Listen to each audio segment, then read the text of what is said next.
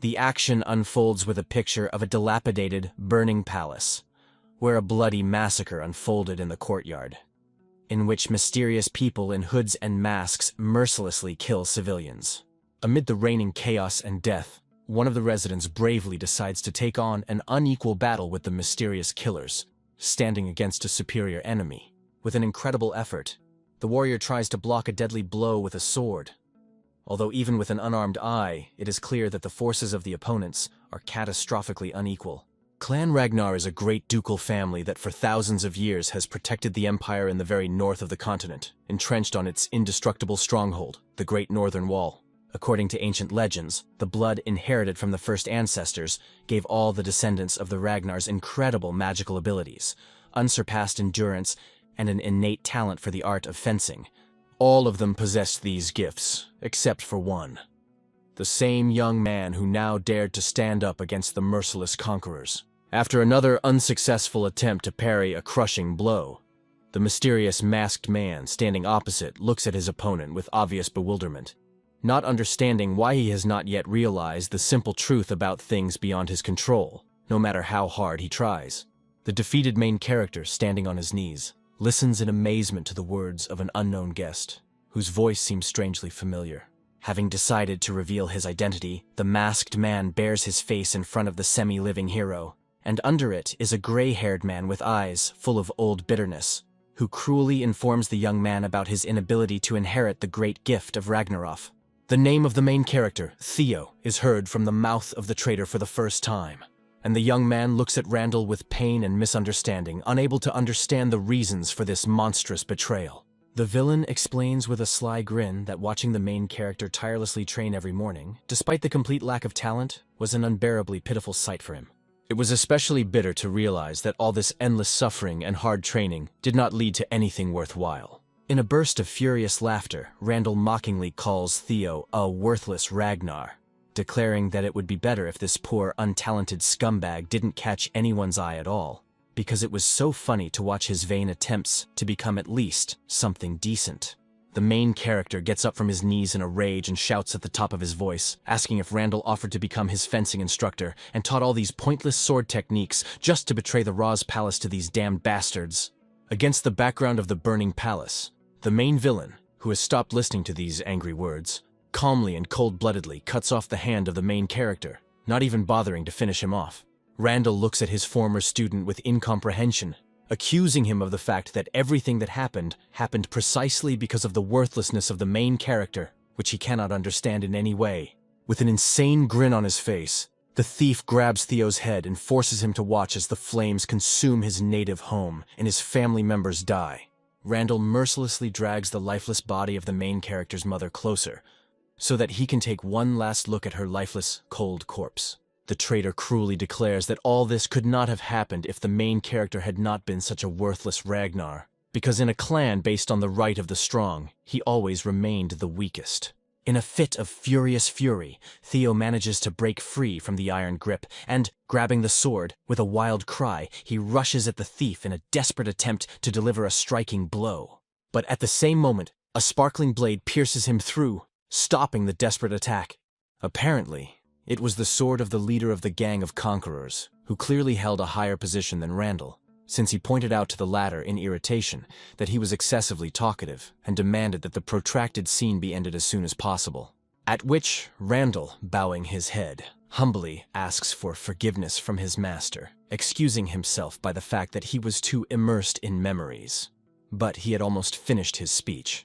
The main character, sprawled in a pool of his own blood, bitterly realizes that he could neither protect his loved ones nor achieve anything significant in his life. Almost closing his eyes, he observes how everything around him is engulfed in flames, and with his last tear he asks the question, would everything be different if he had the same talent that he lacked so much? Plunging into the darkness, he suddenly sees a bright glow. This is a mysterious notification of his death, which indicates his name, Theo Ragnar, and a message about the activation of a special ability. Return to the point of regression. After another flash of bright light, the main character suddenly finds himself at the moment of training with his teacher, as if nothing had happened. Randall, who has not yet betrayed the clan, notices the student's tiredness with his usual care and offers to finish today's lesson so that he can rest. The main character is in complete confusion because, it would seem not so long ago, the same person cold-bloodedly cut off half of his clan and cruelly mocked him, and now he talks so casually about his absent-mindedness and offers to end the training. In confusion, he thinks about what happened, because it seems as if he had just died, and it seemed to him that his whole life passed before his eyes. But why was the first memory of this disgusting face, as if even death decided to laugh at him in the last moments? But suddenly, a mysterious notification appears in front of him again, and against the background of his teacher's usual sly grin, he sees Training Task Number 1, which instructs him to punch Randall in the face. The main character, extremely puzzled by what is happening, cannot understand whether he really needs to follow this strange instruction, wondering what the hell is going on around him. At this moment, he realizes that Randall does not see this mysterious tablet at all. And something unusual is definitely happening here, although he cannot yet understand what it is. Gathering all his will into a fist and deciding that this must be a divine gift that allows him to release the accumulated irritation before he leaves this world, Theo raises his fist high into the sky. Although all this seems like the delusion of a dying man, he firmly decides to give his traitor teacher a good beating, even if there is too much pathos in what is happening. In reality, the situation looks completely different. The little boy hits his teacher with a weak blow in the face, who, clearly not expecting such impudence, continues to keep his usual sly grin. At the same moment, the main character bitterly realizes that everything that is happening is real, and his shot turned out to be depressingly weak. The teacher, clearly not appreciating such meanness, immediately hits his student with a sweeping blow with a wooden sword, because he made it clear that the lesson is over. Finding himself 5 meters away from his teacher, Theo, sitting on the floor, is surprised to feel real physical pain, and cannot understand why he feels it in what seemed to be only near-death delirium.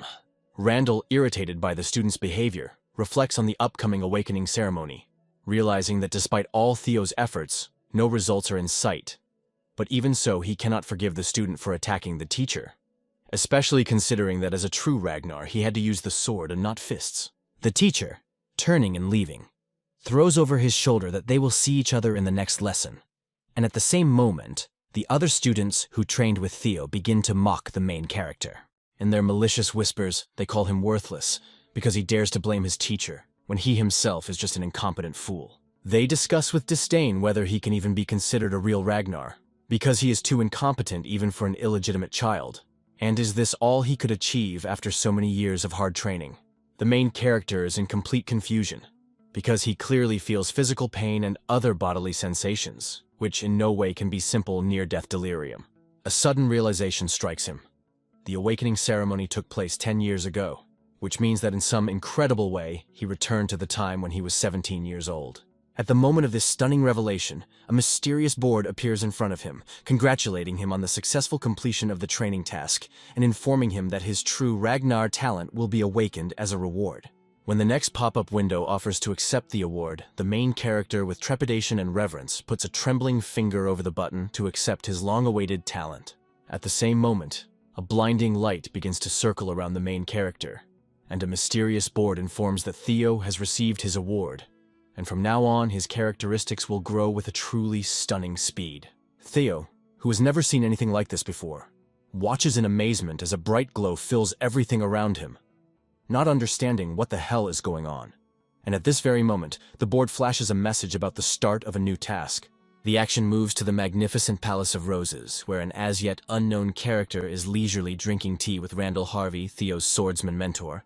In a leisurely conversation, Randall assures the interlocutor with feigned sincerity that this is exactly why he is here, because as a natural teacher he will be able to teach Theo everything he needs and make him strong enough for the awakening ceremony no later than in 5 months. The picture changes, and the true personality of the mysterious interlocutor appears before us. The mother of the main character, the Lady of the Palace of Roses, and the proud representative of the Ragnar family, Cecilia. With motherly care, she hands the teacher an impressive bag of gold, humbly asks to pay a little more attention to her son, to which he assures her with ostentatious calmness of his intention to teach the young man day and night. There's not even a shadow of anxiety in her heart. She simply has unlimited faith in her son. The scene changes, and we see how Randall is walking along a long corridor, gloatingly saying that he will have to worry a little.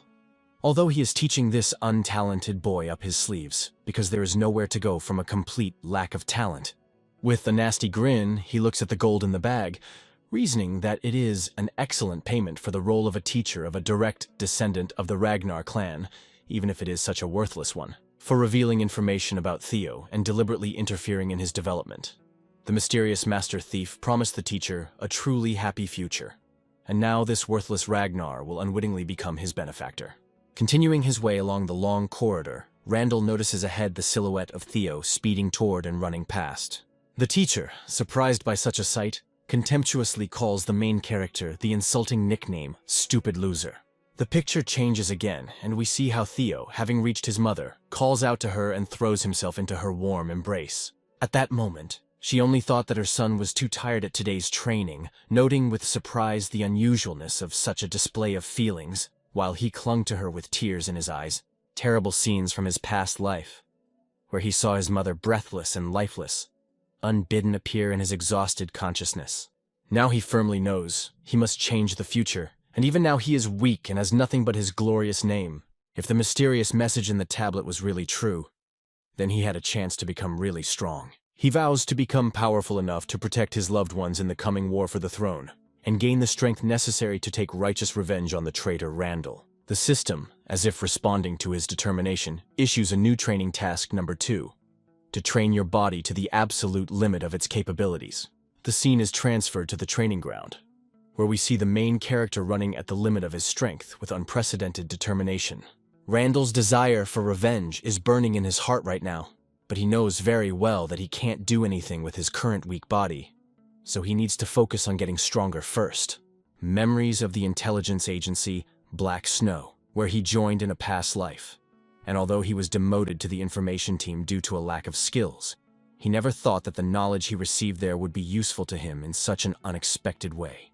With special clarity, he recalls the legendary potion that significantly strengthens the body, the elixir of the Emperor's bloody sword, whose true significance should be revealed in the future, according to the secret manual. Now, when he finally has a true talent, extreme training, which he previously refused due to his lack of talent, takes on a completely new meaning.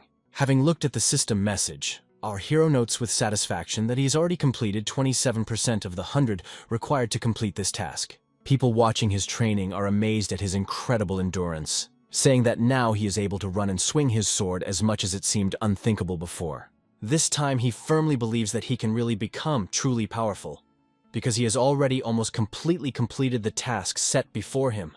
A few days later, the manager of training ground number 4, Evelina Nereville, thoughtfully observes the training of the main character, slowly puffing on a cigarette. With growing amazement, she notices how he has been training without a break for sleep for several days in a row, and wonders why he is still called the good-for-nothing Ragnar, because how can a real moron show such incredible determination? While she thinks about this, the main character, realizing that he can die at such a pace, continues to tirelessly train his body to the limit, because he has already almost completed the task.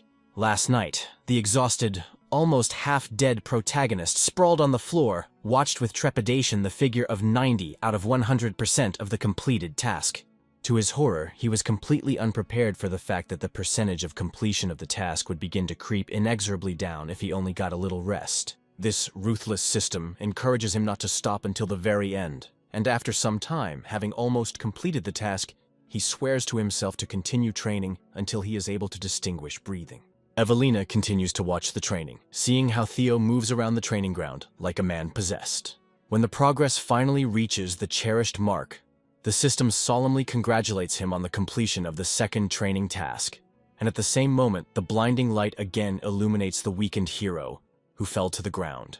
Gathering his last strength, he can barely make out the inscription on the board, which says that the heart of the dragon will be awakened as a reward, and for the swift completion of the task, he will receive the magical powers accumulated over the past 10 years.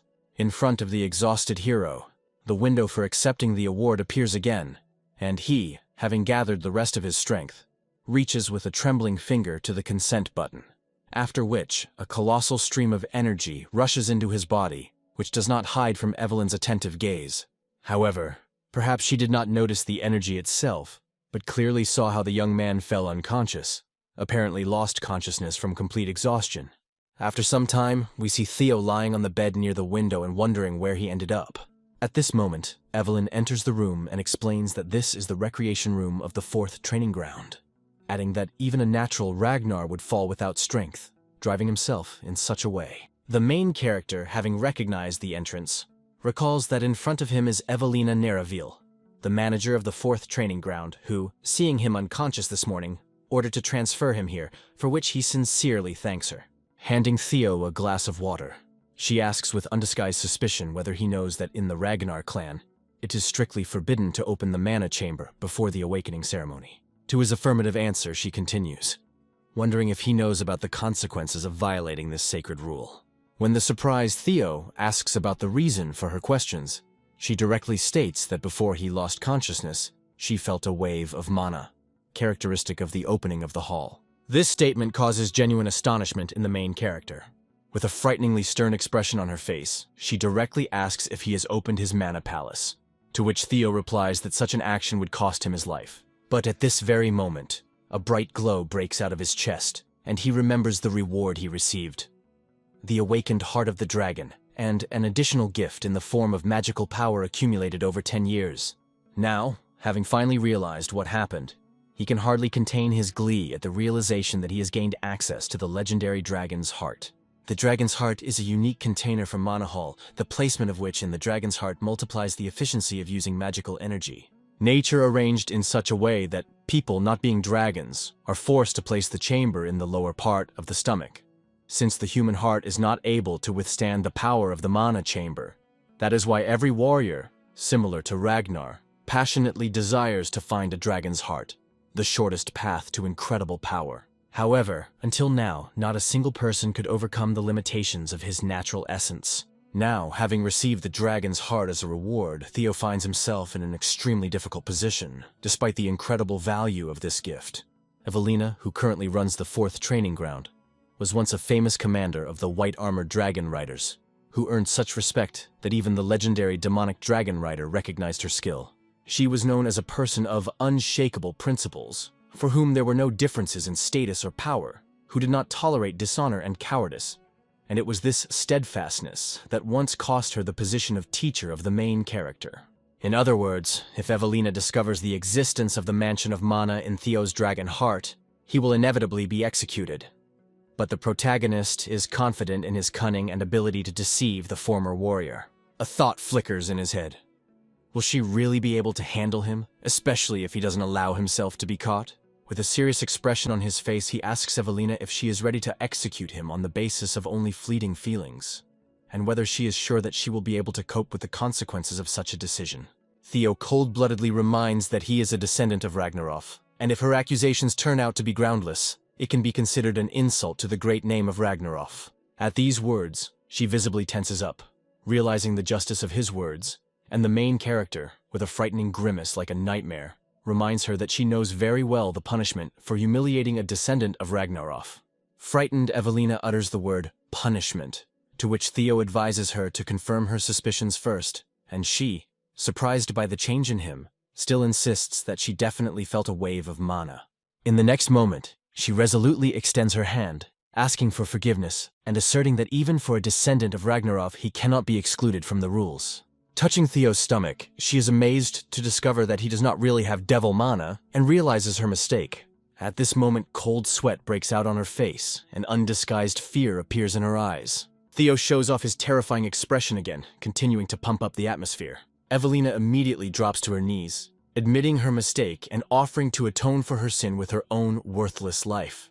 The main character stands with a sly grin, well aware that naturally nothing was discovered, because the heart of the dragon is fundamentally different from ordinary mansions of mana, allowing its owner to fully control its manifestations. Thanks to this, he can hide his mana by force of will. In addition, the very possibility of the existence of a dragon heart in a person will be known only after a few years, so she will never guess about his true nature. At this moment, he decides to calm Evelina down, assuring her that there is no need for self-flagellation, because she was only fulfilling her duty, and few would dare to demand the truth from a descendant of Ragnarok. Evelyn, being one of the strongest, with her lack of bias only helps the main character, because the ban on opening the Mana Hall before the awakening ceremony exists only because of the fear of overflowing mana. Leaving the room, he sincerely thanks her for the concern shown about the possible overflow of his mansion's mana. Thanks to the dragon's heart and the amount of mana equal to 10 years of its production in the previous life. In this life, he will be able to achieve unprecedented power. The action is moved forward a few days, where we see how an angry teacher shouts to the main character about the wrongness of his actions, demanding to shift the swing of the sword to the right. He becomes extremely irritated, reminding that he has already repeated the same instructions countless times. The main character thinks that even though he is getting stronger, pretending to be weak and submissively obeying Randall is becoming increasingly difficult. He will never be able to forget Randall's misdeeds from his past life.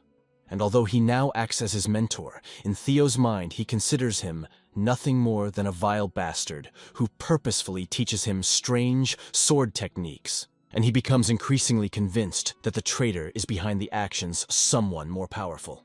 The killer of the main character in the past life, that's whose personality he must definitely reveal. A sudden revelation comes to the main character, and he realizes how this can be done.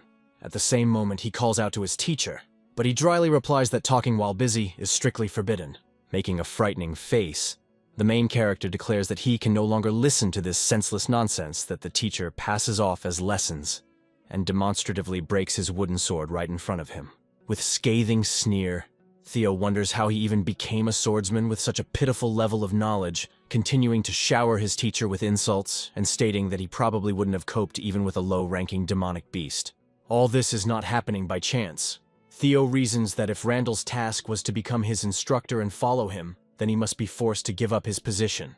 At the risk of failure of the delegated task, the traitor will have to contact the main conspirator to receive further instructions. The action is transferred to the Camellia's palace, where a young man enters the room and addresses a man named Axion. He curiously asks if he has heard about the upcoming duel between the good-for-nothing Ragnar and his teacher next week, adding that it seems the student blames his mentor for his own lack of talent. The young man does not have time to finish his thought, that after the duel, Theo will become crippled, as a flying glass crashes into his head with incredible force, instantly knocking him out. The tumbler asks why he should care about the fate of some bastard, and we learn that this is Axion Ragnar, one of the 4 hounds of Severus, nicknamed the Dark Tiger. Next to him stands another warrior, the Silver Lion Remington Narzio. Stepping over the insensate body, another person enters the room, noting that the situation should worry them anyway, because everything could collapse if they let their guard down. This is Ed Troyven of the 9 Dragons, known as the Sky Dragon. Axion, who has cooled down a bit, replies that this only applies to gifted people, and that Uncle Ed is too worried, wondering why he cares about the fate of this bastard at all. The uncle wisely answers that even the most improbable can happen to the descendants of their family, explaining that the flame in the wind at any moment can either die down or flare up with new force. Axion casually remarks that this is good news anyway because the instructor will take care of everything for them. The picture is transferred to a week ahead, where students have gathered on the 4th training ground, eager to see the battle with Randall. The main character stands with a sword in his hands, somewhat puzzled by the fact that his plan will simply force the teacher to resign after the series.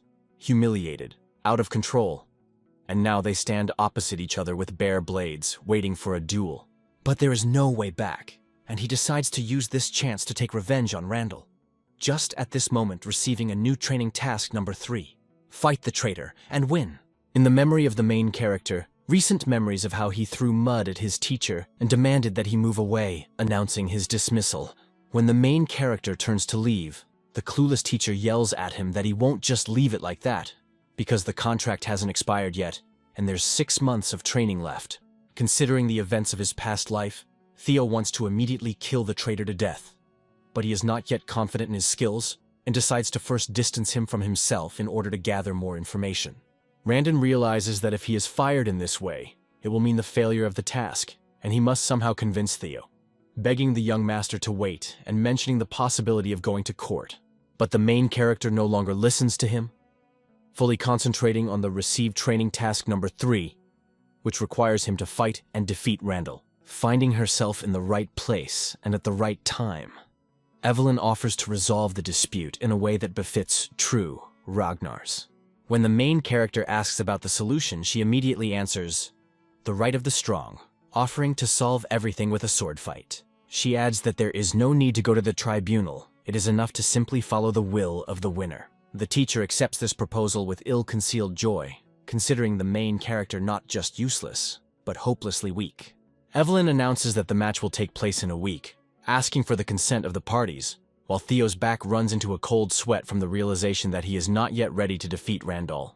A week later, we see a stadium with overcrowded stands, where spectators are whispering about the fact that, according to rumors, the main character can't even swing a sword, wondering how such a thing is possible for a representative of the Ragnar clan. The crowd scornfully calls him a Ragnar no good, claiming that he is incapable of defeating even a mid-range swordsman like Randall Harvey. Randall arrogantly declares that if the young master apologizes right now, he will pretend that nothing happened, adding that there is no point in risking life or pride. Theo cold-bloodedly replies that if he doesn't want to become a one-armed swordsman, he'd better just resign. At this moment, a familiar nasty grin appears on the teacher's face. Until the last, he was ready to turn a blind eye to Theo's audacity. But now he decides to kill him, disguising it as an accident. He reassures himself with the thought that the outcome of the match is already predetermined, which means that there will be no problems. It will even be better that way. Having carefully thought out his plan, he generously offers the main character to strike first, explaining that as a teacher, he gives up the right of the first move. The main character rushes off the ground with a sword at his head, not intending to refuse such a tempting offer. The crowd in the stands freezes in astonishment, not understanding how such a thing is even possible, but immediately becomes convinced of its rightness. The main character clearly loses, demonstrating a complete inability to handle a sword, risking death. In the midst of the duel, the teacher continues to taunt his student, who cannot stand up to a simple swordsman of middle rank, whom he recently looked down on. Randall mentally revels in the obviousness of the result. Even not being a low-ranking swordsman, Theo, despite the recent strange increase in skills, is still hopelessly weak. If he were even at the level of the 4 Severus hounds, it would be a completely different story. The events are transferred to a week ago, where the main character comes to Evelyn's room and asks what she was thinking about, offering a duel, to which she replies that she helped him. If he wants to get rid of Randall, he must act deliberately. She also reports that Randall seems to have a powerful patron, and simply firing him won't solve the problem, which makes the main character surprised by her awareness. Evelyn explains that having noticed the strangeness in the fencing technique that Randall was teaching Theo, she instructed someone to secretly follow the teacher. All this time, she watched their training, and realized that all of Randall's instructions are complete nonsense. And Theo wonders why she did not notice this in her previous life. He wonders if her sudden attention is related to that incident with the Manna Mansion. She reveals the results of her investigation. All traces of Randall lead to the Camellia Palace. In the head of the main character, angry thoughts rush through that this is all because of a pitiful war for the throne, mentally cursing everyone involved. However, he notes a surprising fact. Even after learning about the conspirators, he is still unable to defeat Randall, and he is interested in Evelyn's plans. She confidently declares that the main character underestimates his potential and will be able to win. Returning to the present moment of the deadly duel, we see how Randall makes a lunge, shouting to Theo that if he gets on his knees right now and starts begging, maybe the teacher will forgive him. But during the battle, Randall begins to understand that something is wrong. The main character's calm face and several successfully deflected attacks cause him anxiety. He is shocked by the sudden growth of the enemy's skills. In front of him is clearly not the Theo Ragnar he knew, and his face shows undisguised panic. A mysterious hooded figure, watching from the crowd, notes with surprise that the teacher is really being squeezed, and Theo seems to be in complete control of the battle. Evelyn, clearly pleased with the development of events, watches what is happening with a sly grin. Going back in time again, we hear Evelyn confidently declare that if she trains him for a week, he will easily defeat someone like Randall, adding that even though ignoring his official teacher is against the rules, Randall is a scumbag. Unworthy is called a mentor. The main character admits that he could not foresee such a development of events. And although he will get Evelyn from the debtors, it will definitely be worth it. But he still worries about something. He directly asks why she is helping him, wondering if it is related to the case. She replies that that is partly why, but also mentions a certain person who likes him, adding that he is simply obsessed with collecting talents.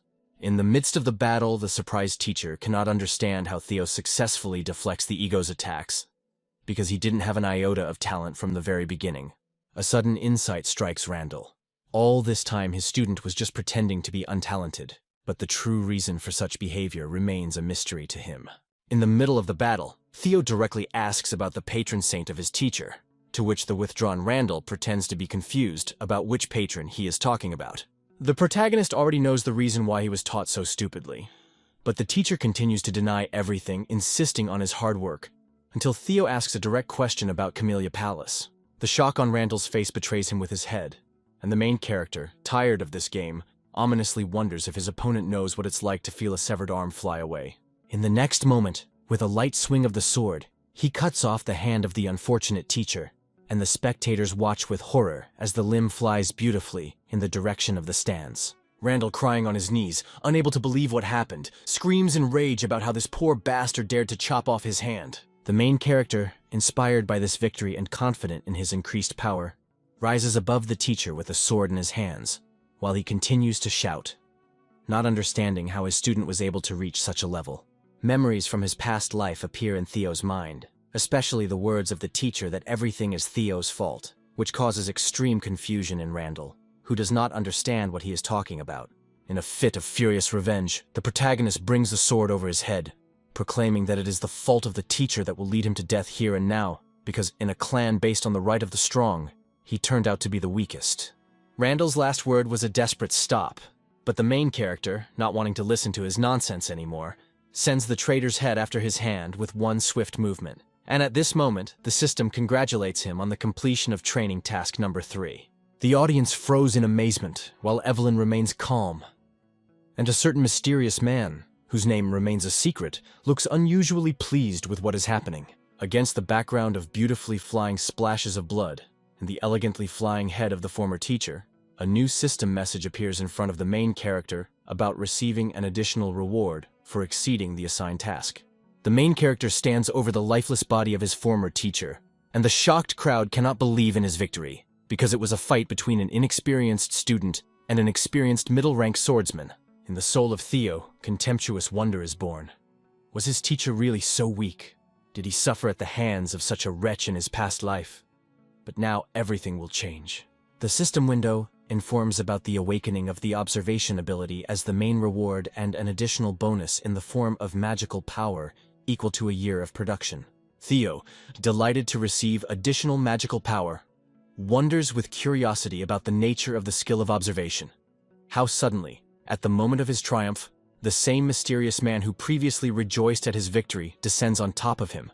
The stranger loudly calls out the name of the main character, and when the aura of incredible power dissipates, Theo recognizes him as Julius Ragnar, the legendary commander of the dragon riders in white armor, known as the demonic dragon. The main character is completely confused, not understanding the reasons for Julius's appearance and wondering how long he had been watching what was happening. While everyone is trying to understand the sudden appearance of the commander of the horsemen in white armor, Evelyn frowns like a sour lemon, and you can understand her. As the manager of the training ground, she is extremely unhappy that the commander completely destroyed the floor, when he could have just gone down like a normal person. At this moment, the main character sees a real death machine in front of him. The commander slowly walks in his direction, which is why Theo is literally petrified of fear, looking with horror into the blazing eyes of the approaching warrior. Suddenly, the fear recedes when Julius, approaching the main character, begins to admire the fight he saw with enthusiastic shouts, calling Theo a real handsome man. Julius continues to enthusiastically praise the main character for the fact that the student surpassed his teacher, although he immediately adds that killing the mentor is somewhat disrespectful. However, judging by what he heard, Randall definitely deserved it. After a clumsy attempt to reason sensibly, the commander switches to shouting again, declaring that everyone doesn't care about formalities, and patting Theo on the shoulder, offers him to join the ranks of the dragon riders in white armor. A satisfied smile blooms on Evelyn's face, while the jaws of the crowd in the stands literally drop, and people scream in astonishment. How is this possible? Because this is nothing Ragnar. How can he be accepted in white armor? No matter how skilled a fighter he is, we turned out. At this moment, Remington of the Four Hounds, who was watching the fight, asks the boy sitting next to him if he remembers at least one case when a student who had not even passed the awakening ceremony was accepted into the ranks of the white armor. The boy, not finding anything to answer, admits that he does not remember similar cases, to which Remington confirms. Of course, this did not happen, because it is impossible to determine the true potential of someone whose mana chamber remains closed. Even when demonstrating excellent swordsmanship, magical potential may be lacking, and no matter how experienced Julius Ragnar is, he cannot be sure of this, Remington thinks. But perhaps the demonic dragon saw some special potential in Theo Ragnar, decided to take advantage of this chance. After the deep thoughts of the Silver Lion, we return to the main character, who, to everyone's amazement, is forced to refuse the commander's offer, saying it with an absolutely calm expression on his face.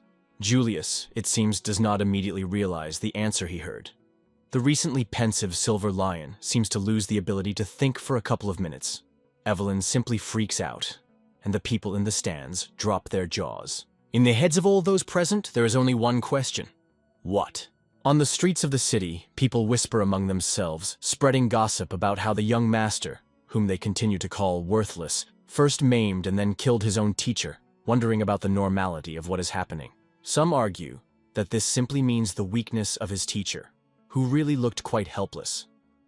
And after this spectacle, the demonic dragon himself tried to directly recruit the young man into the Dragon Riders, but he refused, referring to the insufficiency of his skills. People are completely bewildered by such modesty, because it is not every day that you meet a modest Ragnar. The action moves to Camellia Palace, where Emil Ragnar, the Lady of Camellia Palace, cannot believe that Theo killed Randall. She is comforted by her brother standing behind, whom we already know as Skydragon Ed Troyvan, reminding her sister if she herself directed Randall to the main character because of his disgusting skills. She says with alarm that the demonic dragon descended on Theo personally. Moreover, they say that it was Evelyn who insisted on the duel, which means that they cannot even interfere, appointed a new teacher, and if he begins to stand out, the taking of the Rose Palace under control will become much more complicated. Axion enters the room perplexed as to why Emil is so worried. Because the head of the clan will not pay attention to this for anything, and their plans will be carried out without interference. Letty replies to him that he should understand that the best way to take control of the Rose Palace without provoking the anger of the clan head is possible only if Theo remains a weakling. The Dark Tiger confidently asserts that this nothingness is still weak and unlikely to change much, and the demonic dragon has always been interested in all sorts of tricks. At this moment, the heavenly dragon silences his nephew with just one harsh look. Axion, seeing the concern of his mother and uncle about Theo's fate, decides to play with him a little and make him understand his place. After some time, we watch the main character and his new teacher, Evelyn, finish training, where the latter praises her protege for an excellent job. Theo notes that learning from a normal teacher like her is a different matter, to which she remarks that it would still be better if he joined the White Armor, wondering why he refused. About himself, Theo thinks that he would have lied, said that he did not regret the rejection at all, because in his previous life, it was his cherished dream. However, joining their ranks right now will not bring anything good, since there is no point in limiting yourself so early. Thinking about all the privileges that will be given to the best after the awakening ceremony, he realizes that enlisting in the Dragon Riders in white armor does not even come close to these opportunities. He replies that he is confident in his reluctance to receive any special privileges and still considers himself not good enough, adding that her training for the awakening ceremony is enough for him. She answers good, but warns that the commander will be upset. And at this moment, the main character uses his new observation skill for the first time. Right now, he is watching his teacher and can see her characteristics. 24 years old, the title of former deputy commander of the White Armored Dragon Riders, the rank of a high-level swordsman, as well as her current status, admired by Theo's modesty and character. For the first time in a long time, she feels the tide's strength during training, although he misses his service in the Dragon Riders in white armor. The main character notes the extraordinary usefulness of the skill of observation, realizing that he will be able to use the information received for his own benefit, especially being interested in the detail that Evelyn misses the Dragon Riders. Suddenly, a stranger approaches our couple who, apologizing to the young master, introduces herself as Sybil Drea. He reports that he has arrived from the Southern Inspection Post and would like to discuss something important, which causes the main character to be perplexed and wary. This frightening stranger is clearly up to something. Theo immediately uses the skill of observation and is surprised to find that in front of him is his first real fan. The guy is literally obsessed with the desire to fight him. Sybil's fanatical look scares the main character quite a bit, and at the same moment the system announces the beginning of the last training task number 4, to get rid of the nickname Nothing Ragnar, which has already been completed by 28%. The newly arrived Sybil, wanting to follow the main character, admits that before, like everyone else, she ignored Theo, considering the nickname Ragnar's worthless to be quite appropriate. At this moment, the protagonist, grasping the hilt of the sword, is seriously considering whether to kill Sybil or commit ritual suicide.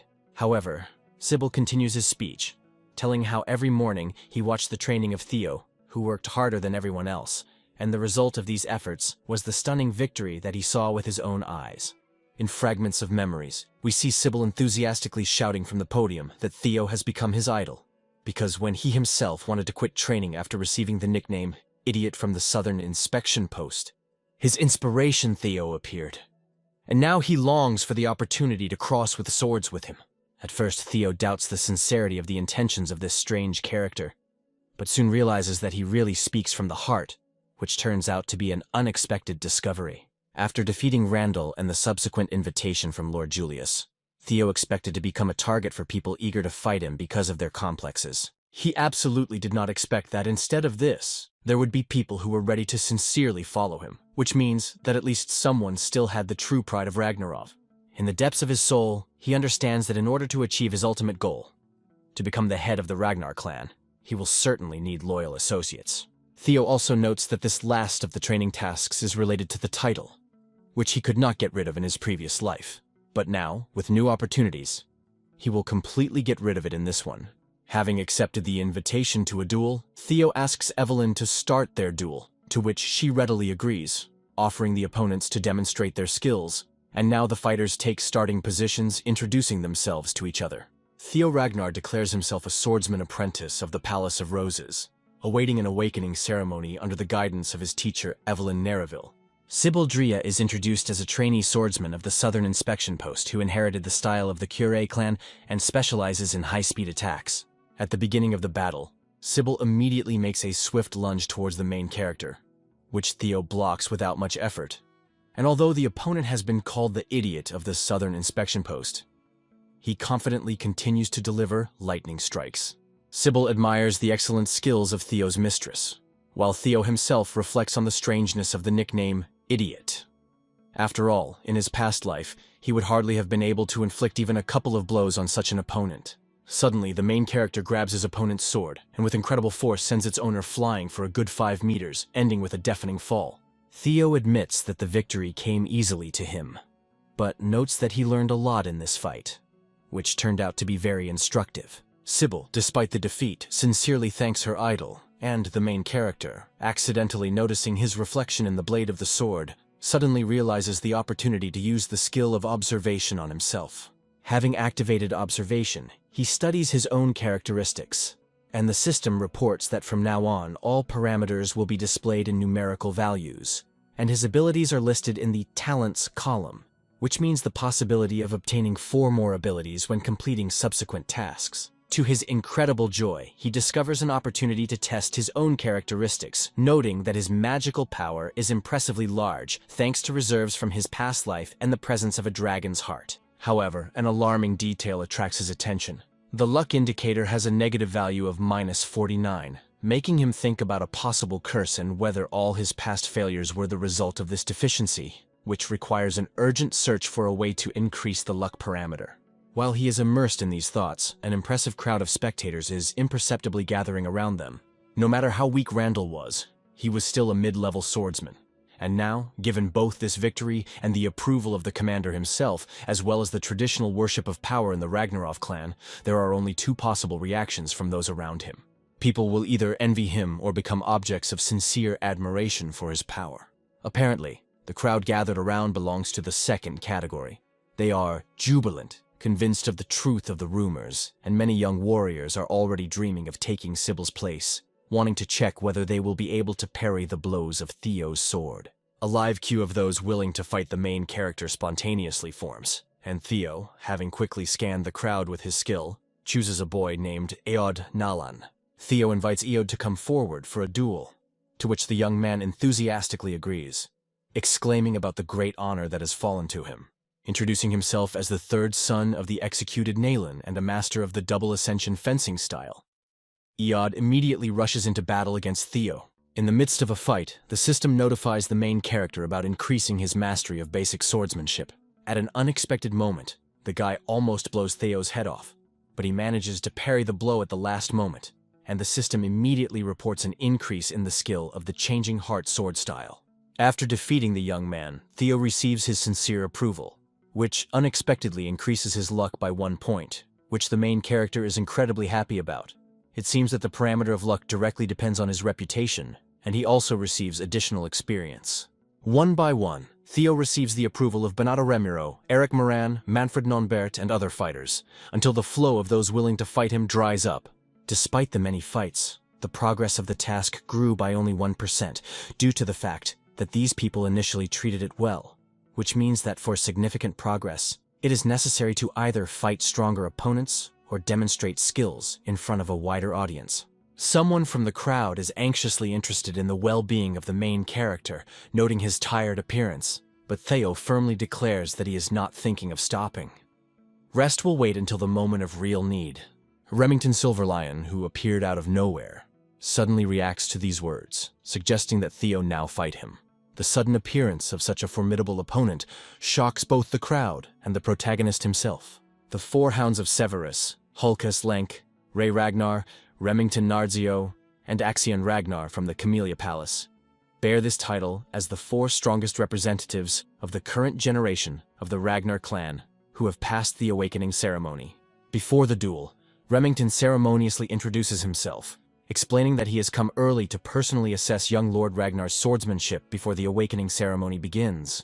Without wasting time, the main character applies the skill of observation to the Silver Lion, but does not discover anything unexpected in his characteristics. Theo also presents himself in full regalia, the 31st son of the great protector of the North, Kyle Ragnar, an apprentice swordsman awaiting an awakening ceremony. The main character did not expect that his meeting with the famous sword genius Remington would take place under such circumstances.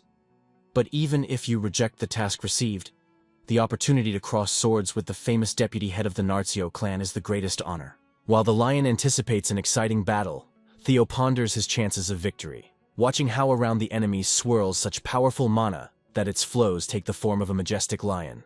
The fighters make a swift dash towards each other.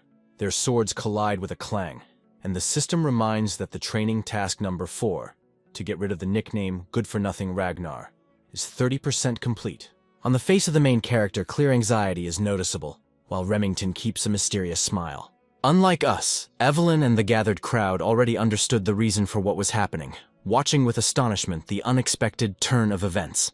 With a deafening clang, a piece of the blade falls to the floor, revealing to everyone the unpleasant truth. When trying to block a powerful blow, Theo broke his blade. The sword of the famous Silver Lion turned out to be much stronger than the simple training blade of our hero. Sybil cannot come to terms with the defeat of her idol, but someone from the crowd reasonably notices the predictability of such an outcome. No matter how strong the young master grows, he will not be able to defeat one of the 4 strongest swordsmen of the generation. The devoted Sybil continues to praise the fighting spirit of his idol, when suddenly the lion himself announces his defeat, causing the crowd to be completely confused. Remington sincerely thanks the main character for the duel, noting that the sword used by Theo was too worn, not to mention his strong fatigue after the previous battles. In his opinion, this makes the defeat undeniable. Theo, in turn, wisely notes that in a real battle, no one cares about the state of the enemy. With the loss of the sword, he definitely lost. Opponents exchange smiles and firm handshakes, agreeing on a future fight in full force. Observers are amazed by what they saw. The legendary hound himself recognized the strength of the young master, and the task, meanwhile, continues to gain percentage of completion. Theo notes the incredible strength of his opponent. Despite the significant strengthening thanks to the secret leadership and the talents received for completing the tasks, at the moment of the clash of swords, the main character acutely felt the lack of strength compared to his past life. Although the match ended prematurely, Theo still gained valuable experience, increased his luck by 10 points, and significantly improved his reputation, thinking about other possible ways of development. While Theo is thinking about new ways to increase his reputation, he is called by the Silver Lion. Remington admits that he came here not only for the sake of a duel.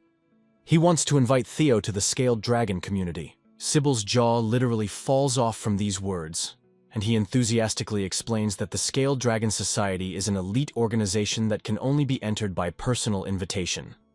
And now Remington himself invites Theo there. Theo expresses surprise at being invited to such a prestigious society, modestly wondering if there is really a place for someone like him. Lev waves them off doubtfully, assuring that all this is nonsense, and Theo is more than worthy, adding that, in fact, this is a rather informal society of peers who are waiting for the upcoming awakening ceremony. Surroundings watch with ill-concealed envy, dreaming of receiving a similar invitation. The main character perfectly understands that the community of the Scaled Dragon, centered around Axion, creates ideal conditions for the progress of the task, and also gives the opportunity to learn more about Axion himself and the Camille Palace. Seeing no reason to refuse, Theo accepts the offer, which instantly increases the completion of the task by another 1%, causing jubilation in the crowd, delighted by his joining the elite community. Remington approves of this decision, offering to contact him with any questions, and announcing that the next meeting will be held in 2 weeks. The scene moves to the Rose Palace, where the mother of our main character bursts into his room in an unusually high mood. At this moment, the main character, who's about to tell his mother some news, watches with astonishment as what seems to be the entire staff of the castle, neighboring villages, and possibly half of the continent appear in his room. Not having time to ask the question, Theo hears his mother's joyful exclamations about his invitation to the Society of the Scaled Dragon, which includes Axion himself, the son of the cunning Emil, and such brilliant talents as Remington, who attract the attention of even the council itself. The mother seriously reminds that everything, from manners to dress to behavior, will be carefully evaluated, and although she is confident in her son's impeccable etiquette, appearance and manners require special attention. With motherly care, she offers her help, reminding that she was once an actress, and now she is happy to share her experience. The illegitimate son of a commoner concubine. This label always caused a feeling of guilt in Theo's mother, and in the cold Ragnar clan, it was especially difficult for her to have a son who did not have talent. Suddenly, she rushes to hug her son, with tears in her eyes, assuring him of her unshakable faith in his strength. A gentle smile appears on Theo's face, and he hugs his mother tighter, quietly promising that she has nothing more to worry about, while the entire staff watches this touching scene tenderly. While the mother rejoices at her son's entry into the prestigious community, Theo himself mentally plans a plan to destroy the Scaled Dragon community. 2 weeks later, on the night of the banquet of the Scaled Dragon community, a luxurious carriage stands in the yard, and next to it is a surprised silver lion. To meet him, obviously embarrassed by the excessive attention of the servants, the transformed Theo walks to the enthusiastic cheers of the crowd. The shocked Remington hardly recognizes the former Theo in this elegant young man, noting his striking changes, to which he notes with slight annoyance that even the silver lion is now mocking him. Theo mentally agrees with the observation. He really became not only taller, but also significantly more muscular, thanks to 2 weeks of intensive training. During these 2 weeks, Evelyn visited him every day, and they became closer, not to mention the appearance of new loyal followers. Evelyn's words emerge in the memories about how she, who planned to teach the young master only a little, suddenly found herself involved in all these troubles, now forced to train a whole crowd of his worshippers. At the thought of these tiring 2 weeks, Theo's face involuntarily contorts into a sour grimace. The Silver Lion, noticing that this is the first official banquet of the main character, reassuringly advises not to be nervous. He is confident in Theo's abilities, but there is one but, which the main character immediately tenses up. Remington warns that his friend Axion may be a rather difficult person, but it was he who wanted to meet Theo and provided the invitation, so he asks not to judge him too much strictly. Only now Theo realizes that the invitation to the club did not come from Leo, but from Axion himself, who even organized this banquet specifically for him. A sly smile appears on the main character's face. Everything is going even better than he expected, and now he is looking forward to this meeting. At the same moment, Axion, sipping a suspicious whiskey-colored drink with ice and with a smile similar to Theo's smile, mentally continues to mock the main character, anticipating fun with a new toy. Soon the carriage stopped near the Camille Castle. Remington came out first, followed closely by Theo. Looking at Camille's magnificent palace, he understood that the one who sent Randall to interfere with his training and the one who swallowed his mother and the palace were in this very place. Noticing the thoughtful, attentive look of the companion, Remington decided that the guy was a little confused, being here for the first time, so he suggested that he come inside. They followed the elegantly furnished courtyard, and Remington explained that his friend Axion wanted to come out in person to greet Theo, so he was probably waiting for them at the entrance now. Remington was interested in why Axion invited him. Maybe because the insignificant Ragnar suddenly started showing decent results. He will most likely try to interfere in any way. Or they will laugh at him, Remington thought. However, this only made Theo smile, because he also did not come here for free and wanted to make Axion realize who he had contacted. Suddenly, his face contorted in surprise when he saw that an unusual blue light, similar to the glow of his system window, was coming from one of the windows. It seemed to him that this was a specific task that awaited him inside the Camille Palace. But at that moment he did not realize that an unexpected danger was already waiting for him. A huge object fell directly on Theo's head, and the frightened Remington was unable to prevent this incident. When a heavy fog rose, it turned out that the hero managed to jump back. They realized that it was not a stone, but a heavy big bag of flour, and Remington immediately realized that it was someone's tricks from those who had already arrived at the banquet. Looking at this bag, the hero was well aware that, being not in such good physical shape, he would definitely suffer from this blow. In addition, the hero initially thought that Remington was somehow involved in this situation, but, looking at his puzzling face and status, he realized that this was not the case at all. Moreover, he saw the real culprits of such a greeting and understood that those who did something similar clearly did not respect him at all. Remington, on the other hand, was indignant, interceding for his comrade because it seemed to him that those who considered such a banal courtesy or a greeting were completely out of their minds. At that moment, Axion himself appeared in the window, who did not understand why the Silver Lion was so angry, because it was just a simple greeting between brothers. Looking at the boy, Theo was also able to consider his system characteristics. The status read that he was waiting for an opportunity to play with a new toy, and his talents were insanity and psychopathy. To Dark Tiger's great surprise, instead of getting angry, the hero just looked him in the eyes indifferently and thanked him for such a greeting. Looking at his brother's misunderstanding, he explained that he could not simply ignore such hospitality. It seemed to him that this was most likely a friendly joke, so he looked forward to the continuation of today's banquet.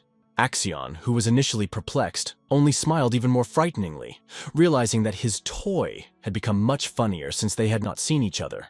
In the banquet hall, all this time, young men and young ladies were whispering, trying to understand Axion's intentions. Because even though they understood that Theo belonged to the main branch, such an attitude in the community of the Scaled Dragon was incredibly rude and stupid. Although many were surprised by the fact that Theo even looked decent. Hearing such conversations, Remington decided to apologize to the young master again, because he did not expect that people with whom he was well acquainted before would suddenly start behaving so strangely. Theo calmly explained that he was even grateful to these people. In fact, he understood that no matter how much and what they said about him, the more they slandered him, the more reasons he would have to destroy them later. In addition, he saw the place where the same blue light was coming from. He was sure that this world was somehow connected with his task, but he could not go there in order not to arouse suspicion.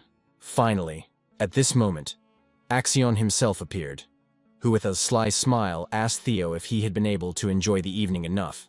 The hero was clearly nervous, which was a logical first reaction to this person, but he tried to calm himself down so that he could continue to follow his plan.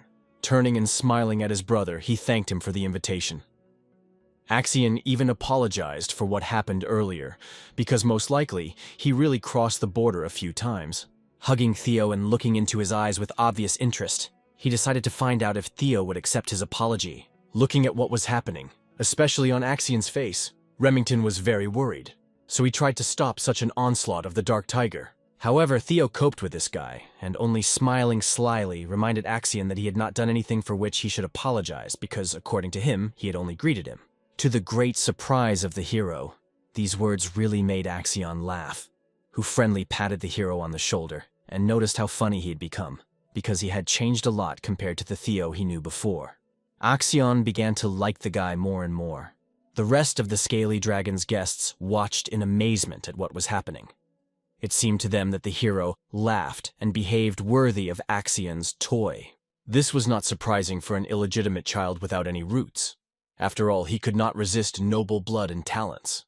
Everyone understood that.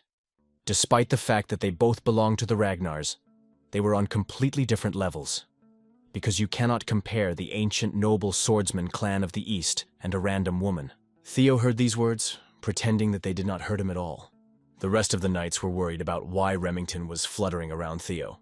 But suddenly they remembered that Remington himself was actually an illegitimate child. Soon they quickly fell silent, as they remembered that this was a forbidden topic in their circles. At the moment when Theo noticed Remington clearly offended and humiliated by such words, he understood that he no longer wanted to be just an observer, because this crossed all boundaries. Turning to his brother, he explained that he wanted to welcome his new friends, because it would be the right decision. After that, the hero took a bottle of expensive alcohol, approaching one of the members of the banquet, who especially slandered Remington. The guy decided to smile, looking at Theo and not understanding what he was going to do. But at some point, Theo took this bottle and smashed it directly in the face of this impudent and arrogant guy. When he barely recovered from such a blow, he looked at Theo with hatred to understand how such a nobody dared to do such a thing.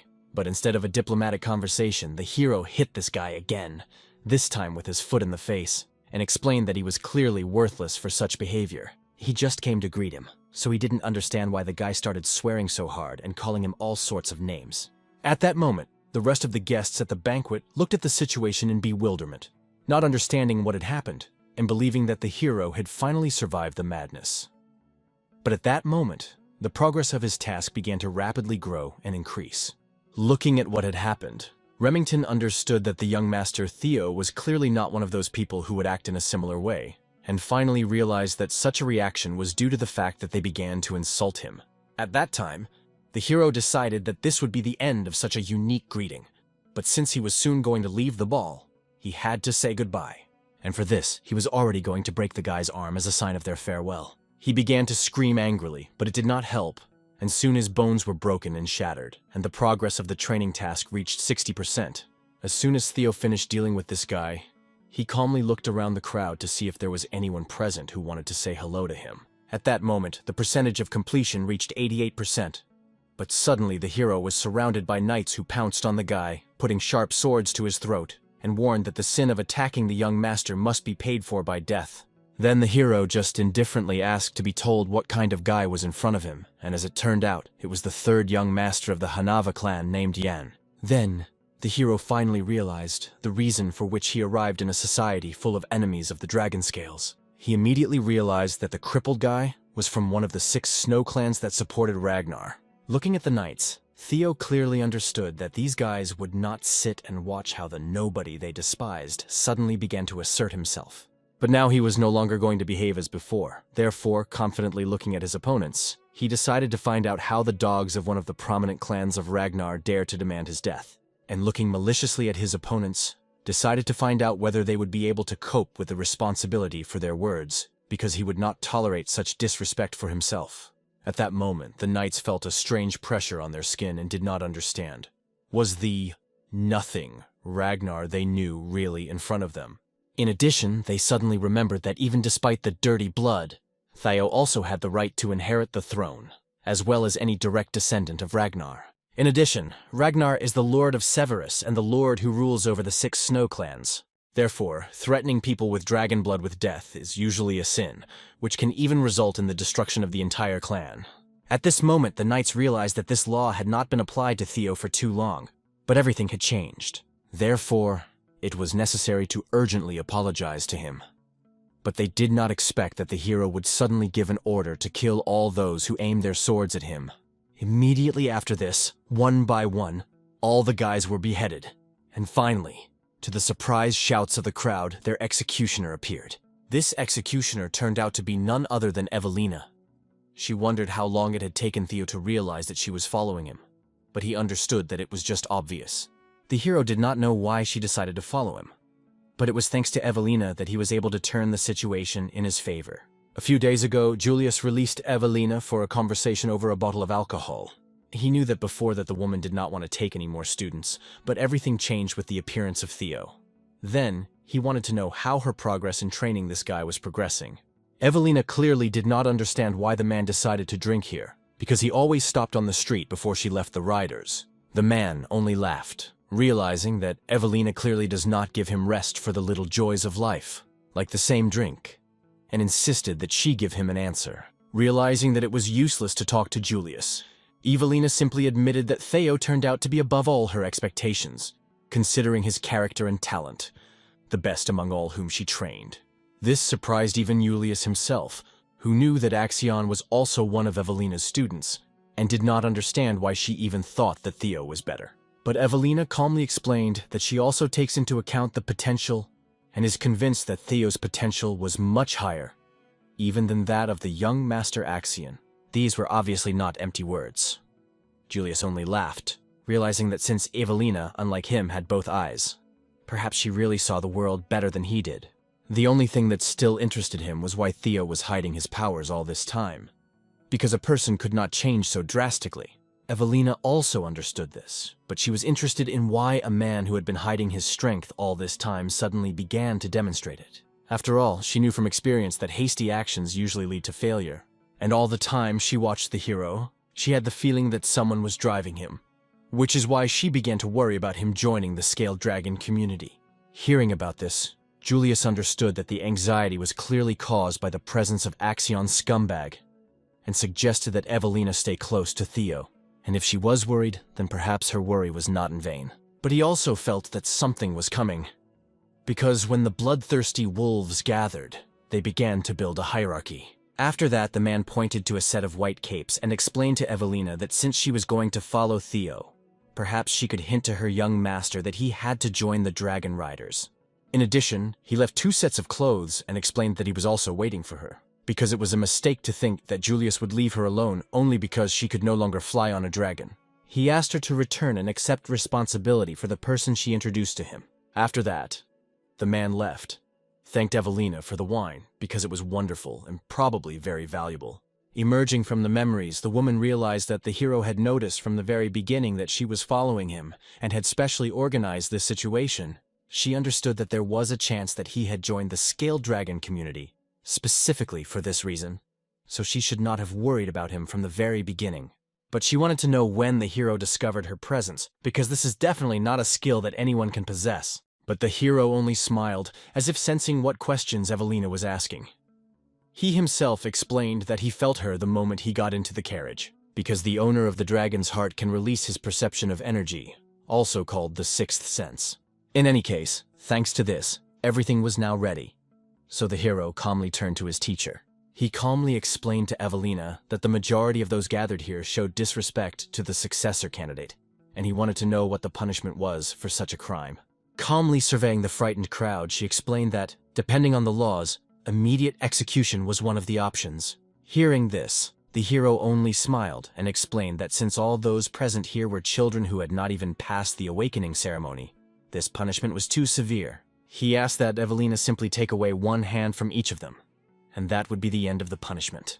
After such a decision of the young master, the hands of the second son of the Baran clan, the first son of Kresnaya Vera, mercenaries from organizations, the fourth daughter of the trade guild, and others flew to the ground. At that moment, one of the frightened guys, realizing that his turn was also close, crawled up to Axion, asking him to save him. But he looked at the boy with displeasure, not understanding why he had to save him, because he himself had brought a similar fate upon himself.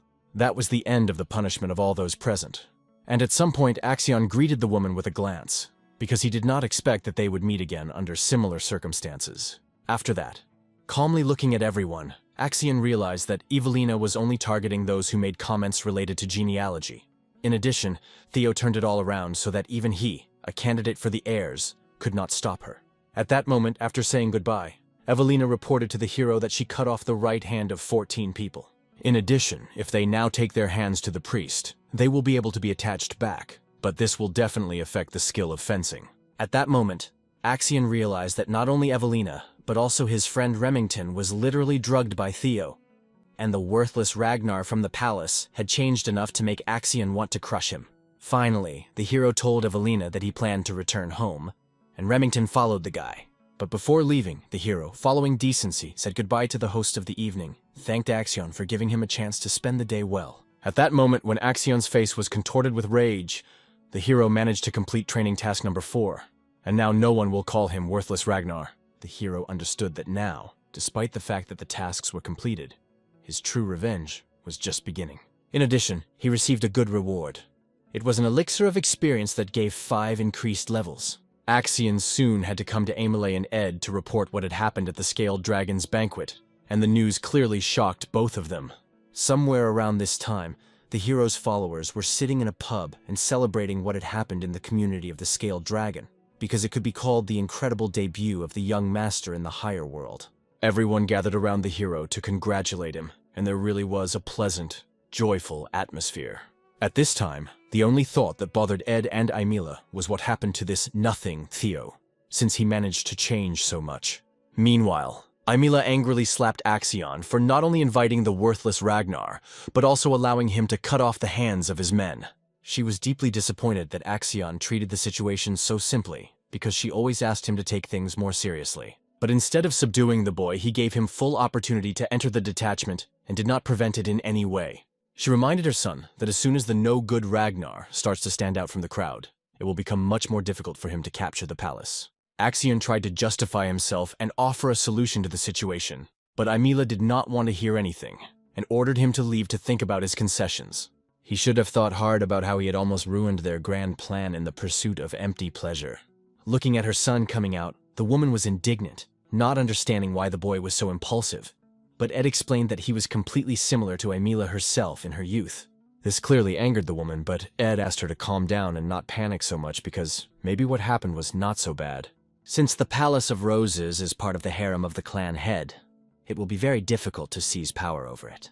Even if the Palace of Roses was beyond the interests of the clan head, being a place where all sorts of scum were collected, the Palace of Roses still had his support. For this reason, all they need is to get some justification to destroy this place. Fortunately, when Theo staged a massacre at a meeting of the dragon community, he gradually began to become a representative of the palace. So, using the incident as justification, they will be able to legally destroy Theo and his entire palace. At that moment, Aimila realized that all this time she considered Theo's growth frightening because she was afraid of the increase in the size of the palace if the head started paying more attention to Theo.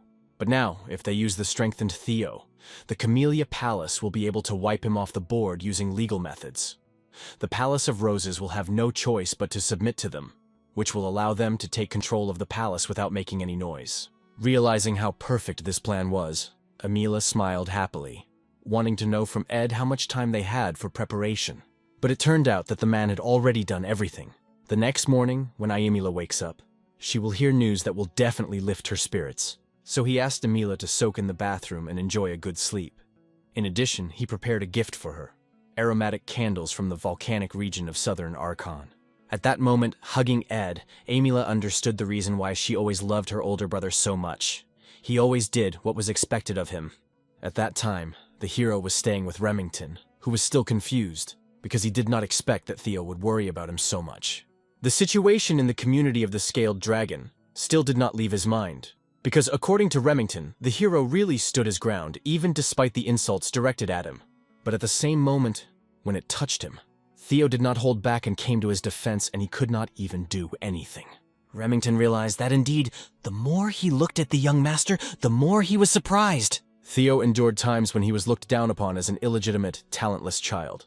But he still grew up to be a strong man, especially considering the fact that he came against an opponent over whom he had no advantage, but nevertheless achieved victory and resolutely drew his sword against the Camellia Palace, against which no one dared to go. Remington understood that all this was for his sake, which brought tears to his eyes. Even his status showed how deeply moved he was. Theo understood that the boy had clearly misunderstood something. At that moment, Remington realized that his clan had given him a mandate to secure good relations with Axion, but he had another idea. Therefore, resolutely rising, he decided to become a follower of the young Master Theo. At that moment, the other followers also heard these words and rejoiced that the Strong One recognized Theo's strength, because they were both simply magnificent. The hero intended to explain something to Remington, but Evelina contacted him telepathically. She explained that this was not the worst misunderstanding. Besides, it seemed to her that in fact the reason for joining Remington was simple. everyone wanted to get along with him. The hero only smiled, because he understood that he was not someone special. His success was largely due to the message boards. Looking at another plate, he became interested in what it actually was, because initially he thought otherwise. Looking at how detailed the plates were, he understood that it was clearly something else. However, he had a vague feeling of déjà vu. As a result, after the end of the incident with the community, the level rose. The hero realized that by increasing the level, he receives points that can be used to improve the characteristics, so he decided to increase them at his discretion. He wanted to know what the future would be like if he became stronger, but obviously the first step was to prepare for a counterattack on the Kameli Palace. So he asked Remington to help him. Handing the guy a piece of paper, the hero explained that the war between him and Axion would soon escalate. Therefore, he asked Remington for help in preparing for these times. The hero knew very well that in the future, Remington would become the head of the Narzo clan, and their strength would be enough to challenge the Ragnars. So he had to take the opportunity and finally put Remington on his side. The hero prayed that the boy would take this leaf, and he did not refuse the hero help. Remington promised to follow the young master and do everything he could to help him in the future. Before the hero had time to rejoice, armed men suddenly entered the pub where they were sitting. These were the swords of the law. They provided a letter that indicated that Theo should be immediately arrested on charges of blackmail, violence, and incitement to riot. Evelina clearly panicked, not understanding what was happening, but the hero calmed the woman down and approached them himself in order to get acquainted with the letter. From it he understood that the seal of the warrant was real. Even the ink with which the decree was written had not yet completely dried, so they were in a real hurry to arrest him. The hero calmly let handcuffs be put on him, after which the swords began to lead him away. The last thing Evelina and Remington saw was the hero's calm smile, so they understood that he was expecting a similar development of events.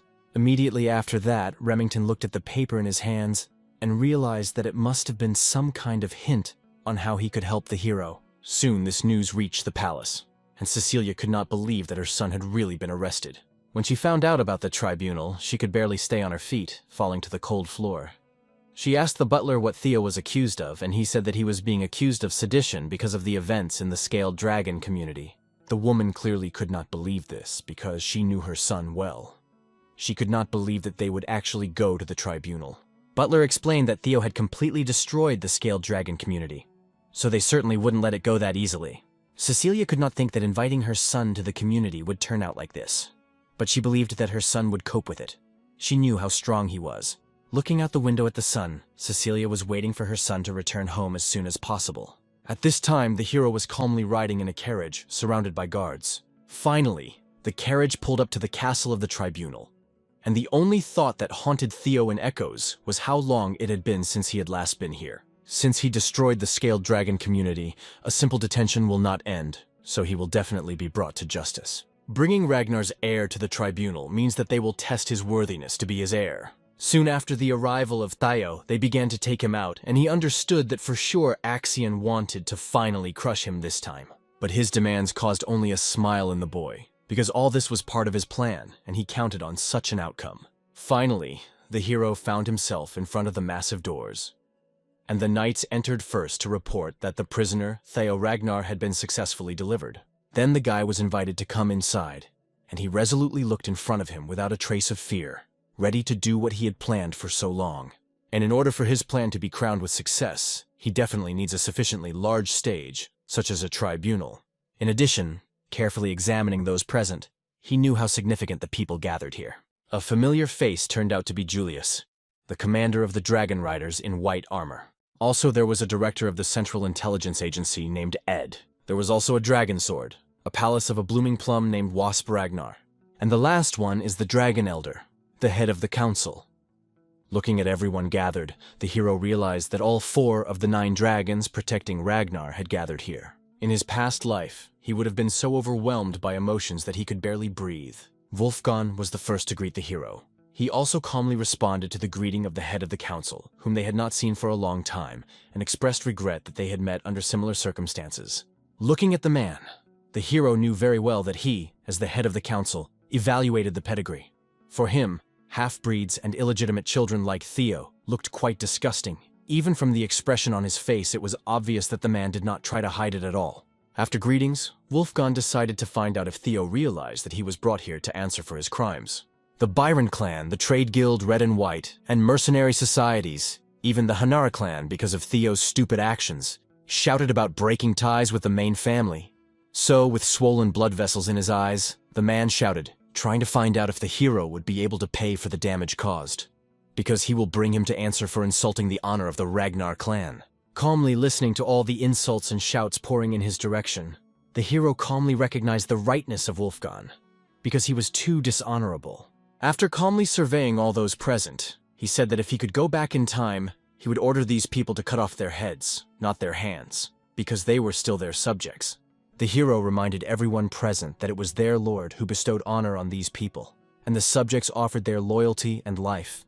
This was the path of chivalry. However, they dared to threaten their mistress, which was immeasurably insolent. For this reason, the guy said that if he had known that they would be so insolent, he would have beheaded them on the spot, because they should be punished, and the principles of chivalry should be restored. After all, the hero, as a member of the Ragnar family, could not sit and watch as his honor, which had been supported for 1,000 years, was trampled upon. Julius watched this performance with pleasure. The guy was impressive as always, and from the very beginning it was expected that everything would end with the usual punishment for him. To these loud statements, Theo immediately responded to the head of the council, not understanding how the boy dared to insult him with this sophistry, but Osa, having listened to his opinion, agreed with him, because in theory, everything was said correctly. But the dragon's sword explained that despite the fact that Clan Ragnar was strong, this was not their true greatness.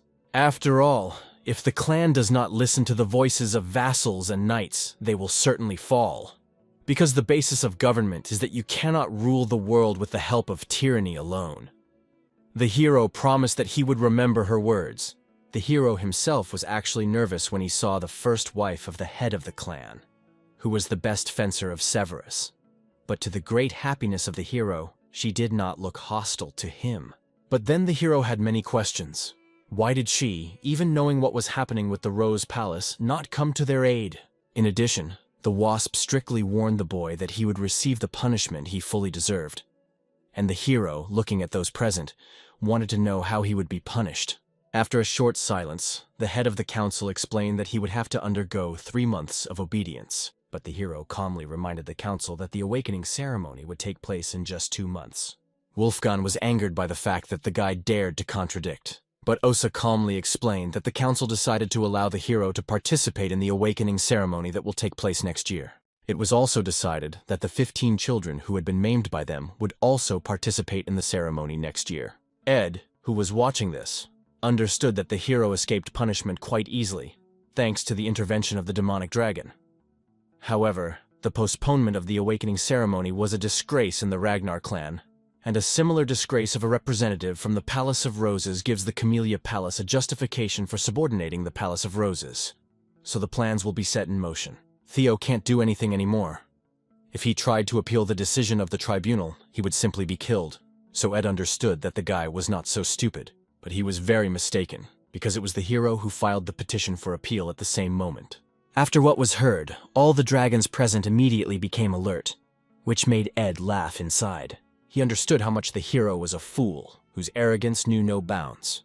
Excited, Julius decided to ask the hero for the last time whether he knows what his filing of the appeal means. The guy knew very well that for such a thing, they are usually punished with far less than 3 months in the novices. Therefore, this question was addressed to the hero only in order to dissuade him from such a rash decision. And it became obvious that Julius had to sweat even for such a light punishment. But the hero calmly explained that in the strong and proud Ragnar clan, submitting an objection meant war, and he was ready to face all the consequences. He explained with a smile that he knew very well.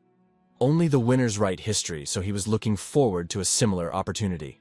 After that, the system notified him about the beginning of a new scenario, where he will be able to reveal many secrets and secrets of his world. The first plot task was the heir's task, which he had to overcome. Somewhere at the same time, a fierce battle was going on in the hidden northern branch of the Trade Guild, which was led by Evelina and Remington.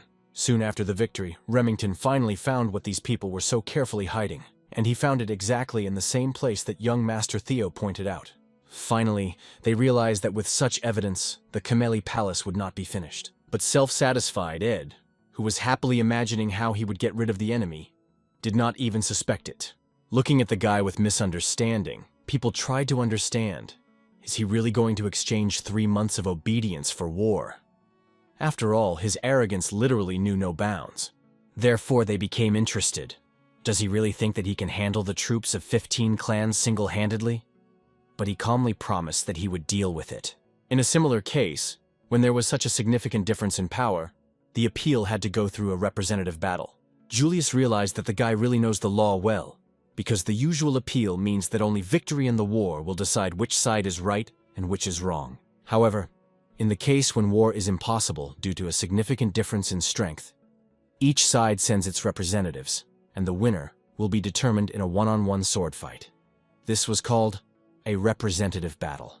Most likely, he assumed that it was Theo who would represent the defense for obvious reasons, while there is a high probability that Axion will be the representative of the prosecution.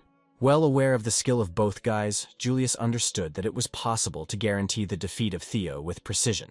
So he did not understand why the guy chose such a path, and what trump card he had up his sleeve. After all, it was absolutely stupid to expect that someone like him or Evelina would come out as his representative. If he counted on this, he will be fatally disappointed. The hero calmly explained that, according to the law, they will choose representatives for the representative battle in a week. The tactics of the guy who planned to convince Julius or Evelina to become his representatives immediately became obvious to everyone. However, everyone understood that given their character, they would not do this, and Theo would have to fight personally, one-on-one.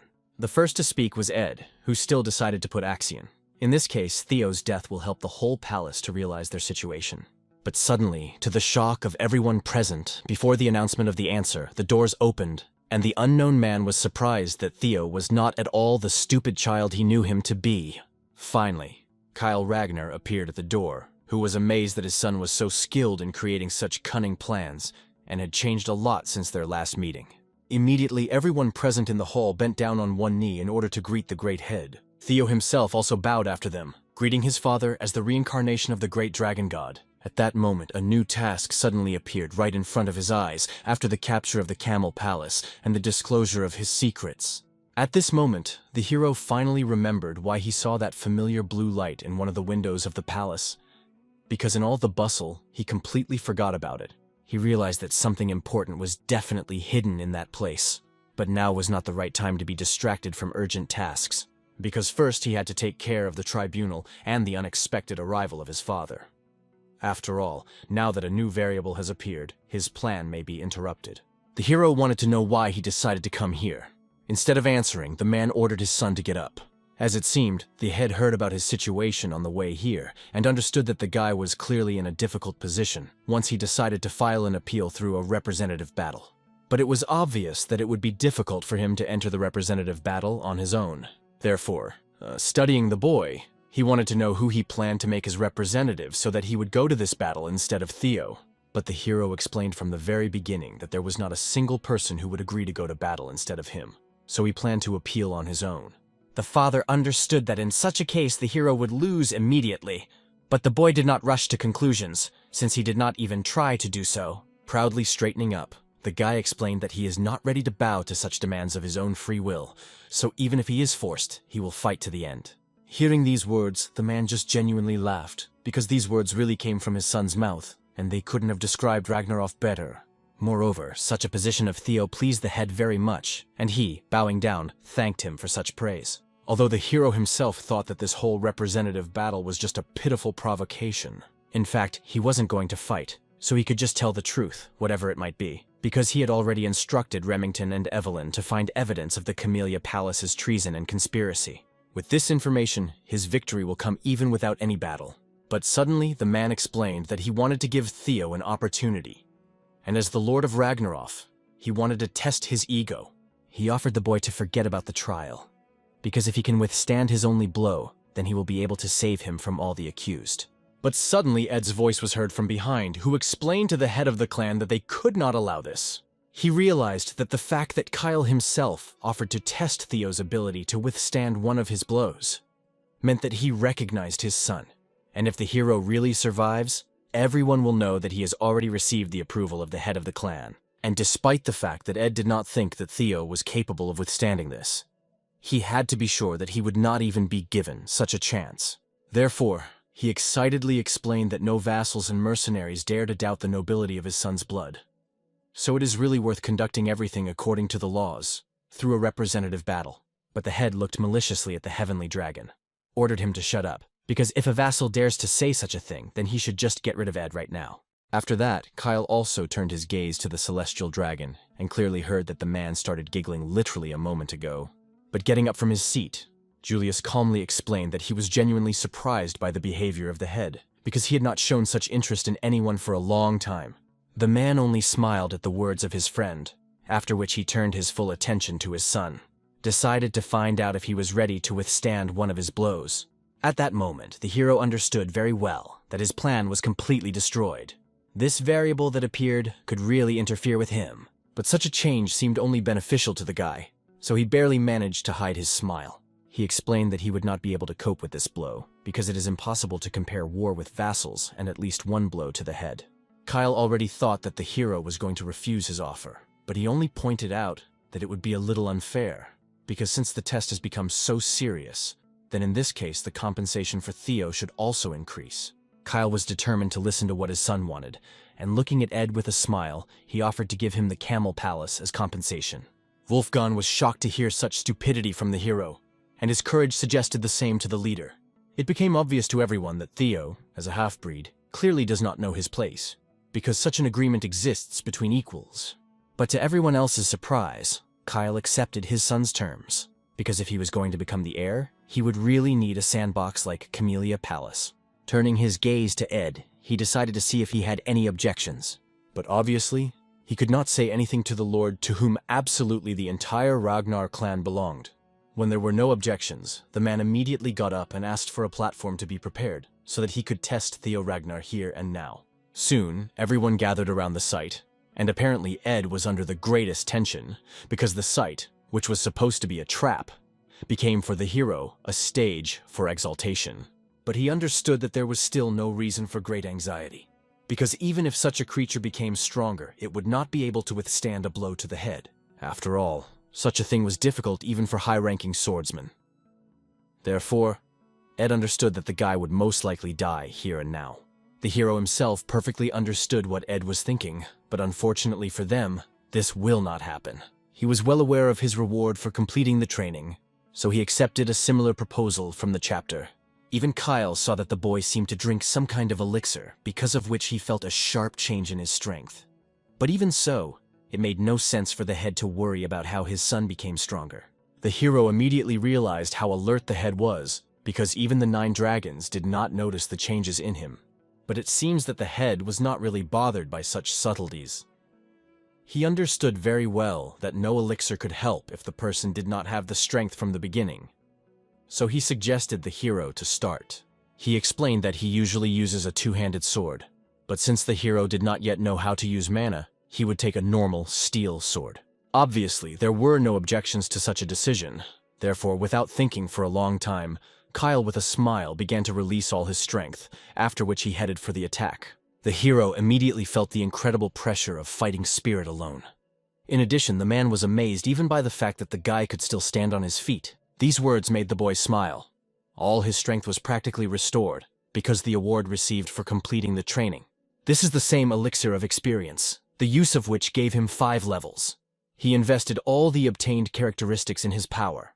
Now, looking at his indicators, the guy had the feeling that he was finally ready to leave the world of the ordinary and step into the kingdom of the extraordinary.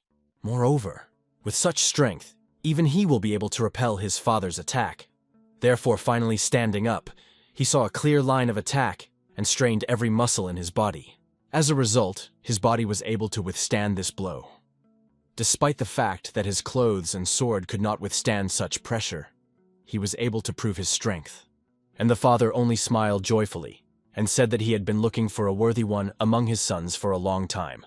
At that moment, he announced to everyone gathered that Theo Ragnar had proved his innocence of his own free will, and his trial was over. Since he completed the suddenly found task, he received inventory as a reward, as well as some unknown blue key. Soon after the sustained attack, the hero suddenly woke up in his bed, where a frightened mother was sitting next to him, who was waiting for her son to come to his senses after losing consciousness in that arena.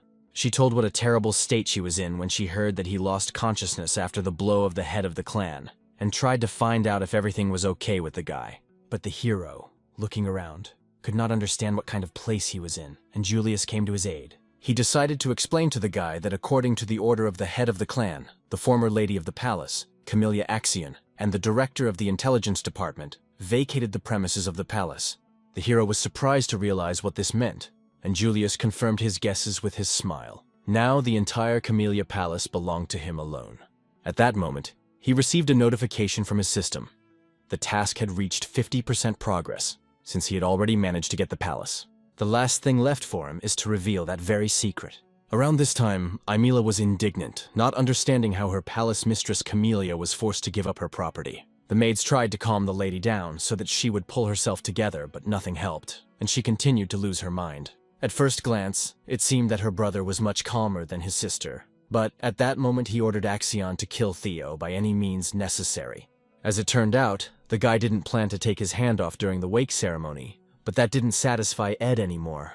He wanted the boy to head Theo straight over the target in front of everyone. Somewhere during this time, the hero was walking around admiring the palace, and although everything did not go according to his plan, the result turned out to be much better, and he was able to get the palace without even using his trump card. In addition, now he had another unusual device, an inventory. To check his ego, he put an apple in the inventory slot, which he was able to get out calmly as well. And although he was surprised by such a system, he could not help but admit how useful it was. In addition, he decided to get a special blue key from the inventory. It was a consumable that was able to open the corresponding gate in the dungeon. As soon as the hero took out this key, it became obvious to him that it was somehow connected precisely with the palace of Camellia. In addition, he paid attention to one of the doors in front of him, because on this door, there was a very unusual magical carving. When the key was turned and the door was opened, a huge cave appeared in front of him. As a reward for the first discovery of the dungeon, he received a doubling of his experience. The hero himself was surprised by how the cave could be in the inner room of the palace, but he understood that it must have been another complicated task. Be that as it may, the guy had no reason not to follow the system's prompts. He planned to clean the dungeon so as not to miss the double experience, but he suddenly remembered that he shouldn't set off empty-handed, especially now that he had inventory. Soon, when the inventory began to look like a space completely filled with weapons, he finally realized that he was fully prepared for the upcoming battle. After a short wandering around the dungeon, his first opponent turned out to be a huge white-haired wolf, with eyes burning brightly with rage. The guy immediately admitted that the size of this wolf was impressive. He was clearly huge enough to be considered a demonic beast. Soon, this demonic wolf clearly got tired of waiting, so he pounced on the hero. What helped him to save himself was his truly strong shield, which he took with him. Finally, he realized the strength of his opponent, but understood that he would not lose even to such a beast in strength. After these words, a real battle began. Already after the first counterattacks, the hero realized that the skin of this animal was quite thick, and the monster itself was fast. If the hero does not fight at full strength, he will not be able to even injure him. It was obvious that an extraordinary wolf was fighting against him. After all, even if it is not a demonic beast, he should at least be as strong as the demonic beasts beyond the northern wall. Then this would easily explain his strength and why it is so difficult to deal with him in battle. The hero hoped for only one thing, that he would see in the battle with the enemy the same ray of light that he saw during the battle with his father, when his mission was to repel one single attack. He saw a breathtaking arc of pure light, which helped him survive. When the hero remembered the battle with his father, he suddenly understood why the man decided to fight with just one blow, because even this is enough to kill a weak opponent. Then the hero realized that the only way to victory is to invest everything in one blow. Throwing away his shield, he decided to hone his sword skills and the secret art of speed. These were the very arts that his teacher had taught him. With his use, he was able to get close enough to the wolf, purposefully hit it in the eye, thereby making it vulnerable. After such a small victory, the hero was filled with confidence, so he rushed into battle with renewed strength. 2 months have passed since this event, and many people have gathered at the 4th training ground. The training ground was so crowded that they had to find a bigger place for training, because after the news spread that Theo had survived the blow, more and more people who wanted to spar with him began to gather. Suddenly, Sybil was approached by Henry, who wanted to know when he would finally be able to fight Theo, because it had been 2 months since he had been seen, although the boy never missed training. Henry even assumed that Theo was a coward who decided to run away when his fictional story began to attract too much attention. Henry understood that perhaps there was some truth in the hero's words, since he was able to avoid punishment. But since there were no witnesses, most likely it was just an exaggeration, and the rumors that Dragonscale destroyed the community were just rumors. Sybil could no longer listen to such slander against his master, so he hit the guy hard in the face. Henry's comrades began to panic, not understanding how someone like Sybil would dare to punch Henry in the face. But at the moment when these words were just uttered, the gaze of 100 furious eyes turned on them, who looked at Henry, somehow restraining themselves from anger so as not to resort to violence. Sybil explained that such freaks as Henry and his accomplices are not even suitable for his young master. He could not forgive them for the fact that they always behaved like the last bastards, and even dared to come here in order to insult his master, who was absent now. Therefore, Sybil assumed the role of leader and ordered his men to prepare their swords, because now a real war would begin against these unfortunate losers. At the moment when it seemed that the battle could not be avoided, an unknown girl appeared who managed to stop the opponents on both sides with her icy power. Everyone immediately recognized this girl with such a unique attack tactic. She was one of the 4 hounds of Severus. She was called Ice Sword Ray Ragnar. After the girl, Black Bear Calcus from the 4 hounds also appeared, who did not understand why they decided not to invite him to such fun. The suddenly arriving man looked distressed at the crowd present and wanted to know where the shining tiger was. No one even understood who Calcus wanted to find, but as it turned out, he was looking for the shining tiger, the head of this training ground. That's what he called Theo himself. Somewhere during this time, the hero was sitting on the body of another animal he had killed. At that moment, he had already killed 170 demonic beasts, which greatly increased his level. At the moment, the only surviving animal remained only one monster, which he still had to find. By this time, the characteristics of the guy who had reached the 15th level had increased significantly, which was definitely worth all the effort and time spent on this dungeon. Soon, in order to continue cleaning the dungeon, the hero took out of the inventory the healing potion of the novice, which had already saved him several times when he was on the verge of death. Looking at all the work he had done, the hero understood that although at first it was quite difficult for him to fight with animals, but as the levels increased, it became easier. Now, when the last beast remained, he had no choice but to finish this dungeon, especially knowing that now the main boss was waiting for him. Climbing the stairs, he realized that his sword was completely broken, which made it useless. Throwing away the unnecessary trinket, the hero went to inventory for a new weapon. This was the last of the swords taken, a ceremonial sword given by his mother on his birthday. Looking at the weapon, the hero remembered that in his past life he had many disagreements with Cecilia, so he simply threw the sword away to rust in his room. However, only now did he see that this was a really good sword forged from snow-white steel. This thought made the boy sad, and his brain began to reproduce pictures from his last birthday. Then, his joyful mother and her servants came to her son's room exactly at midnight to congratulate him and shower him with gifts. But the hero, embittered by peace, only asked that his mother not disturb him. After all, the awakening ceremony was to be held very soon, and he could not waste time on useless gifts. In addition, he perfectly understood that his mother should know. Even good equipment will not change his pedigree in any way.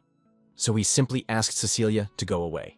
Only now the hero realized that no matter what awaits him in this life and no matter what shocks he has to go through, he will definitely not repeat the mistakes of the past.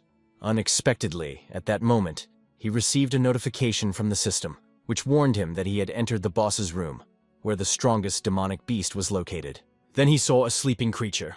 To his great surprise, it was no longer a wolf, but a real dragon. Ego wondered why the final task had something to do with dragons. In addition, considering that the Ragnars were descendants of dragons, the final boss was clearly somehow related to this. Although the hero did not know whether it was just a coincidence or not, he had to defeat this monster in order to complete his task and reveal the secret of Camelia's palace.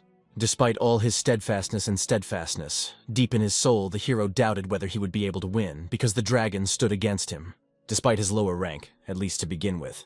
The guy decided to use the flash technique, which he had previously practiced many times on wolves on the way here.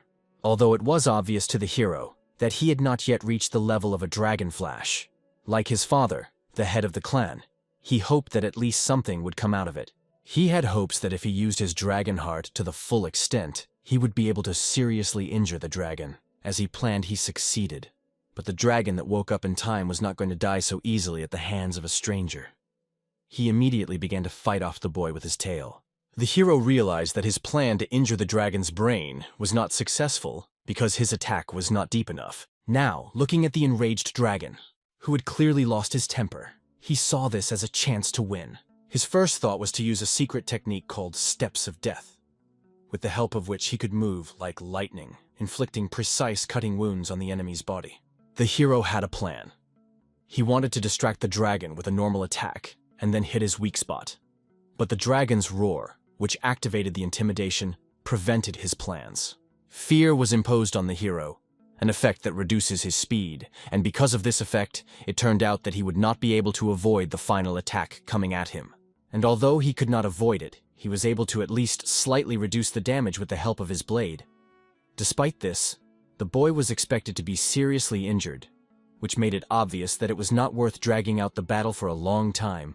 Resolutely rising to his feet again, the boy faced the dragon again, looking for its weak point in order to finish the fight as quickly as possible. It was then that he saw a special place on the neck that seemed to be the most vulnerable.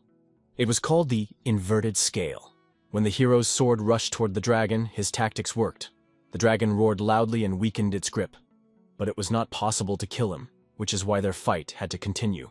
Around this time, Theo's followers, still with frozen swords in their hands, were listening to a furious argument between Ray and Halkus.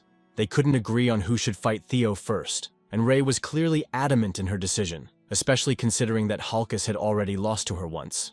This remark really offended the guy. All his losses happened as much as 3 years ago, and his skills have been improving every day since then, so he closed the gap between them a long time ago. But this did not change the fact that he still lost to her once, so she was not going to back down at all. Dissatisfied with such a decision of the girl, Halkus directed the sword in her direction and suggested that they fight again in order to determine the final winner 3 years later. And the one who wins will get the chance to be the first to fight face-to-face with Theo Ragnar.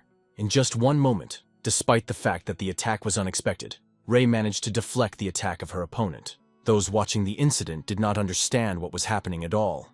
But soon the fight was stopped only thanks to the intervention of Remington, who asked his comrades to arrange a fight somewhere else, more suitable for this place.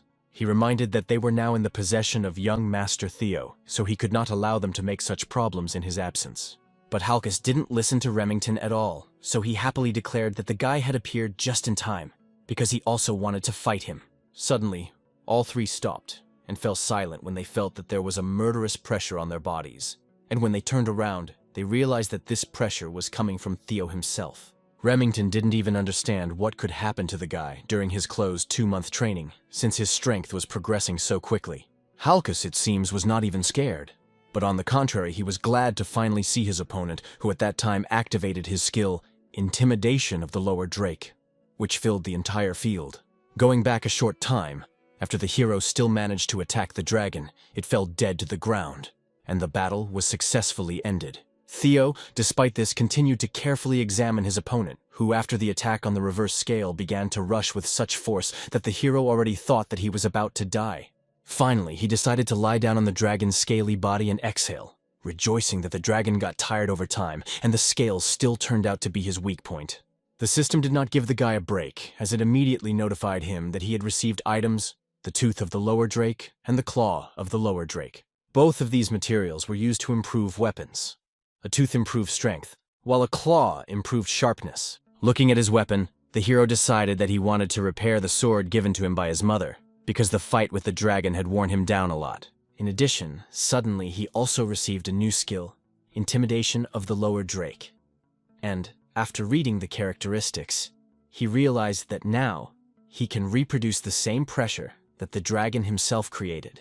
This made the guy extremely happy, because he had heard that only a select few could use such a skill. He never dreamed that he would be given such a chance. Hiding all his materials in the inventory, the hero gathered himself out of the dungeon, still thinking about this skill, and not knowing how useful it will be in the Ragnar clan. He had to prepare for the fact that many outstanding personalities could participate in the battle. Finally, after a short time, the doors to the dungeon closed, the hero was able to seize the palace of Camellia and reveal its secret. Of course, a reward was waiting for him. And this time it was really unusual and represented a compass of a dragon's nest.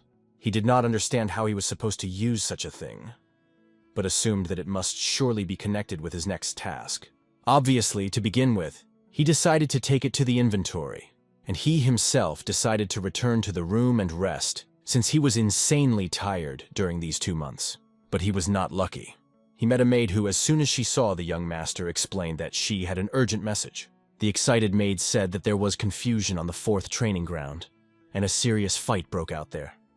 The hero clearly could not ignore such news. Soon after that, he went to his uninvited guests and immediately, with the help of his pressure, completely enveloped Henry and his henchmen, ordered them to run away as far as possible because he was seriously tired and wanted to rest. But Calchas was not disturbed by such words. As soon as he felt such a stunning, murderous pressure, he immediately decided to attack the hero in order to have fun with him and see how strong he was. Despite how much power Calchas put into his strike, he was easily parried by the hero, with such ease that it was hard to believe not only Calchas, but also the rest of the hounds, even Theo himself, who acted on a machine gun. The Black Bear wasn't going to stop because he was always considered the weakest of the 4 Severus hounds, because he never replenished his arsenal and was not unique. But even so, he was a son of the clan, because of which there was no one who could compare with him in strength. However, the hero clearly saw his weak point, so his opponent's sword was parried with ease, and he was even able to counterattack. All this was thanks to the ego raised to the 16th level. After such an attack, Calchas immediately fell to the ground without strength, and the hero even worried that he could kill the young man, because he unintentionally used all his strength during the blow, without even realizing it. He was reassured only by the thought that his opponent was known for his vitality. Suddenly, to the shock of the hero, after his victory there was a joyful applause from his subordinates, who began to praise the power of the young master, who defeated the Black Bear and killed one of the Severus hounds with one blow. But at that moment, while the boy was calming the raging crowd, he did not notice how his already worn-out sword gave a crack, after which the whole thing fell apart. While no one noticed his emotions, the boy panicked very much, because it was a sword given to him by his mother. The others, on the contrary, believed that the power of the mistress was so great that he could even break a weapon with one blow. All the while, Ray's attentive gaze was still fixed on Theo, and she plunged into deep memories. It turns out that they had already met before, when they were very young. Then Theo, who met Ray, wondered why she was so lightly dressed in such cold weather. He tied his red scarf around her neck to warm her at least a little, but he understood that even this would not save her from the cold. Therefore, taking the girl by the hand, he asked her to follow him home, at least while the snowfall is coming, and as soon as it ends, he will return her home.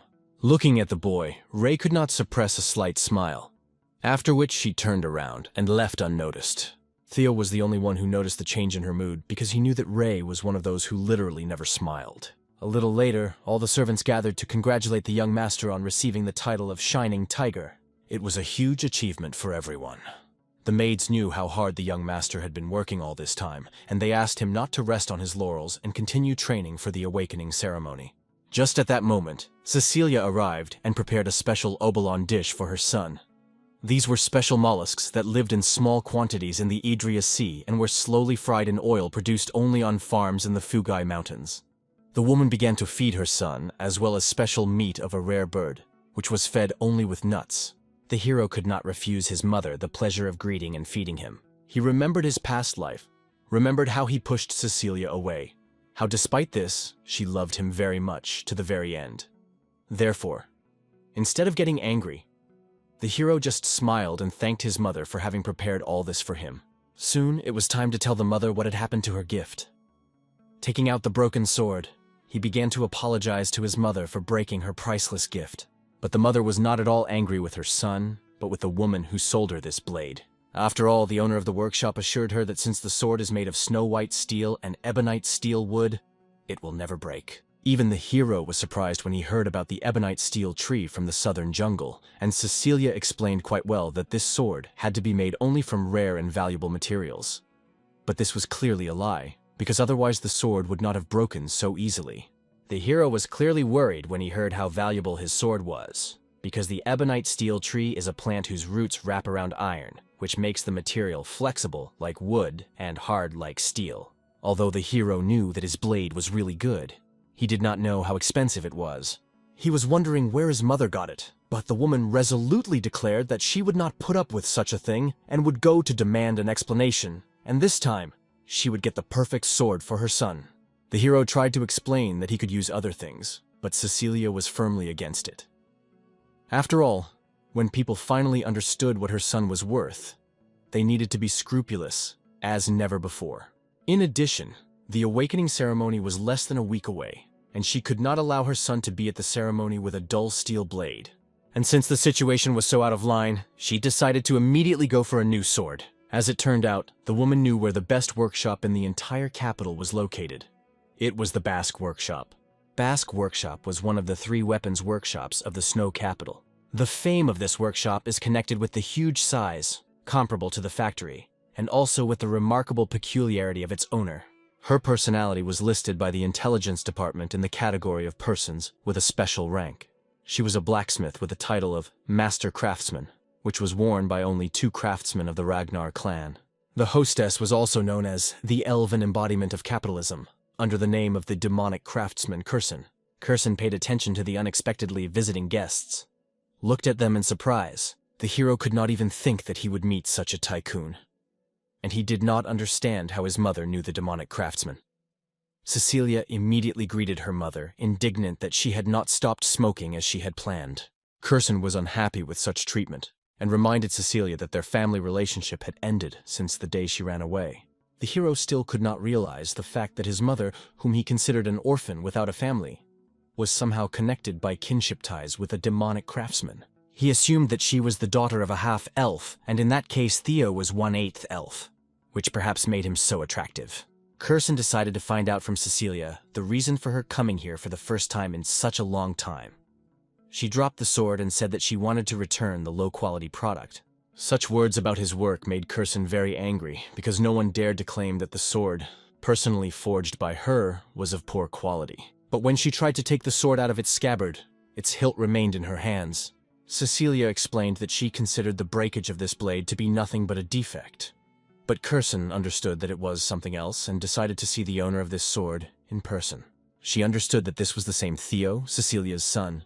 The woman described her son as a true genius, who would surely one day rule the entire Ragnar clan.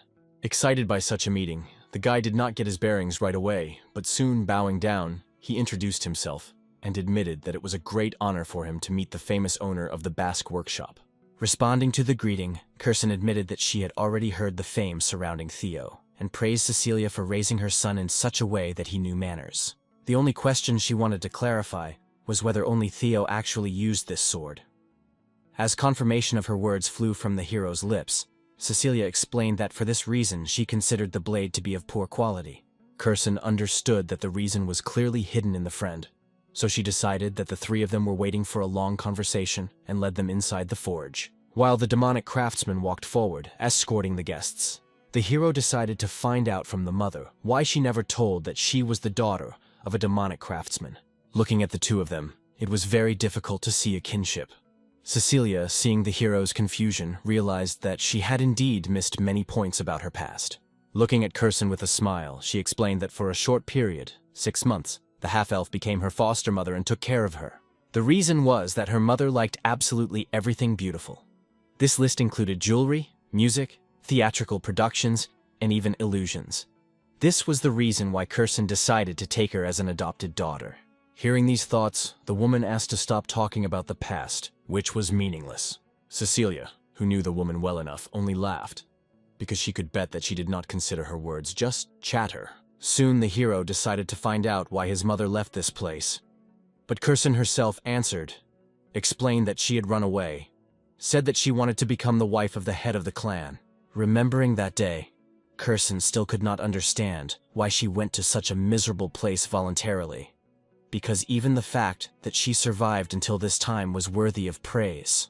And Cecilia's dreamy nature only smiled, explaining her decision by the fact that the head of the Ragnar clan was handsome.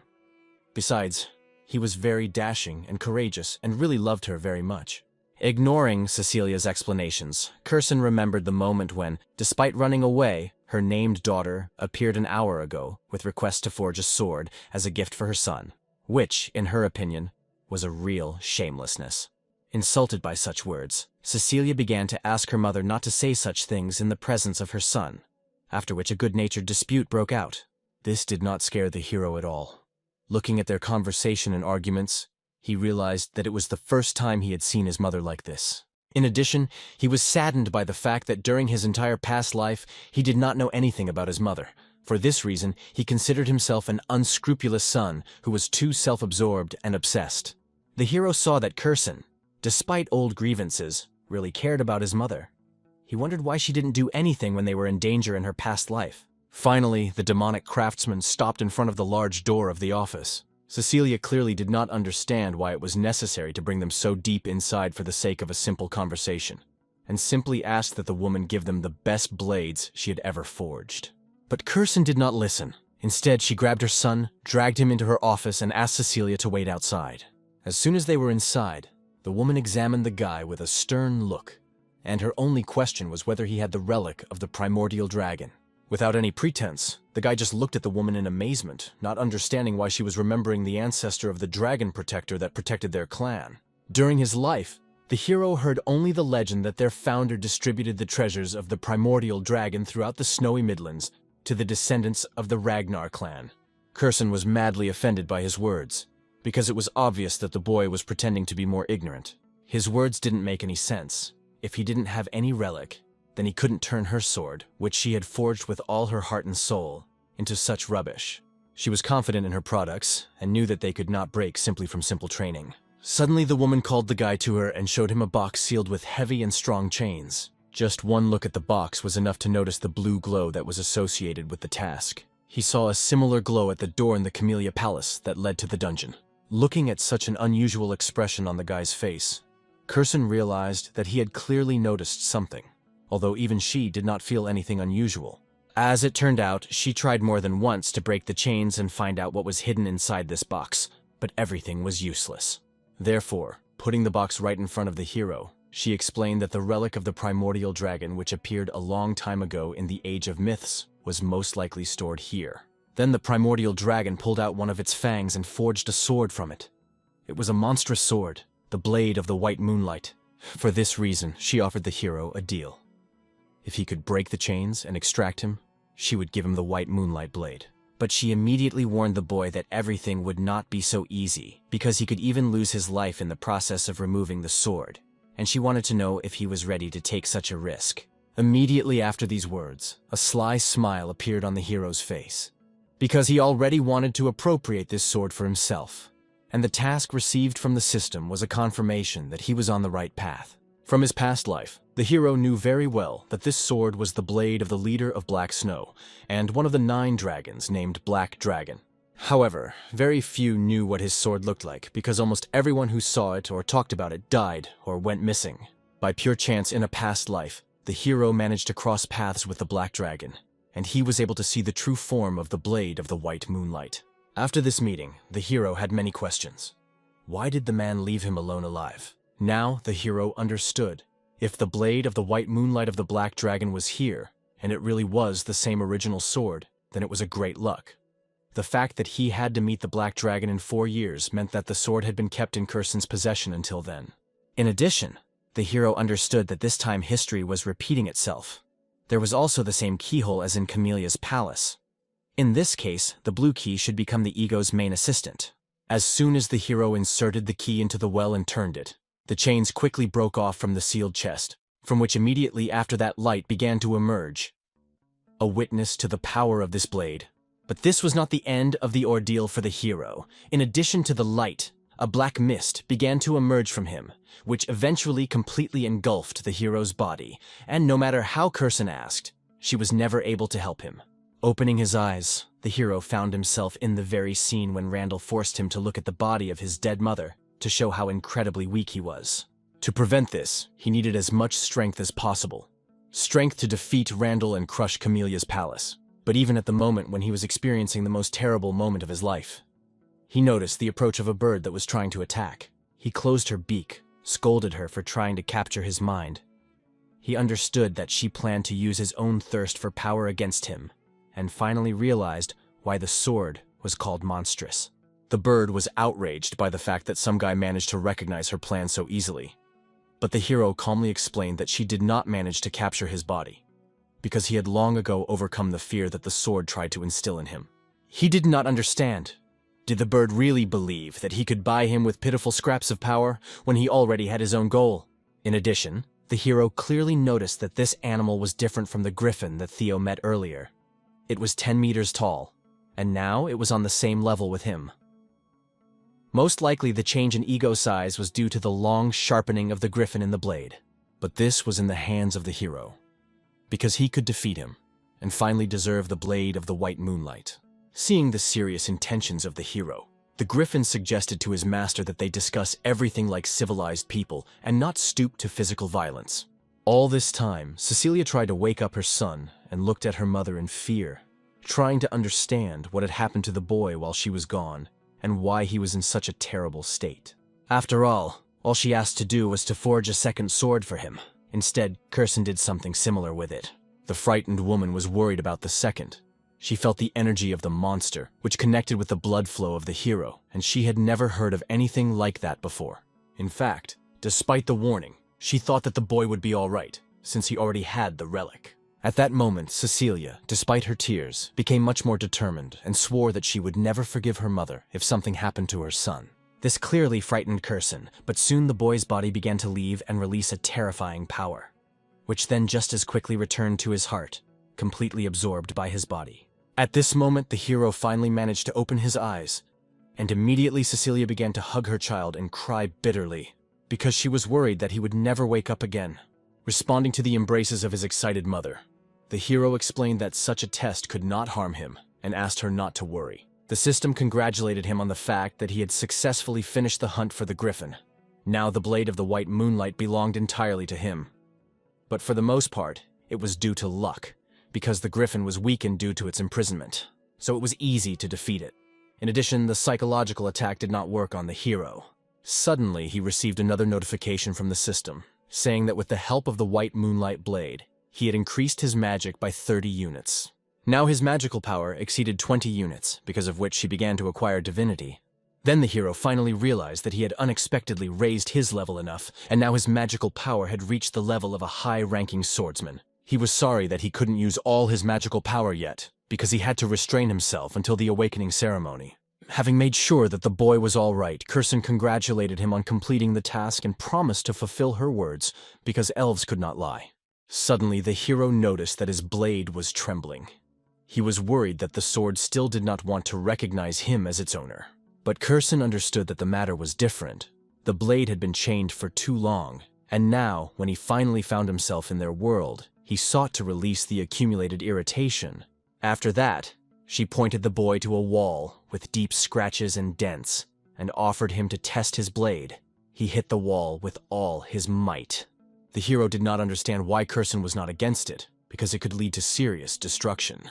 But she knew that even if the blade of the white moonlight was in the hands of the hero, he was still a boy who had not passed the awakening ceremony, which is why he would not be able to damage the wall of her workshop. This kind of attitude was a little annoying, so since he had the opportunity to hide his dragon heart at will, he decided to take the opportunity to experience the full power of the white moonlight blade.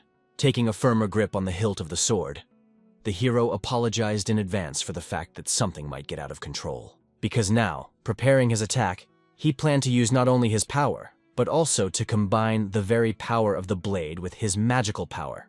Immediately after that, the system notified him that he had activated the power of the monstrous sword possessed by the griffin, which was the true power of a dragon. In the next moment, the entire wall was completely destroyed by just one blow made by the hero, and as a result, the crack that went through the entire building became a proof of his incredible strength. While Kirsten tried to recover after what she saw, the hero realized how dangerous the weapon in his hands was. The sword literally began to absorb his magical power in order to deliver such a powerful blow. Due to the fact that all of the hero's magical power was absorbed, when the demonic craftsman quickly approached the boy to test his magic, she did not detect a drop of magical power in him at all. She could not understand how he managed to achieve such a result only thanks to the sharpness of the blade itself, because it literally defied any laws of logic. The only conclusion the woman came to was that the guy in front of her was a real genius. And since this genius was her grandson, she could find many opportunities to use his fame to her advantage. Therefore, she immediately took the boy by the shoulder and announced that she would become his patron. In return for her patronage, he needs to fully spread his wings and show the world what skills he has.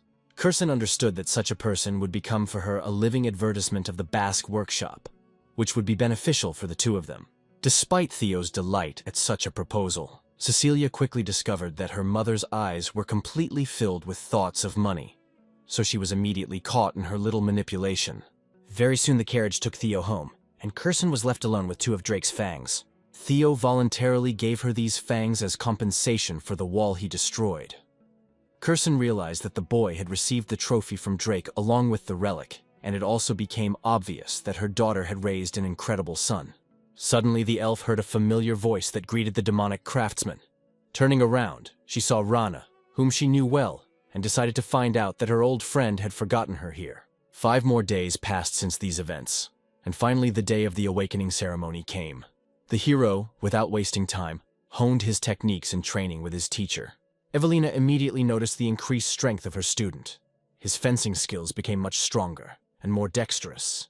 This did not surprise the hero, because his mentor was Evelina herself. Even during the fierce fight, the woman did not leave the thought of how much had happened in 6 months and how Theo had begun to change. Now he has become strong enough to stand up to her, and when he awakens his magical power, he will become literally invincible. So this day could be considered the true birthday of a real monster. Finally, when the fight ended, Evelina praised the student for the excellent work he had done and assured him that he could become the best at this awakening ceremony. She believed in his success, and the hero also felt it, for which he was incredibly grateful.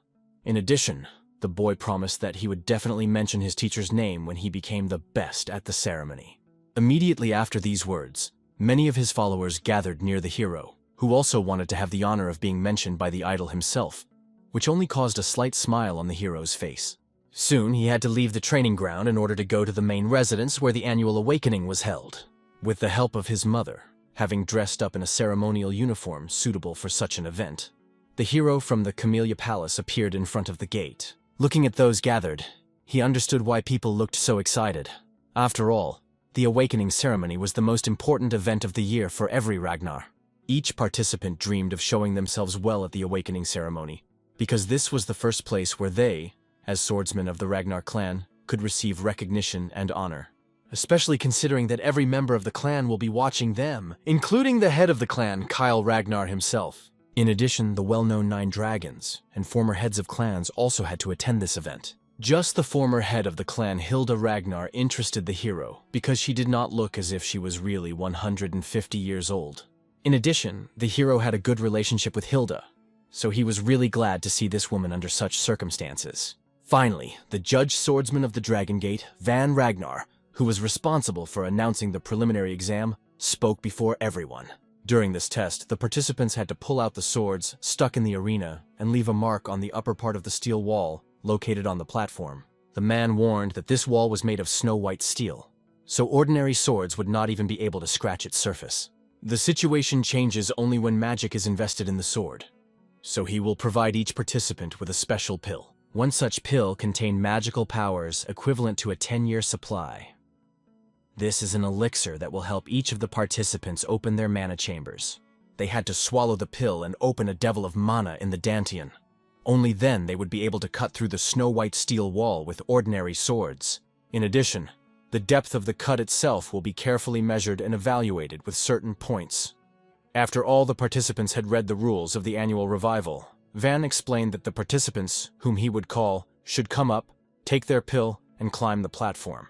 Participant number 1 was Theo Ragnar, who immediately, without fear or embarrassment, stepped forward. After he easily pulled the sword out of the arena, he headed towards the platform, remembering that last time, Axion became the best graduate. But in this life, he was determined to change everything. Besides, he had no second choice, since his assignment literally forced him to become the winner of this awakening ceremony.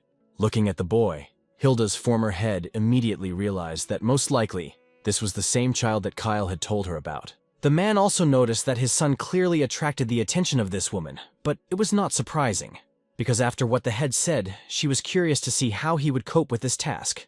She believed that this exam should perfectly show what kind of talent this descendant of the Ragnar clan really has. Before delivering his blow, the hero decided to stretch and calm down. Remembering the ceremony of awakening from the past life, he remembered how nervous he was then. Finally, Van approached, indicating to the guy that it was time to take the pill. The hero did not resist, although he remembered that in his past life, he was not able to gain full control over the mana obtained after swallowing the pill. As a result, this damaged Dantian's ego even more. However, as soon as he swallowed this pill, all his experiences dissipated. He realized that the scenario of his past life would not repeat itself. Mana began to envelop his body. Van even thought that the hero was a real madman, since he released such powerful flows of mana that caused suspicion in his ability to control them. Everyone knew very well that when swallowing the pill, it is necessary to carefully use the received magical power to allow the palaces to take root in the Dantian. It was also known that the more talented Ragnarov had so much mana that if they could not control it, they simply became disabled. It was obvious that the matter with this guy seemed to be settled, but Van quickly took back his words, because the hero could not only withstand the flow of mana, but also completely concentrated in his body. So he got not only the dragon's heart but also mana halls, which made him many times stronger. Despite this, the hero was slightly disappointed. Unlike in his previous life, he coped with the task so easily that even he himself did not expect it. In any case, in the current situation, it did not matter, because from this moment on, he could officially use mana. After using the pill, he had a much larger supply of it. So all he needed to do now was blow out all the accumulated mana in one blow. This blow was so crushing that as soon as the smoke cleared after the attack, it immediately became obvious to everyone. He did not just pass this test, but passed it with incredible success. The onlookers looked quite shocked, because they had not seen anything like this since the time of the young master Torkel, and it seemed incredible that such a result was demonstrated by someone who used mana for the first time. After that, the hero received recognition from observers. His luck went from negative to 0. Thus, his curse of failure ended its effect, and his glory began to spread throughout the world. The hero was extremely happy that he finally managed to reach the point from which everyone else began to act, because in his case, it was a huge achievement. In addition, the system warned the hero that many people were interested in his talent. Even Osa Ragnar wanted to make him his student, because of which, Julius was very dissatisfied with the amount of attention directed at the hero. In addition, even Robert began to feel some fears in relation to him, and Hilda Ragnar showed an unprecedented interest in the boy. Looking at all these notifications, the hero understood that even though the attention of the Black Dragon and the Dragon Sword was unexpected for him, the only person on whose attention he was really aimed was Hilda. Therefore, this announcement really pleased him. The reason for his interest was that Hilda possessed Garuda's heart, and if the hero manages to get it, he will become invincible. Soon after that, it was time to demonstrate my strength, and Sybil, who in the end also managed to deliver a not-so-impressive blow, but enough to pass the exam. After Sybil, 3 of the 4 Severus hounds took turns, each of which also had monstrous results. But even despite all their strength, none of them managed to leave a mark even close to the results of the young master. Until this moment, only one student, Axion Ragnar, who was invited to the front, had not demonstrated his skills. Many observers and participants understood that now, a real competition between the Shining and the Dark Tiger would begin. Although it seemed to many that even Axion was not capable of repeating such a stunning result, everyone was amazed by the abilities of the Shining Tiger. Listening to such admiration of his hated brother, Axion was furious. As a result, after absorbing the powder, the guy literally went into a rage and attacked the wall with the same unprecedented force as Theo himself. The chief judge just looked in surprise at what was happening, because he did not expect that the participants would continue to surprise him until the very end.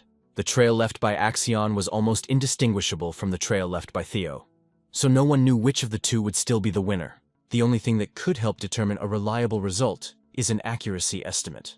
That is why Axion, dissatisfied with his achievements, simply decided to leave the stage. Finally, after all the results were studied and evaluated, Van congratulated the participants on passing the first stage of the awakening ceremony, and praised them for the fact that many people showed excellent results. Then all those who passed had to prepare for the second stage of the awakening ceremony, which will take place in 4 days. Also, soon the grades, which the students were waiting for so much, will be announced. And of course, there was a special interest in who will take the leading place in the first stage, whether it will be Theo or Axion. Finally, after a short wait, the results were announced. The winner was Theo Ragnar, who scored 10 out of 10 possible points, as his technique, magical power, and speed control were impeccable. In addition, the depth of his sword mark was comparable to the record of the young master Tarkal. And, hearing about it, no one could believe that Theo really matched the results of such a legendary person. After all, Tarkal Ragnar was one of the 5 main candidates, those who were considered the most likely heirs. The second place was taken by Axion Ragnar, who also received 10 points in all categories, but his sword trail was shorter than Theo's, which is why he took second place. The third place went to Remington Nartsov, followed by Ray Ragnar, Halkus Lang, and others on the list. After all the places were announced, Van decided to inform the passers-by about the second stage of the awakening ceremony. In 4 days, all 87 past participants should arrive in the Winter Mountains fully prepared. At this point, the first stage was finally completed, so everyone was sent home. The hero, returning home, met with his friends, who praised Theo and Remington with the first and third place, which showed the true power of the 4th training ground. The guys sincerely thanked all the followers for their support, although the hero reminded that this is not the end yet, because his goal was that they could all pass the second stage. In addition, he hugged Remington by the shoulder and promised those present that he and his friend would become the final valedictorian and salutatorian. After such a loud statement, loud applause fell on the 2 guys. Finally, Evelina came up, who congratulated the guys but decided to clarify whether the hero was sure that they would cope, although in fact, she already knew the answer for a long time. Remington, on the other hand, decided to congratulate the young owner separately from everyone else on the excellent result, because it was nice to see that his efforts bore fruit. However, he was deeply disappointed that he was so far behind the hero in his results and took only 3rd place. But Theo's friendly smile calmed Remington. He explained to the guy that he was very lucky this time. Besides, he believed that they were real friends, so he was not worried about the result. These words really inspired the young swordsman, so he thanked his master for the kind words that helped him clarify his doubts and thoughts. He suggested Theo to give his full strength also in the second stage, so that the results exceeded all expectations. Soon the hero decided to go to the Winter Mountains, and looking at the snow-covered peaks, the guy realized that he could not even dream of taking the first place at the awakening ceremony. Although he would not have been able to defeat Axion in direct combat, it was still difficult for him to believe that this was not a dream, but his new reality. But obviously, he shouldn't have given up at the beginning of his journey, because Randall's stop was just the first step. After all, he was just a performer. The real enemies of the main character were Axion and the Sky Dragon, so he had to use everything he had in order to fully take revenge for the events of his past life. In addition, he took out his compass nest from his pocket, which all this time led him to the Winter Mountains. It became obvious that during the second stage he would be able to clarify what kind of nest he was talking about. Suddenly, the spy following the hero discovered that his target had disappeared somewhere in the blink of an eye and intended to follow him, but Theo's movement was only a distracting maneuver. He found himself within walking distance of the spy and, pointing the sword at his neck, demanded to introduce himself. The excited guy raised his hands in surrender and, introducing himself, explained that he was in the Storm Swords platoon, and the platoon captain had sent him to watch the hero's performance at the wake ceremony. As it turned out, their captain offered the hero the opportunity to pass an entrance qualification test. The hero was surprised that they offered him to pass the test, and not just join, but the spy explained that their headquarters was famous for the fact that even getting a chance to join was already a huge luck. Another mysterious swordsman suddenly appeared and criticized the Storm Swords platoon for acting like a bunch of idiots. This swordsman was a girl who explained to the young hostess that she was from the Black Iron Cavalry, who would like to see a hero in their ranks. This girl was the deputy commander of the Black Iron Cavalry. She was called the Fire Goblin by the name of Ayan. Immediately after this girl, several more who wanted to recruit Theo joined. Among them were representatives of the Black Sword platoon, ready to promote Theo to the rank of leader after 3 years of service, as well as representatives of the Swords of Law, as well as the Security Bureau. After that, a real scuffle began between the Fire Goblin and the others who wanted to recruit the guy, because they were clearly standing outside the queue in the desire to get such a valuable candidate. The hero could only awkwardly watch this, realizing that the best solution would be to slip away until these guys started getting on his nerves. But unexpectedly, the lady of the Plum Blossom Palace herself, the dragon sword Wasp Ragnar, who, although she understood that many would consider her greedy, decided that a small loss of reputation was not so terrible if thanks to it she would receive such a talented swordsman. Many immediately wondered what brought the first wife here, but she calmly explained that, like the others, she had come to see Theo Ragnar again. Somewhere at the same time, while the hero was receiving all the applause and recognition, Axion went crazy with a thirst for revenge, simply killing his sparring partners one by one to release his rage from such humiliation. In order to stop the anger of his nephew, Ed appeared in person, but Axion, completely consumed by his rage, decided to attack his own uncle. But this attack was not a problem for the Heavenly Dragon, who only scolded Axion for his pettiness because he let go of his anger, which clearly did not lead to anything. Throwing away his nephew's sword, Ed suggested that he cool his head and come up with a good plan for how they could clear the interference, and calmly invited his nephew to a conversation in which he would tell him in detail how he would turn the second stage into a funeral for Theo Ragnar. The story is transferred to the hero. While many were surprised by the appearance of Lady Plum Blossom, she created a space that isolated them and Theo from the rest so that no one could interfere with their conversation. It became obvious to everyone. If Osa resorted to such a serious technique, then most likely she wanted to share her personal fighting techniques with Theo. After that, the two of them were locked in a separate space that amazed the imagination. Looking at him, the hero immediately recognized the crowning technique of Lady Plum Blossom, which creates a completely isolated space between the inner and outer world. Despite the fact that he knew this technique in theory, seeing in practice what he had only heard about before was truly incredible, and he finally realized how great his popularity was. At this time, the Wasp only laughed at the reaction of the young swordsman, and the thought that the demonic dragon would be furious if he found out that she had come here to meet the hero in person. But she wanted to give him a gift, and even the demonic dragon could not stop her. The hero was really interested in what kind of gift we were talking about. Wasp calmly drew out his sword, explaining along the way that the clan head's swordsmanship skills were incredibly high. It was like a dragon's fire descending from heaven, which burned everything in its path. But she, his first wife, was different from Kyle. She used countless variations of her sword, because she was striving for a dragon, which contains unlimited changes in one breath. He demonstrated the technique. She explained that she called it Rain of Heavenly Flowers. It was the first technique of full illumination and flowering of plums. The hero watched what he saw with his mouth open, because what he managed to see was amazing. There were 120 circles and variations in one continuous movement. So the rumors that the Wasp in the context of pure fencing is superior to the head of the clan were true. The hero already understood what awaited him if he could use what he saw in one blow. But he doubted that he was worthy of such a gift. Wasp was flattered by the fact that the hero really liked what she demonstrated. Dispersing his space, she invited Theo to find her after the awakening ceremony, because she saw potential in him and wanted him to become a new wind in this place. At that, Osa disappeared as if she had never been there, and the hero understood that he had received too good an offer, so it would be shameless on his part not to show gratitude. In addition, the boy immediately understood that it would not be easy for him to become a disciple of Lady Plum Blossom while serving the Dragon Riders.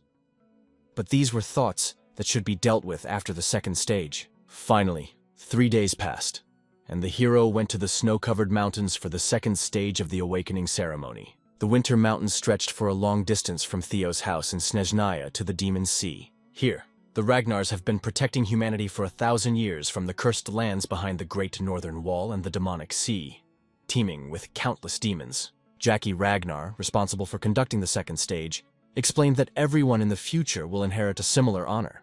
That is why the snowy mountains were chosen as the place for the second stage of the ceremony. Since they were still students and were not ready to go to the Sea of Demons, the area of the second stage was limited to the inner part of the mountains. Therefore, they need to be as careful as possible so as not to accidentally wander into the Sea of Demons. Their task was that they had exactly 15 days to defeat the demonic monsters in the Winter Mountains. They also had to take away the bells that were hung around the necks of these demonic monsters. Bells are painted in one of 7 colors: red, orange, yellow, green, blue, violet, each worth more points than the previous one. Naturally, more expensive bells are tied to stronger creatures, especially the most difficult to obtain purple bells. Similar bells were found on monsters that none of the students could defeat, but even a battle for a bell can bring a lot of points. In addition, each student could choose the method of hunting for his own opinion. Whatever they do, their main task is to return with the bells before the end of the exam. The hero understood that these words clearly meant that they could also intercept other people's prey or bells, which could clearly sow the seeds of discord in their ranks. However, this did not surprise the boy because he knew very well in which family he was born. It was the Ragnar law of the jungle. Finally, Jackie warned that there were totems located all over the mountain that scared away ghosts. Inside these safe zones, supplies were also buried, which they could use as they saw fit. Finally, the second stage of the awakening ceremony began, so Jackie suggested to all the students to go hunting. Many understood that since their test would last for 15 whole days, the supplies would be of great importance, so they decided to go first for them, and then to help the young master. Axion also went to battle, who remembered the words of his uncle and a strict order to act exactly according to his plan. Only then, the Winter Mountains will become a grave for Theo. When the hero was about to leave, he was suddenly stopped by Remington, who decided to make sure that Theo really considered him a friend. The problem was that for 3 days, he thought about their friendship, and realized that he perceived Theo as both a friend and a rival at the same time. Because of this, the desire to reach that level as soon as possible to truly surpass the young master grew stronger in him. The hero was not sad because of the words he heard. He remembered the fight with Remington and understood that they were no different. He was well familiar with this feeling because he also considered Remington his friend and rival, and the boy's soul became lighter because he was afraid that his feelings were one-sided. After that, smiling, Remington explained that he would make every effort to surpass the hero in the second stage, and Theo wished him luck. After that, Remington immediately disappeared, and the hero, against the background of the fact that Remington made him his target, had very exciting feelings, because now he has an even greater incentive to become someone truly strong. Finally, having taken out the compass, the hero decided to begin with the search for the dragon's nest, because this was his primary goal. Yes, after some time he found himself on the outskirts of the Winter Mountains. The compass showed that he was in the right place, and the arrow led him somewhere down. Although there was emptiness around, the hero even suspected that he might need to dig down to find what the compass was leading him to all this time. He realized that it was a mistake not to take a shovel with him, because he clearly did not want to use the blade of the white moonlight as a tool for digging up snow. But the hero understood that the compass was clearly not going to change its decision. So he took out his sword and with its help, dug up not only the snow, but also the earth, thereby getting closer to the secret that the compass was hiding from him. Immediately after this, the hero ordered the hidden spies to come out, and although at first no movement was observed, soon 3 guys came out of the ambush, realizing that they were quite noisy. In addition, they were worried that they would not be able to defeat Theo, who turned out to be stronger than they thought. They didn't have a choice. The guys were the 3 bastards of Mount Van: hide, cow, and run. The scoundrels of the mountain killed civilians under the guise of random incidents during tasks. Such groups flourished due to the ideology of the right of the strong prevailing in the Ragnar clan. The hero could not forget the massacre they arranged in the village of Van when he worked for Black Snow. It was he who came for their heads. He was more familiar with their horrors than anyone else. According to official records, 7 on 16 dead and 220 missing people are due to their fault, and none of the corpses could be identified, since the heads of all were destroyed. The hero assumed that their terrible nature would become an obstacle for him in the future, so he was going to deal with it. And the fact that they themselves decided to leave was only a simplification of the task for him. The hero guessed that Axion could have sent them, but they laughed and explained that they would not obey someone of their age. It became obvious that they were sent by someone so high-ranking that it would be difficult for the hero to prove his involvement. The head of the council became an obvious customer for him, and all 3 were clearly worried about his assumptions, not understanding how Theo managed to recognize them so easily. But he calmly explained that considering their words, pedigree, and heritage, they were in collusion with someone, and since the person responsible for conducting the tests did not come with them, they conspired with someone else. The guys began to worry that such knowledge of the hero could lead to considerable problems in the future. Their leader knew that the guy could already be considered dead. Smiling and taking out his sword, he only laughed, imagining how he would enjoy breaking his cute face, and promised to crush him beyond recognition. But as soon as the hero took out his sword, it immediately became obvious how stupid their words and assumptions were. Using the 3 claws of the dragon technique, the hero completely defeated his enemies, And since the guy did not want to become like these three, he decided to do the opposite.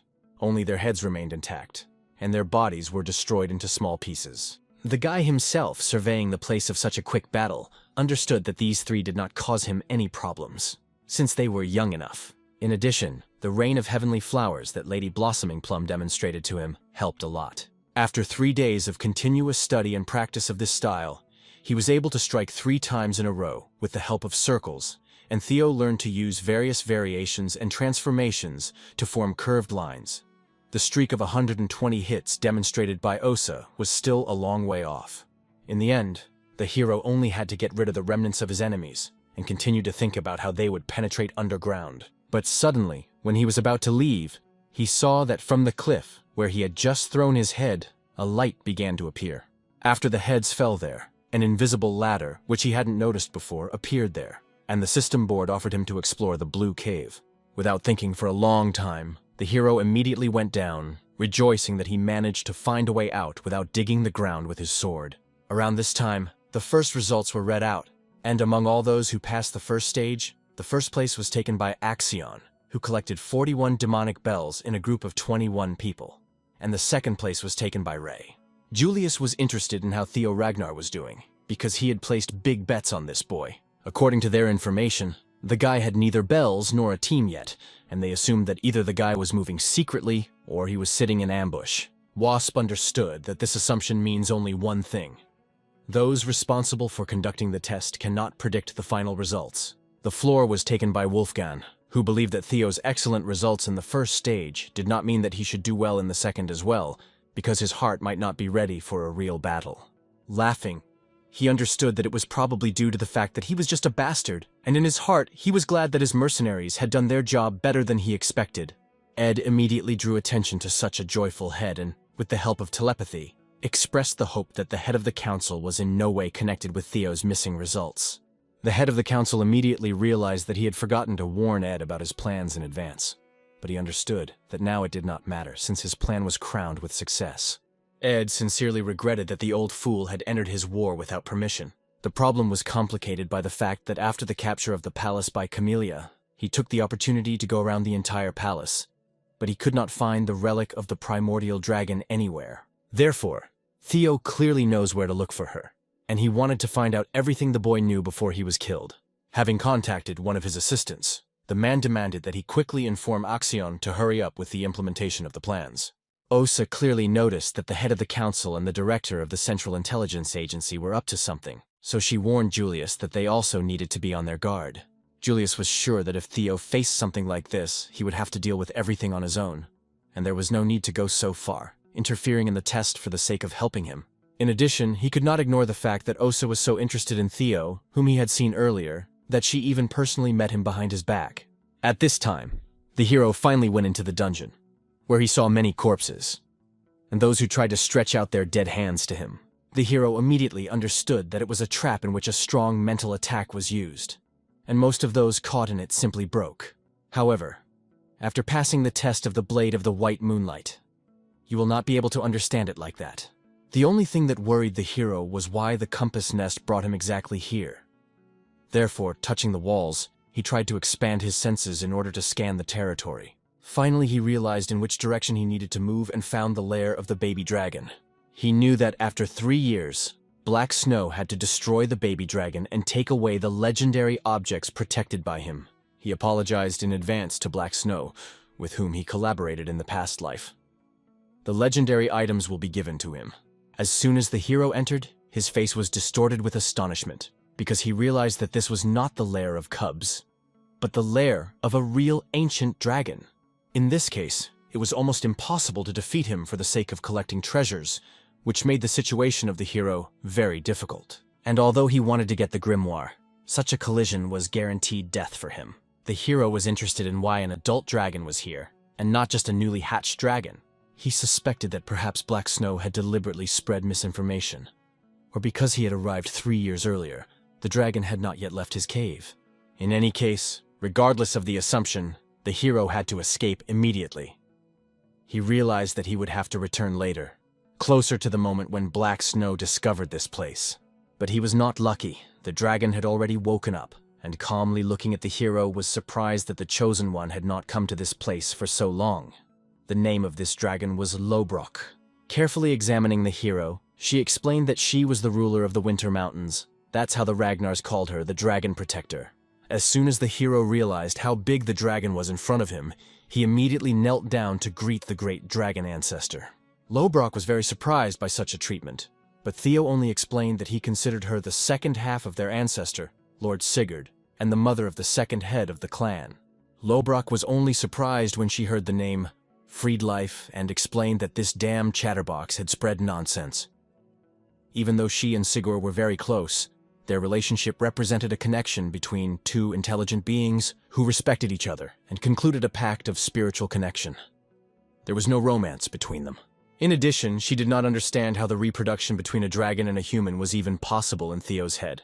At that moment, the hero realized that the stories about dragon blood in their veins were just propaganda, but Lobrock did not agree with such assumptions. After all, due to the pact made with Sigurd, she really shared her dragon blood with him. At this, Lobrock decided to end courtship and fulfill her duty as a dragon protector of the Chosen One. She, in accordance with the original covenant, gave the Chosen One who passed the test the opportunity to ask 3 questions. The hero was clearly reassured by the fact that he not only escaped the battle, but also could ask questions. After all, his goal is to rise to the top of the Ragnar clan. For this, he needed to carefully study his clan, and he decided to use this opportunity to gather as much information as possible. Around this time, Axion managed to defeat another monster, from which he obtained a green bell, which he immediately handed over to a member of his group. This was already the 57th bell on Axion's account, but there was none on Theo's account due to the fact that he was hiding somewhere. Axion's lackey, Orin, assumed that Theo was scared of meeting real monsters, because it was literally impossible to easily defeat a high-class monster. The only one who could cope with this task is Axion himself, who exceeded all limits of reason. His lackey understood that he had to do everything in his power to maintain good relations with him, so the boy explained that despite the fact that the hero had become stronger, he had been a worthless Ragnar for too long, and he would not pass such tests. Angered Axion began to strangle the boy, realizing how weak he really was, why he was so cowardly.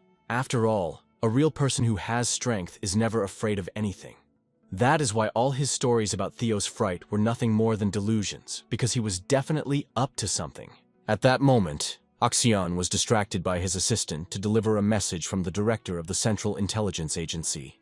The man ordered them to quickly proceed with the implementation of the plan. Therefore, throwing away the annoying toy, Axion asked to tell his uncle that there was no sense in hurrying him. No one wanted the death of the hero more than he himself, and he would finish Theo the moment he appeared. At this time, the hero, not suspecting of insidious plans, stood and pondered the questions he wanted to ask. Finally, the first question was why Lobrock was locked in this place. She immediately understood that this was a fundamental question aimed at obtaining as many details as possible, so she praised Theo. Her answer was that the reason lies in a monster located beyond the demonic sea at the very edge of the world. He was called the Nameless Lord, and for 1,000 years she remained here, bound by a duty to protect the world from this monster. Winter Mountains were just an outpost. The hero could not believe that in Lobrock's eyes during this story, he really saw fear. The Nameless Lord, whom Theo had never heard of before, immediately appeared to be a truly powerful being, capable of instilling fear in an ancient dragon who had been the Lord of Dragons more than 1,000 years ago. Now, the hero has many questions left, and he would like to learn more about this master. But it was necessary to ask about other things. He wanted to know that Lobrock is known for the relics of the primordial dragon. She was surprised at such a question from the boy, despite the fact that he already had 3 relics, and he, for sure, was very lucky if he managed to get them. The hero did not even guess about such a large number of relics. The first one was in the dungeon of the Camelai Palace. The second one was the blade of the Moon World. And the last one. This is what the last relic was. The hero could not even understand. Lobrock calmly explained that the relics of the primordial dragon were a response to the threat of the Nameless Lord. The primordial dragon Fafnir created them, divided his soul into 31 fragments in order to protect people. All relics are different from each other. They can be objects, some experience, or even strange phenomena. Finally, the hero realized that the third relic he had was a phenomenon, thanks to which he returned 10 years ago. This phenomenon was regression. In other words, the relic itself was itself. The beginning is falling into place. Everything that is happening to it was the desire of the primordial dragon. But he wondered why every relic was protected by a dragon. But in the case of his regression, there was nothing like that. The hero has the last question left. He already guessed that the reason for all the strangeness was his chosenness, so he decided to find out why even Lobrock recognized him as the chosen one. He guessed that his goal was to confront the nameless lord, but he was really too inept and weak for such a great mission. Lobrock believed that in order to answer Theo's question, she should ask a counter-question. She didn't understand why the guy was talking as if he was the only one chosen by the first dragon. At that moment, the hero realized the whole truth. Both Axion and the Black Dragon, they all knew about the relics and tried to collect them. If they were also chosen by the relics, then they could also see the same message that the hero saw. Moreover, they can also be regressors. He got one step closer to the truth of this world, but everything got very complicated. Since the Nameless Lord is an entity that even an ancient dragon fears, the probability of the existence of other regressors increased greatly. Finally, the hero asked all his 3 questions, and now, when the task was completed, it was time for his reward. The guy remembered that he had come here for Amon's grimoire, but his desire had changed. He wanted to get something bigger, something incomparable to any other thing. The notification of the system made him understand that he could get all the treasures of the primordial dragon. Lobrock explained that her lair was filled with treasures from all corners of the world. Precious stones, elixirs, secret manuscripts, and weapons. Whatever the hero chooses, it will be an item of incredible value. She was ready to give him any one thing that was in her lair, and asked Theo to name what he wanted to receive. But the hero only happily declared that he wanted to get Lobrock. The dragoness only laughed, realizing that her fame is timeless, but referring to the joke, asked the hero to choose a real award. However, he insisted on his decision. When Lobrock realized that this was not a joke, she immediately got angry and applied dragon intimidation to this insolence. She did not understand how he really tried to take possession of all her wisdom and treasures. The hero understood that the dragon's intimidation of the dragon protector could not be compared to any pressure he had experienced before, but he had to endure. For this, he used his intimidation of the lower drake, which at least somehow helped his body. But Lobrock thought it was just stupidity. She definitely won't be defeated or resisted by intimidating the lower drake. The hero, who could hardly contain the bleeding that opened up all over his body, declared that according to Lobrock, he could take any treasure into the lair, and it was not said that Lobrock herself was not this treasure.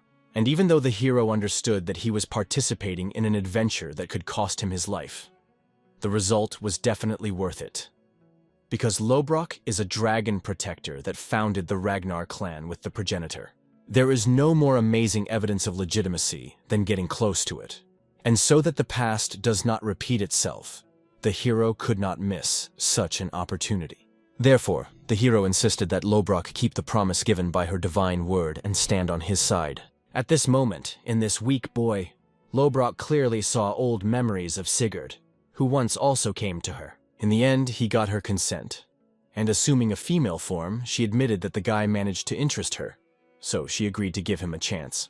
Looking at the expression on the hero's face, she understood that he was struck by her beauty.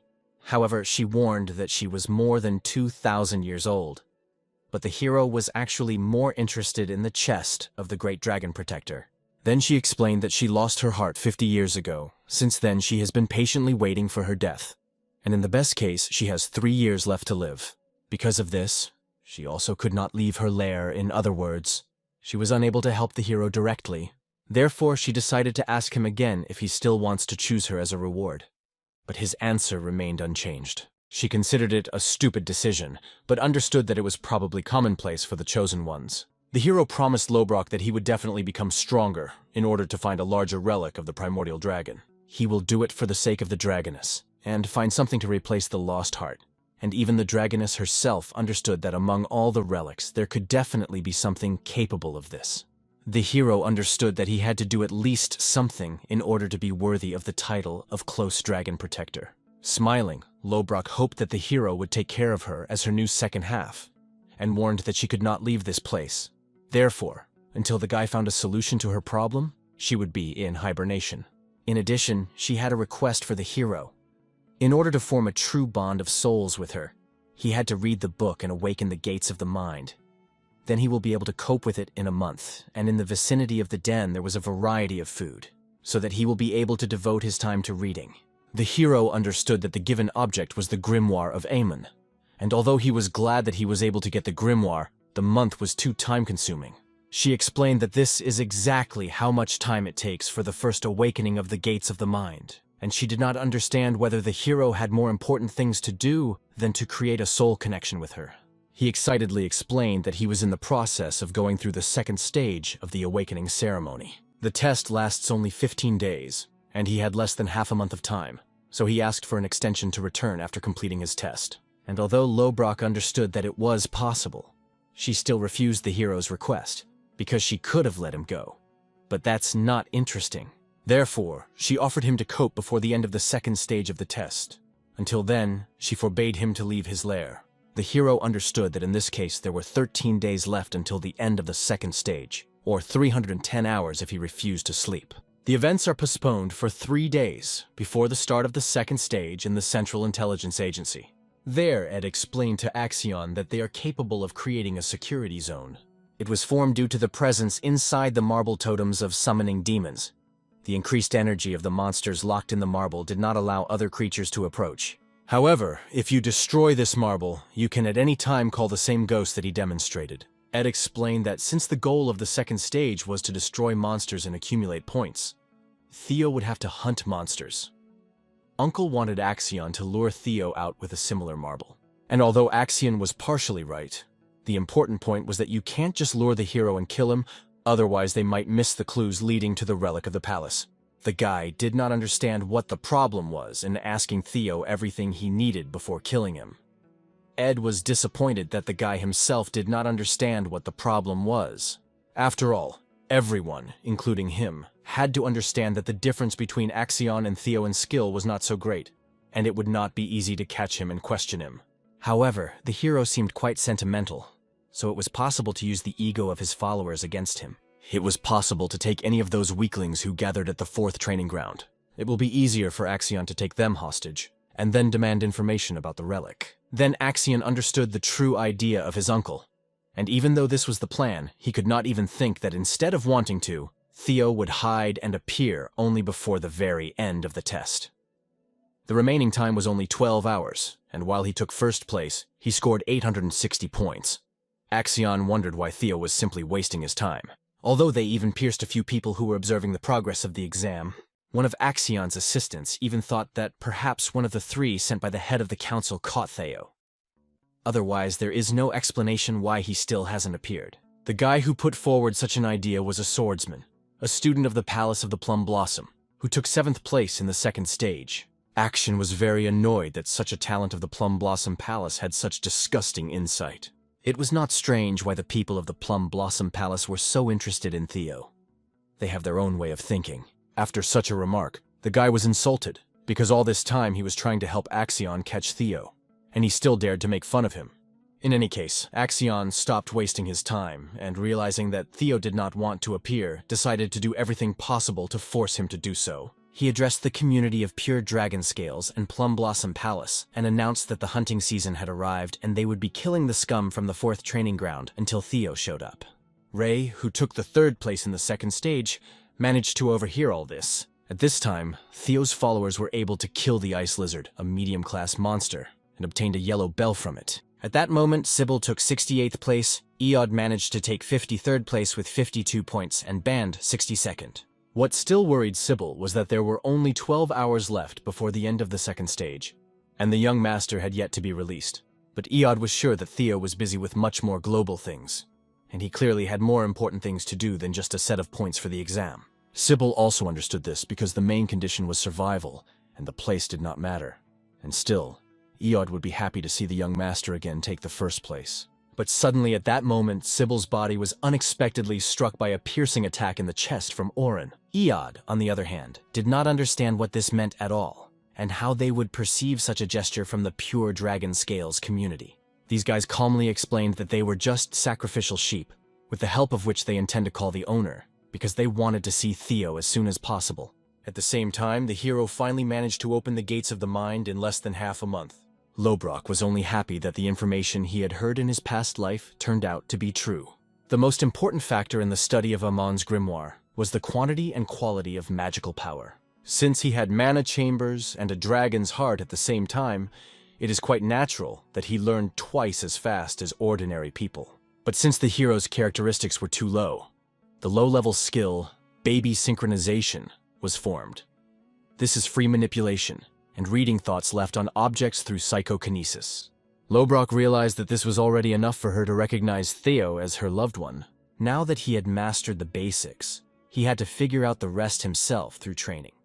When he reaches a sufficient level of mastery of this technique, he will also be able to hear her voice. In addition, he will also be able to borrow her power, an incredible opportunity for the hero, which he could not even dream of.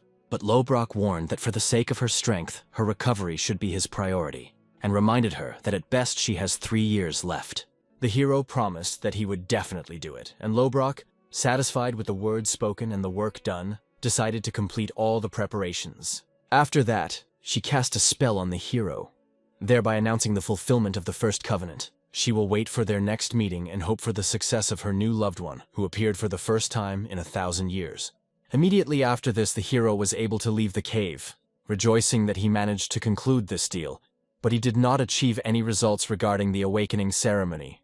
In addition, there were only 12 hours left, so he had to catch up with the rest of the participants in such a short period of time. If now he will hunt for the ghost in the usual way, then he will not take the first place. Consequently, there was only one strategy left: stealing bells from others. And since the hero knew that Axion took first place in his previous life, this time the result definitely did not change much. In other words, it is enough for the hero to defeat Axion and take the first place, although even defeating this guy would be very difficult. Suddenly turning around, the hero saw a heavily mutilated and bloodied Ray, who had been looking for him all this time. The guy immediately came up to find out what happened to her, and what kind of creature did something similar to her, because he knew that she was a strong enough fighter. But later, he saw that there was a wound on her chest made by a sword, so no creature could leave such a wound. She explained that she would be able to tell everything later. Now he had to go west, but Ray could not say anything else and lost consciousness in the hero's arms. Then he was able to read the thoughts left on the sword through the use of baby synchronization, and began to absorb the memories of the sword's owner. In the vision, Ray sat in ambush, eavesdropping on the hunters. They had already dealt with Theo's followers, so they expected him to appear at any moment. They also left many footprints on the 4th training ground, and also set traps to corner the hero. Examining the work done, Axion did not understand these people, because there were too many of them, and even a couple of live hostages would have been quite enough. Therefore, he decided to get rid of them. At that moment, Ray came to the defense of these people, who warned Axion that he had already crossed all borders long ago. But the guy warned that she had to leave and not get into other people's problems. When Ray insisted on the release of Theo's comrades, Axion realized that she too had joined a similar scumbag. After that, the fight could no longer be avoided. The last thing the hero saw in the flashbacks was how they fought, and in the end, how Ray was wounded by a similar monster. Due to the fact that the hero had too low characteristics, he could no longer count any memories. As soon as he brought the girl to his senses, he tried to find out what was going on and why, from the very beginning, Axion was frantically trying to capture him. But since he was nowhere to be found, he decided to take his friends hostage. This news literally turned the hero's world upside down. As it turned out, Ray desperately came here all this time to warn the hero about this, and he was madly angry because of all that Ed and Axion had already done. He understood that these people would not leave him alone even in this life, but he was no longer the same person who was used to falling on his face. So he began to ask Ray where this useless Axion was. Finally, after a long time, Axion's subordinates found Theo on the northern slope. They were completely sure that it was him. Besides, he was talking to Ray Ragnar, and therefore most likely he would soon come to them. Then Axion realized that this was a great opportunity. He would finally be able to prove to everyone that such a nothingness would not be able to surpass him in any way. But suddenly the guy was contacted telepathically by an unknown person who reminded them that they had no reason to confront him directly. They only needed to find out about the relics, after which they would kill him themselves. Then Axion said that he certainly had no reason to worry because he would distract the observers with the help of the summoning marble, and the stronger comrades would do the rest. As it turned out, Ray dissuaded Theo to the last because she understood that if he went to Axion, he would definitely kill him. In addition, She knew that people from the Central Intelligence Agency were somehow involved in this, and he would not be able to defeat them. She knew that this was no longer just a competition and a test, but a real massacre. And they had set up a trap specifically to kill the hero, so he could not go there alone. She suggested calling the examiners to help, but the boy understood that they simply did not have time for this. Therefore, he thanked her for her help, but still decided to go there to save the hostages, because no one knows what Axion can do with them, especially knowing his character. Even in spite of this, Ray did not understand how the hero could be so stupid, because he would surely die if he went there. She saw no point in dying here and now, because it would be much easier to act more carefully than to lose one's head in an unequal battle, especially for the sake of a few people. But the hero firmly stopped the girl and reminded her that she did not want to lose any of her people, at least not again. The hero knew that their goal was to ensure that everyone could pass the second stage alive. He made such a promise to his people and could not refuse it. After all, they all had to gather in the bar again in order to celebrate their victory. As a result, no matter how Ray asked to reach the guy, he just calmly stopped the girl, explaining that she herself did not remain indifferent. Remembering all his past, all his weakness, and all the losses associated with it, he explained that he no longer wants to be on the side of the losers, like a worthless fool, so he definitely will not agree to repeat his past mistakes. Therefore, with all severity, he looked at Ray again and asked her to tell him exactly where Axion was. Soon after this, Remington, together with 2 more of the 4 cardinals, discovered supplies collected by some of the participants, as well as discarded bells and blood, which meant that something had definitely gone wrong. Although Remington understood that Halkus and Erica most likely did not have much desire to deal with this, he nevertheless asked for their help in dealing with this situation, which clearly went beyond the scope of a normal test and could have serious consequences for all involved. Soon after this conversation, the hero was already on his way to help his friends. Unfortunately, a lot of monsters came across his path, but the hero did not have time to fight them. Therefore, as soon as he killed them, he did not even bother to collect the bells that fell from them, and here he ran away. He understood that Sybil and the other hostages were most likely safe, because Axion was probably controlled by none other than Ed. He probably prepared everything in such a way that he would kill only the hero himself without making any noise. The proof of that was the inspectors from the Bureau on duty with Axion. When the hero was attacked by 5 more monsters, he simply used the 3 claws of the dragon's skill on them and, having dealt with them in an instant, continued on. Thinking about the inspectors deployed for his murder, he understood that these people would certainly monitor Axion's actions, so he would definitely not make any extra noise. And still, the hero had to act quickly, because Axion was indeed an unpredictable variable. But thanks to this unpredictability, the hero would surely be able to catch him. At that moment, Ray looked in the direction where Theo went, and realized that it was a stupid decision to try to talk him out, because he had been like that since childhood, from the very first meeting. Remembering her past, when he helped her in childhood, she decided that she owed him at least some kind of repayment. So this time she would help him. Somewhere around this time, while Sybil was trying with all his might to resist and somehow get out, Axion came up to him, and with a strong kick in the face he trampled the guy into the ground. After that, he began to take out his katana and reminded that he had promised to kill him if he did not shut up. But at that moment, with the help of telepathy, observers contacted the guy and asked him not to forget the instructions of the director of the Bureau, because he was not supposed to create unnecessary noise. Therefore, the guy had to stop in his demands for an unintended treasury, after which the only thing he could do was just sit down and wait for the appearance of his main goal. In addition, the boy understood that 4 senior inspectors of the Bureau placed to kill the hero should be quite enough. But he did not understand why, in the end, his uncle decided to give others the right to kill such a pathetic bastard. Finally, Theo himself appeared in front of everyone, and his friends were really worried, seeing the hero, because they were worried about what might happen to him after meeting Axion and his men. Finally, Axion also noticed the appearance of Theo, so he greeted the finally arrived and late Theo Ragnar. The hero did not pay any attention to the words of such a monster, and instead, all attention was paid to the ego of the beaten people. Then he turned his gaze to Axion's accomplices, and Axion himself, who was sitting on his first follower Sybil, as if on a throne. Axion was disappointed that the hero made him wait, but the guy was more worried about the appearance of Sybil, who seemed to be insanely exhausted and lost too much blood, because of which he could even die. This brought the hero out of himself so much that his claws began to grow out of irritation. At the moment when Axion saw the hero's hostility, he was about to get his weapon, but the guard stopped him right away. Therefore, realizing his situation, Axion calmly explained that since the hero is probably aware of the whole situation, he suggests that he immediately get down to business. If Theo really wanted to save his friends, then he had to do something. But the hero did not understand why Axion suddenly started to negotiate, as if frightened. Axion was angered by such arrogant words. So he asked the hero what he meant, giving him a chance to justify himself. But Theo, only with a haughty smile, decided to ask if Axion was afraid that he might lose to him. This angered the guy even more, who did not understand what it was about. But the hero could not explain the situation in any other way. Such a pitiful delight of the hostages, sparkling eyes aimed only at him. In addition, he assumed that all this was done by Axion only because of his fear of him. This was clearly a great shame for the strongest in the northern 4th district. If Theo was wrong in his words, then Axion could simply fight him in a Ragnarok style, in a fair fight, and Theo hoped that he would accept his offer, if Axion had even a drop of pride left.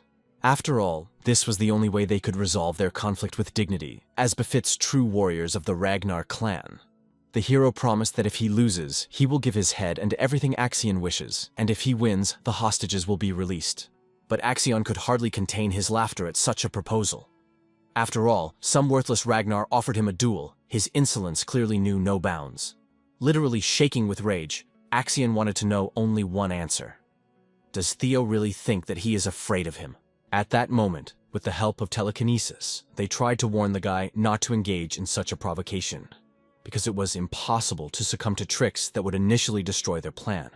But Axion immediately ordered them to be silent, as he no longer intended to endure such humiliation, and decided to accept the challenge of the main character. At that moment, all the mercenaries who had gathered far away realized that everything had not gone according to plan, and did not know what to do now that the situation was out of control.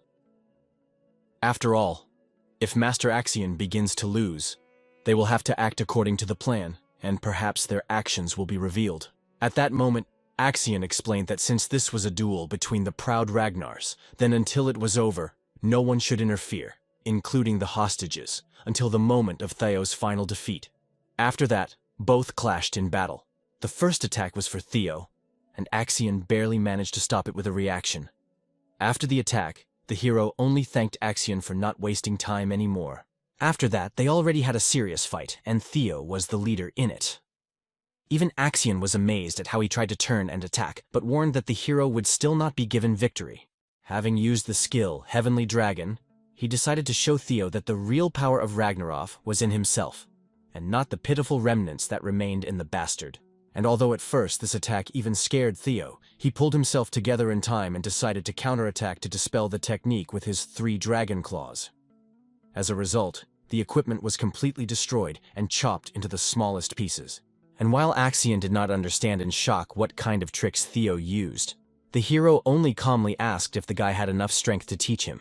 Observing this, Hanaba, an officer of the Ecclesiastical Order of Dragons who took 14th place in the 2nd stage, was literally amazed.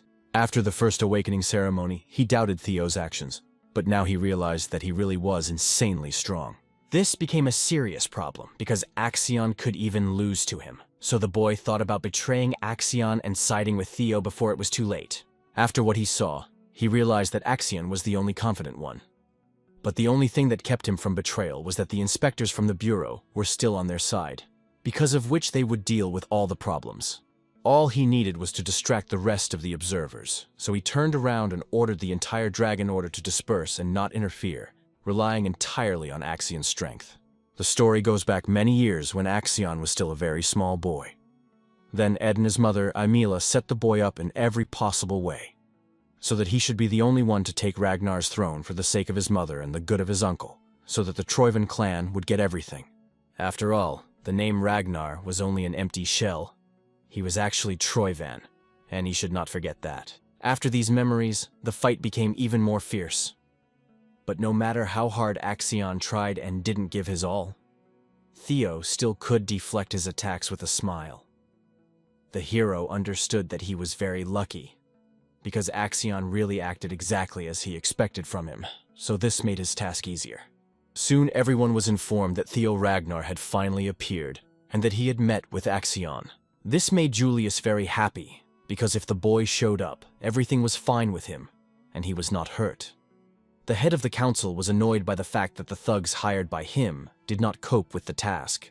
Even Ed breathed a sigh of relief, because he understood that if the guy is alive, then you can calm down. And although it is not clear why he was busy all this time, now everything will go according to his plan.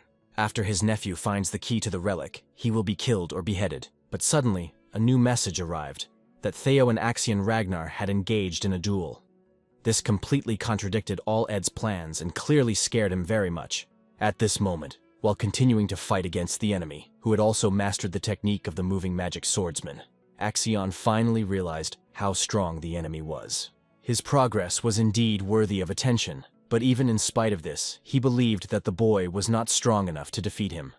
At some point, he managed to calculate his maneuvers and prepared to attack, throwing his katana straight into the hero's face.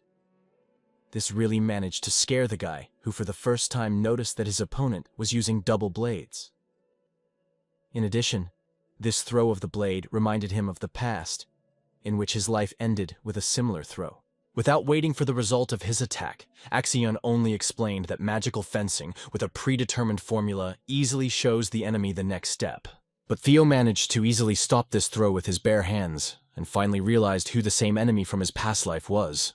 Then that man ordered Randall to stop talking and to end the showdown. Theo did not see the continuation, since he was dead. But after his death, Axion finally removed his bandage from his face and offered Randall to finish what he had not started, and finally return the Palace of Roses. Now the hero has no reason left to spare the bastard who completely destroyed his ego last life. After all, then, on the day of the hero's death, he was destined to simply leave this world, and he never found out who burned the Rose Labyrinth. He was powerless, but luckily, Randall took off his mask and revealed himself. And thanks to Evelina's investigation, they found out that he was closely related to the Troyvans and the Camellia Palace. Then it was logical to assume that he also died at the hands of someone from Troivanov. There was only one person in their clan who immediately fought with paired blades. This is Axion Ragnar. Only an arrogant bastard like him wouldn't worry about losing a weapon during a fight. But all this time the hero was not fully confident until he saw his technique with his own eyes. Now he had no doubts, therefore. Crushing the blade with his own hands, the hero decided to find out from the boy why he so longed for his death. However, the answer did not interest him, because in this life, everything will be different. Both he and his comrades will survive. With these thoughts, the hero rushed into battle, but after reading the trajectory of his movement, Axion definitely noticed that the guy was clearly aiming somewhere wrong. It was just a pitiful parody of his weapon-throwing attack, but the hero knew it wasn't like that. After that, he spread his power. His aura filled the entire battlefield. He felt a wild thirst for blood. She was far from ordinary, so it became obvious that all this time, even during their duel, Theo was hiding his strength. In addition, having gotten close enough to the guy, Theo even switched to a close attack, no longer restrained by anything. Armed with his new blade, he gained even greater power, giving him no chance of losing. The only thing that interested Theo was when Axion would finally show him the true power of Ragnar. Getting seriously angry after such a remark, Axion firmly grabbed the boy's hand, then brought his blade to completely pierce his face. But at the moment when it seemed impossible to escape from the attack, the hero managed to avoid the blow in time, because of which it hit only his shoulder. After that, the two swordsmen met again in a duel, and finally the hero managed to knock the sword out of the enemy's hands. The last thing he wanted to know from Axion was whether he knew what it felt like in the body when he was pierced with a sword through, after which he attacked the boy himself, aiming straight at his chest. The leader of the Dragon Shishuya community is the 14th place, with 179 points. After the first stage, he began to doubt, looking at his opponent. Is he so strong? Orat understood that this could be a problem. If the Axion loses, don't you should betray it and go to the side? But he quickly rejected this opinion. There are observers from management, and they will understand everything. It is better to focus on the distraction of other examiners. He returned to the members of the community and ordered to disperse. They cannot interfere with chaos. This is an Axion. The little boy stood, squeezing a wooden sword. It was an Axion. His parents looked at him, and his father firmly said he should take the throne of Ragnar for the sake of his mother, uncle, and prosperity of the Troivan clan. He explained that the name Ragnar is only a shell. At that moment, the Axian learned the truth. It is a real Trojan. Already an adult, he remembered these words, and he was a strong impression. The enemy he was fighting with now. At the same time, his opponent was satisfied. Everything went according to his plan. Meanwhile, the important news was discussed at the large wooden table. Theo Ragnar finally came to contact with the Axian. The one-eyed warrior was happy. He waited for a long time when the Theo did his move. But this man was a little puzzled. It seemed to him that those abomination had already dealt with him. Another man sighed lightly. He is alive. As if the stone fell from the soul. It is difficult to say what he conceived, but now the plan can finally be put into operation. As soon as the Axian is given the relic information, the selected sword will kill him. It is this insidious plan that developed this scum. Suddenly, he heard a conversation behind his back. Two men discussed something important. They uttered two names, Theo Ragnar and the Axion. The most important thing came. These two are now fighting each other in a duel. Herd struck him so much that a cold sweat spoke on his forehead. Meanwhile, the Axion was fought, teaching the full, using the secret technique of Shuta steps. Both recognized the enemy's power. But the Axion noticed, Theo is not so fast. His movements were easy to read, and at one point the Axion sharply threw the sword directly in his direction. It was a throwing sword technique. Theo could not predict it. At the same time, somewhere else, other warriors sat with tied hands and faces, hidden bandages. They were brutally beaten. The Axion looked at the feasibility study and warned, secret technique with certain movements is a trap. She helps not him, but his opponent to calculate the next step. From the sword, blood flowed slowly.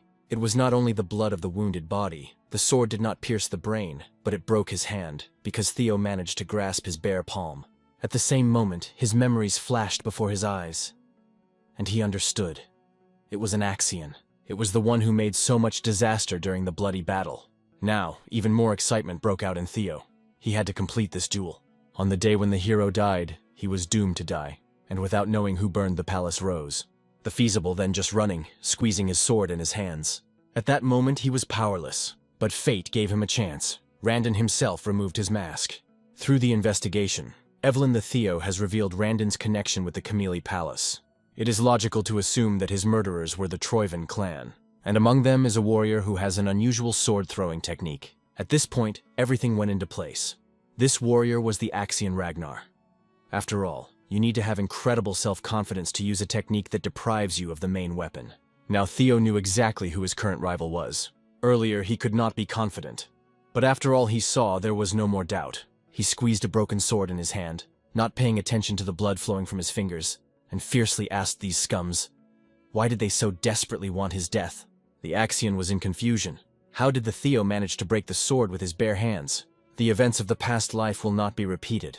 At this point, Theo has clearly decided that this time he would not allow himself to die. He will save himself and his comrades who are now related to the Axion's back. Strongly squeezing the sword's fragment, he sharply threw it back. Cut off the blade right towards the Axion. However, he just smiled mockingly, calling this technique pathetic imitation. But suddenly the earth began to shudder. Theo no longer was about to restrain its strength. It's not just the intention of killing. It was a crazy, uncontrolled man's wave. The Axion thought for a moment. Did he hide this scum of his true skills during the first stage? He did not have time to blink, as Theo ended up in a few steps, mowing up with a sword. The explosive wave from his blow swept through the entire forest. The Axion barely had time to set the sword to repel the attack, but Theo did not even think to stop. One blow changed another. When will you show me your true power? He asked, continuing the offensive. But in response, the Axion only abandoned that he was a pathetic bitch. Gathering all his strength in his hand, he sharply grabbed the Theo for his wrist. However, the Theo managed to evade. His sword was squeezed in millimeters from the neck of the Axion. From the shockwave, both fighters flew in different directions. Now there are no more than 5 meters between them, but none of them intended to retreat. In the next moment, the Axion realized that he was in front of him. No one. The feasible disappeared. It was in vain to think so. He just went on the side. Only one stroke, and the sword flew from the Axion's hands at such a speed that it created a sharp whistle from the air. Theo desired only one thing, that the Axion would feel that feeling. Feeling when your stomach pierces the sword blade. The sharp blade in his hands flew to the abdominal of the Axion, almost touching his chest. There were bloody traces in the snow, but they did not belong to the children. They were pulled by a man. White-haired realized that only the Axion could dare to such a brazen act. But he could not understand him why he was. He takes the first place. Does he want even more bells? In order to lure the young master of Theo, the Axion grabbed his comrades. He probably intends to kill him during the second stage. Herbus immediately shouted that it was an honest competition. And how can you think so, calling an Axion a coward? But the girl had her explanations. She said it was a ceremony of awakening Ragnars, and such situations are not uncommon. That's why I do not like Ragnars. They believe in the right of strong, but it is already going through all boundaries. The blonde threw. The girl warned him that he now speaks very risky words. The white-haired sought one to save his comrades, because he was convinced that this is how the young owner of the Theo would do in his place. If you want to help, then at least be useful, he said, squeezing his fist. Holidays immediately added that it is time to go. But this was not interested in the sister. She followed Blondin in search of Theo Ragnar, but he was nowhere. She despised the weak and could not say that she had the desire to save someone. Her brother immediately suggested that she was a scum, and these words were touched. At the same time, Blondin turned to Erica, expressing his understanding of why she's so seeking to meet the young master of Theo. She even stopped to listen to him. Well, then I guarantee you, if you help, it will greatly bring you closer to your goal, he said. In a few minutes, the boys raced forward. But there was an unexpected surprise on their way. There was a dozen armed abominatives in front of them. Blondin immediately recognized them. It was a company of scaffolding dragon. They have not seen themselves for a long time, Rankton. Since then, how did you turn away from us for the sake of this worthless? One of them threw, and then added, do you even get with these awkward bears? Herbling barely held rage after such words. The white-haired only asked them to move away. He did not want to fight with his former comrades, but in response he heard only a cold refusal. Well, the choice was not left. I had to reach the sword. He took the first step into the battle, and behind him was a teddy bear. Meanwhile, the guy, being tied, squeezed the sword between his knees, trying to pull him to his stomach.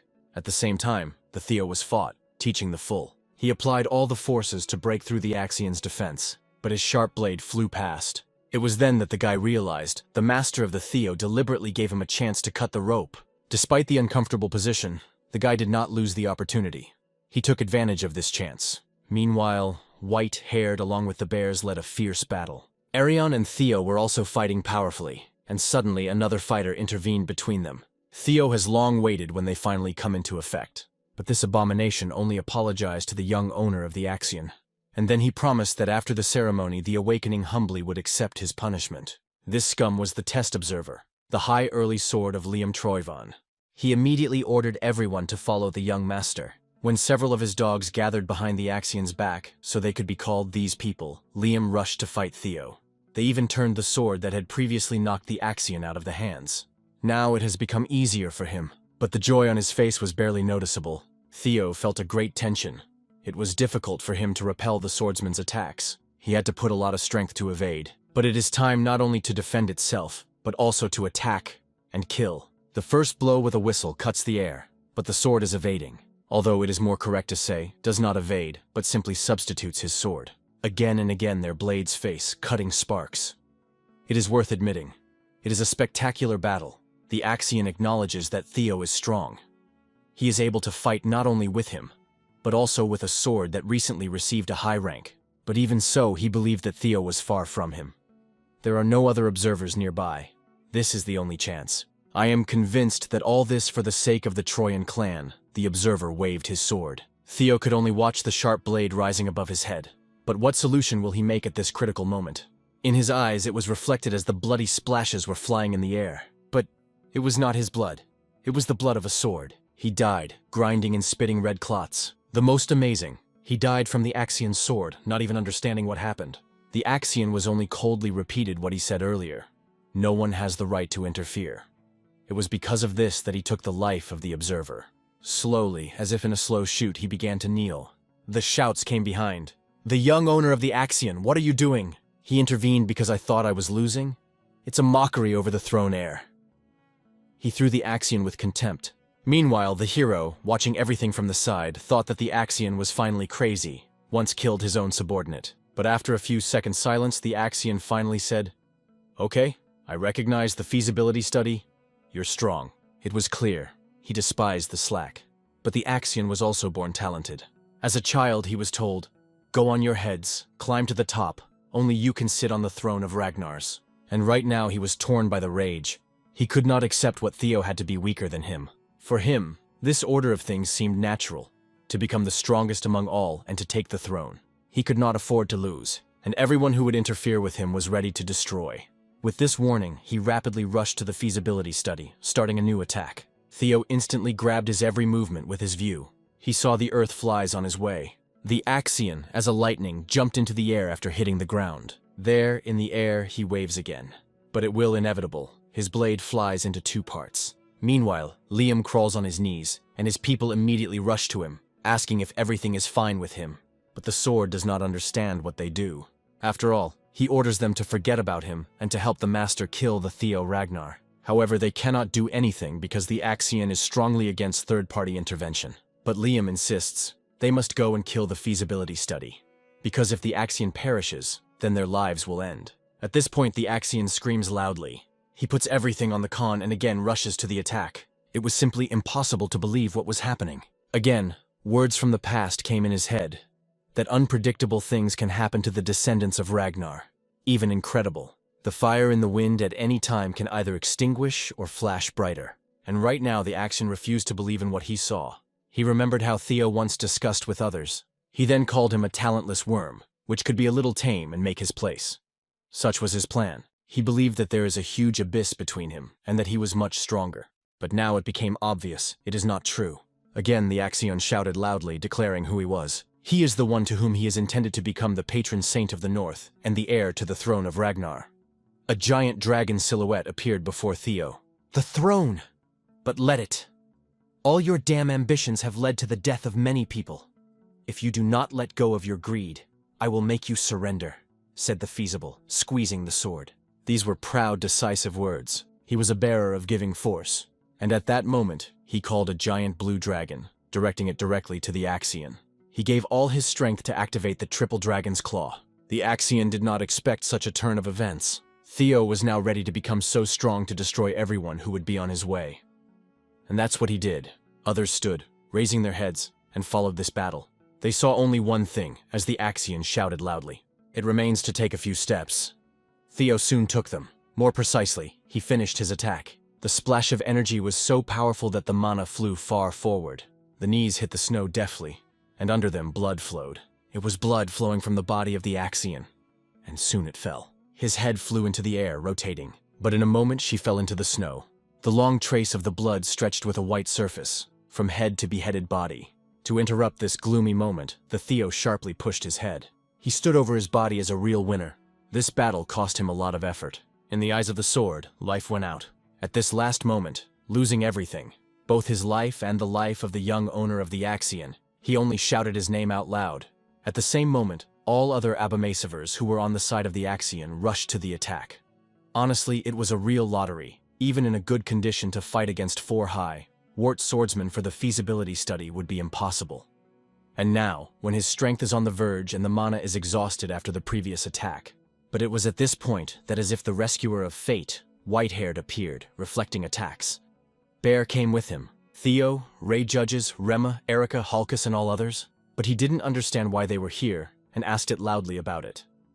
Blondin only replied, "It is quite natural to save comrades who were in trouble."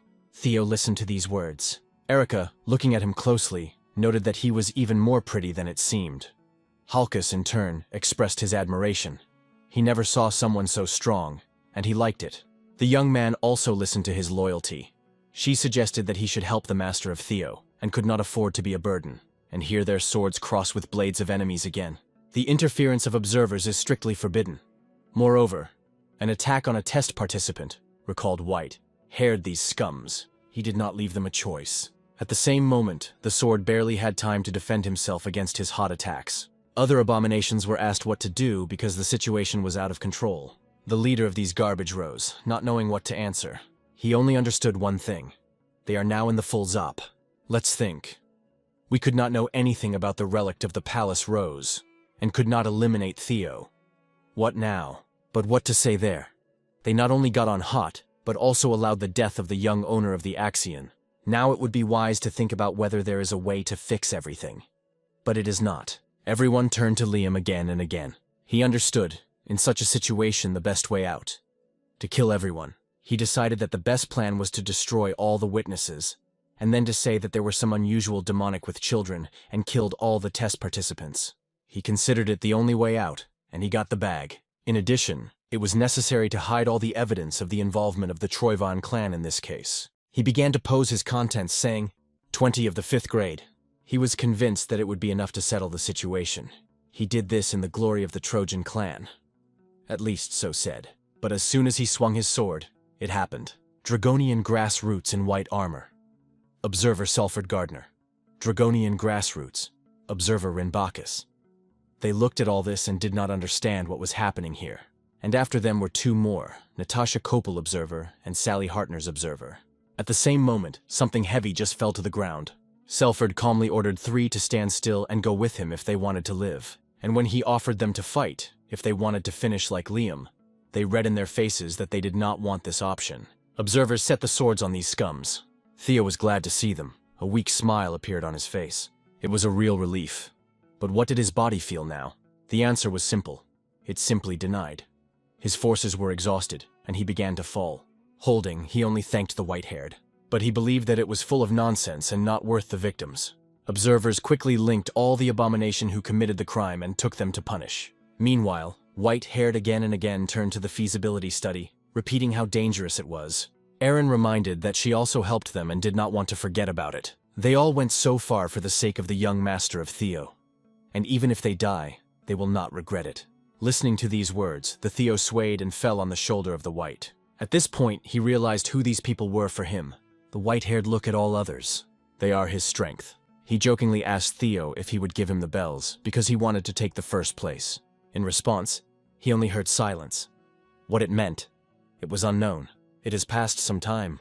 The man could not believe that he had just heard. This news was announced at the giant wooden table. The man in the posture unfolded a letter. The first word he read was the name Axion. And then the most important thing was he died. The results of the second stage of the test. Everyone gathered. Everyone was eagerly waiting for the announcement. Finally, he made a step forward and praised everyone for his good work. Then he solemnly announced the completion of the second stage of the awakening ceremony. This old man was one of the 9 dragons, Zenita Dragon, Faryu Ragnar. It was not quite clear to many why he was here, because he rarely appears in public. In the meantime, he continued to read the results. Out of 87 participants, 45 were successfully tested. A fairly large number of surviving is really the most talented generation. He was especially impressed by the number of points in the one who took first place. The feasibility was waiting for him to say next. I am sure you all know those who have passed this stage are increasing from the rank of the sword puppy to the rank of low earlier sword. You can be proud of yourself, he continued. From now on, you have the right to participate in important events as proud Ragnar swords. All who stand here deserved this right. And now it's time to announce the results of the second stage of tests. The first place is occupied. Theo Ragnar, Motnghin mot Tramhai Moi mot GM. And again Theo headed the list. All around were stunned. How did he do? After all, before the end, he had 0 points. Second place, Raington Nardzio with 926 points. Third place, Erica Lank, 843 points. Fourth place, Ray, 789 points. Fifth place, Halkus. 45th place, Ayla Lyman, 28 points. Faryu praised everyone for their coped well. But the awakening ceremony was not yet complete.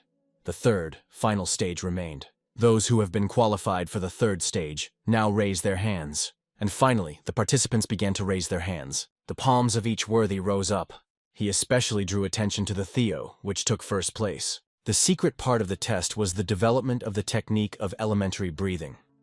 To do this, it was necessary to find and understand the fragments of the text randomly placed on the inside of the bells. It was difficult to find them, but even more difficult, to understand their content. Only those who successfully mastered this technique could give their manu an attribute of one of the elements and get the right to participate in the third stage. In his past life, Theo could not decipher the text, but in this reality, he got the ability to synchronize, which allowed to read the memory of objects. Thanks to this, he was able to obtain visualization of the text that changed everything. This allowed him to immediately realize every word. Even one passing contender is already significant. but Faru saw 4 raised hands. In the past life, Phoebus, Ray, and Rangton could not study elementary breathing. But probably, it was a spectacular chain reaction that he himself has just realized. The old man asked each one in turn to show his find. He proposed to start with the feasibility study. Without an axion, a lot will change, but we should not be afraid, he said. Going forward, Theo was convinced that the future would become brighter than ever. He stepped on the ground and began to talk about his find. It's an incredible force, he announced, watching it appear in the air. He then described his find. This is a thunder pipe. And immediately a thunder came, symbolizing the pouring, embodiment, control, expansion, and release of aura. Initially, it drained the Manu with an attribute. The next step was quite simple. Then it was necessary to embody this process. Pouring, embodiment, control, expansion, and release of aura. Others were delighted. They could not believe that he was not only able to drain the Manu with the element, but also to embody it. The words were heard, as expected, from the young master of February. Many would have finished on this, but not Theo. Incredible energy burned in his chest. He then went to the next stage, control. Even for the old man, it was impressive. To think that in such a short time he had already reached control. But the next one surprised everyone even more. The same energy continued to glow brightly. Even the land around the Theo began to crack. It was a real explosion of mana! His look became even more confident. Attribution of thunderous light. It was only necessary to wave the sword a few times. And then the Thunder Dragon appeared. He glowed with a bright golden glow. After the control, the stage of expansion came. Does he attack? Everyone flashed in the heads when the dragon rushed straight to the old one. But the old man was delighted, quietly saying himself to his nose, "Ho ho, have you reached the stage of expansion?" He just raised his hand. And in an instant, he stopped the dragon with an attribute of water flow. Water Blade. Even he acknowledged that Theo has earned the right, and asked him himself. The Theo replied only with a smile, exactly the same as that of the old one. But everyone else were only revealed from the shock of the mouth. Good work, praised him the old man and awarded 1,000 points. As expected of Zenith's dragon, he is always generous to those who have a competitive spirit. The first place is the female Ragnar, 2,121 points. Second place, Rangton Nardzio, 1,426 points. And so on. More than 2,000 points? It was a real shock for everyone.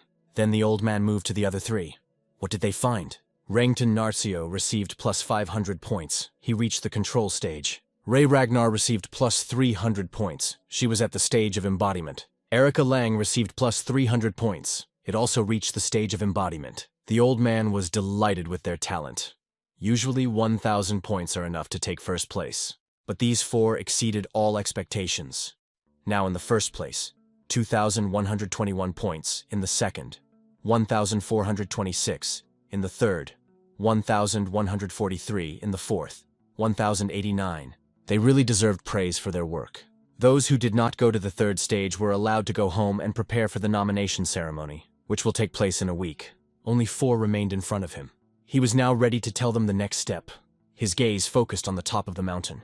The voltage in the air began to increase, and then the old man finally said, "It is time to start the third stage of the awakening ceremony." What's the devil? Why? Theo could not understand why he felt Lodbrok's energy, a giant creature that was hiding behind the top of the mountain. The third stage of awakening is a meeting with the head of the clan. No one knows what will happen. It all depends on his decision. This meeting will also decide who will participate in the tournament of the heads of the clans. Is an honorable and dangerous mission. All 5 candidates are participants in the last tournament. To get on the list means to gain recognition as a strong contender. Theo is clearly understood. At the top, he is already waiting for the head of the clan. It was indisputable. Even from afar, he felt the aura of Rodbrok which hung above the mountain like a storm. And suddenly it was illuminated, really. Did her heart take away? It was the most horrifying thought that could appear at this moment. But it was inevitable. It was then that the elder said that everything began, and ordered to go through the flames of the dragon to stand before the head. Everyone tensed. At that moment the mana thickened around, like a storm, and felt every cell of the body. Aaron could not even imagine how to climb up in such a state. The forces disappeared on the approach. Theo thought soberly. He suggested not even trying to break through by force because it would be pointless. Magic waves were required to synchronize. Only then, the path will open through the flames. Rangton added, to create an anti-phase wave to neutralize the impact of energy. If you do not know how to control magic, You cannot even dream of meeting with the head. Aaron thought about these words. Anti-phase wave? Interference? What is this strange language? White-haired a little more explained. Magic is a wave with an oscillating nature, as is the energy of the head of the clan. To neutralize it, you need to create the opposite wave. In simple words, you need to run a wave that counteracts this damn magic pressure. And why not explain so? Thought in Aaron with notes of annoyance. She even came to the point that she called a white-haired botanist, though mentally, but with a smile. But was it now time to discuss this? The situation was becoming more serious. The atmosphere was becoming more tense. Even the air seemed to ring from magic. All the views focused on a Theo, which began to slowly release their energy. He warned everyone, if you want to become the head of the clan, the path should not be easy. His words were forced to think. And before someone managed to say something, he had already moved forward. The old man only sighed and advised others not to delay. Time plays against them. The order of arrival also matters. It depends on the assessment. So it's better to rush. There was no soul left before the old man. All disappeared in the flame. He even smiled quietly. In his old age, he was pulled to take the student. Funny, but somehow warm. Meanwhile, a courtyard. The girl fled the corridor rapidly, looking into every room that happened in her way. Seeing her, the maid enthusiastically exclaimed, "Oh, the master of the forge is here!" Since the young Theo began to succeed, the atmosphere in the palace has changed significantly. The gentle girl stood in the middle of the room, designed as if something important was spinning in her head. And suddenly a crazy woman flew into the room with a cry. "Here you are, where, daughter? I wanted to remind my mom that the palace should be maintained," the girl thought. "But what are the decency when you soon become incredibly rich?" But the daughter calmly replied that in fact, she is already rich. But her mother hugged her and stated her proudly, "Not just rich, very, very rich. By the way, I am the elf of capitalism." She rejoiced because after the Theo became famous, the order came into the workshop continuously, and finally talked about it. The daughter was also genuinely rejoiced in listening to the fascinated voice of the mother. Such happiness to divide with a loved one. And she always believed, Theo will cope. There was no doubt for her. But at the same time, the excitement sharpened the heart. Suddenly he is seriously injured? Will the pressure and counter stand? All she had left was to wait. She did everything she could, and now she just watched. Although, of course, she wanted to help somehow to do something more significantly. Meanwhile, my mother was crying from her back that they would now make not only weapons. From now on, everything will be on sale, including accessories, jewelry, and little things. And as a result, the plan to raise the revenue 10 times sounded for her quite realistic. But suddenly, the daughter turned to her mother and asked quietly, "Mom, did you ever make prostheses?" The man laughed at the full voice, saying, "The future head of the family. I like your determination, Theo. I understand your excitement. But even parents have no right to stand in the way of their children's dreams," he added more seriously. "Especially when it concerns Janikurian dust. It will not stop it. We were once so." And the place where he stood now was the grave of swords. And this is the best confirmation of his words. When he spoke it all, even the crow did not resist and laughed. But the man addressed her.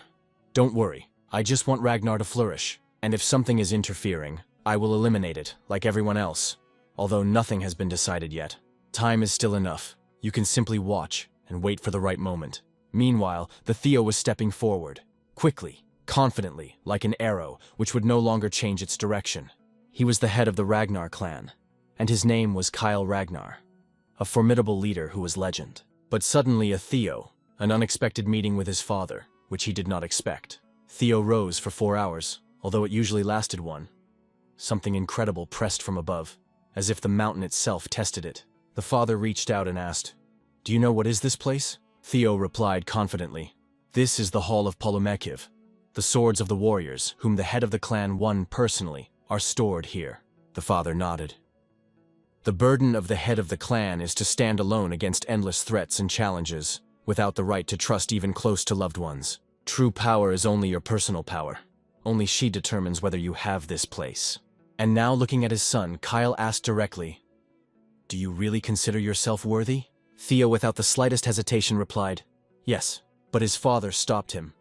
"Do not rush to answer. Thousands, tens of thousands have already fallen, seeking my place." And at the same moment, voices were rushed from all sides, with threats, curses, rage.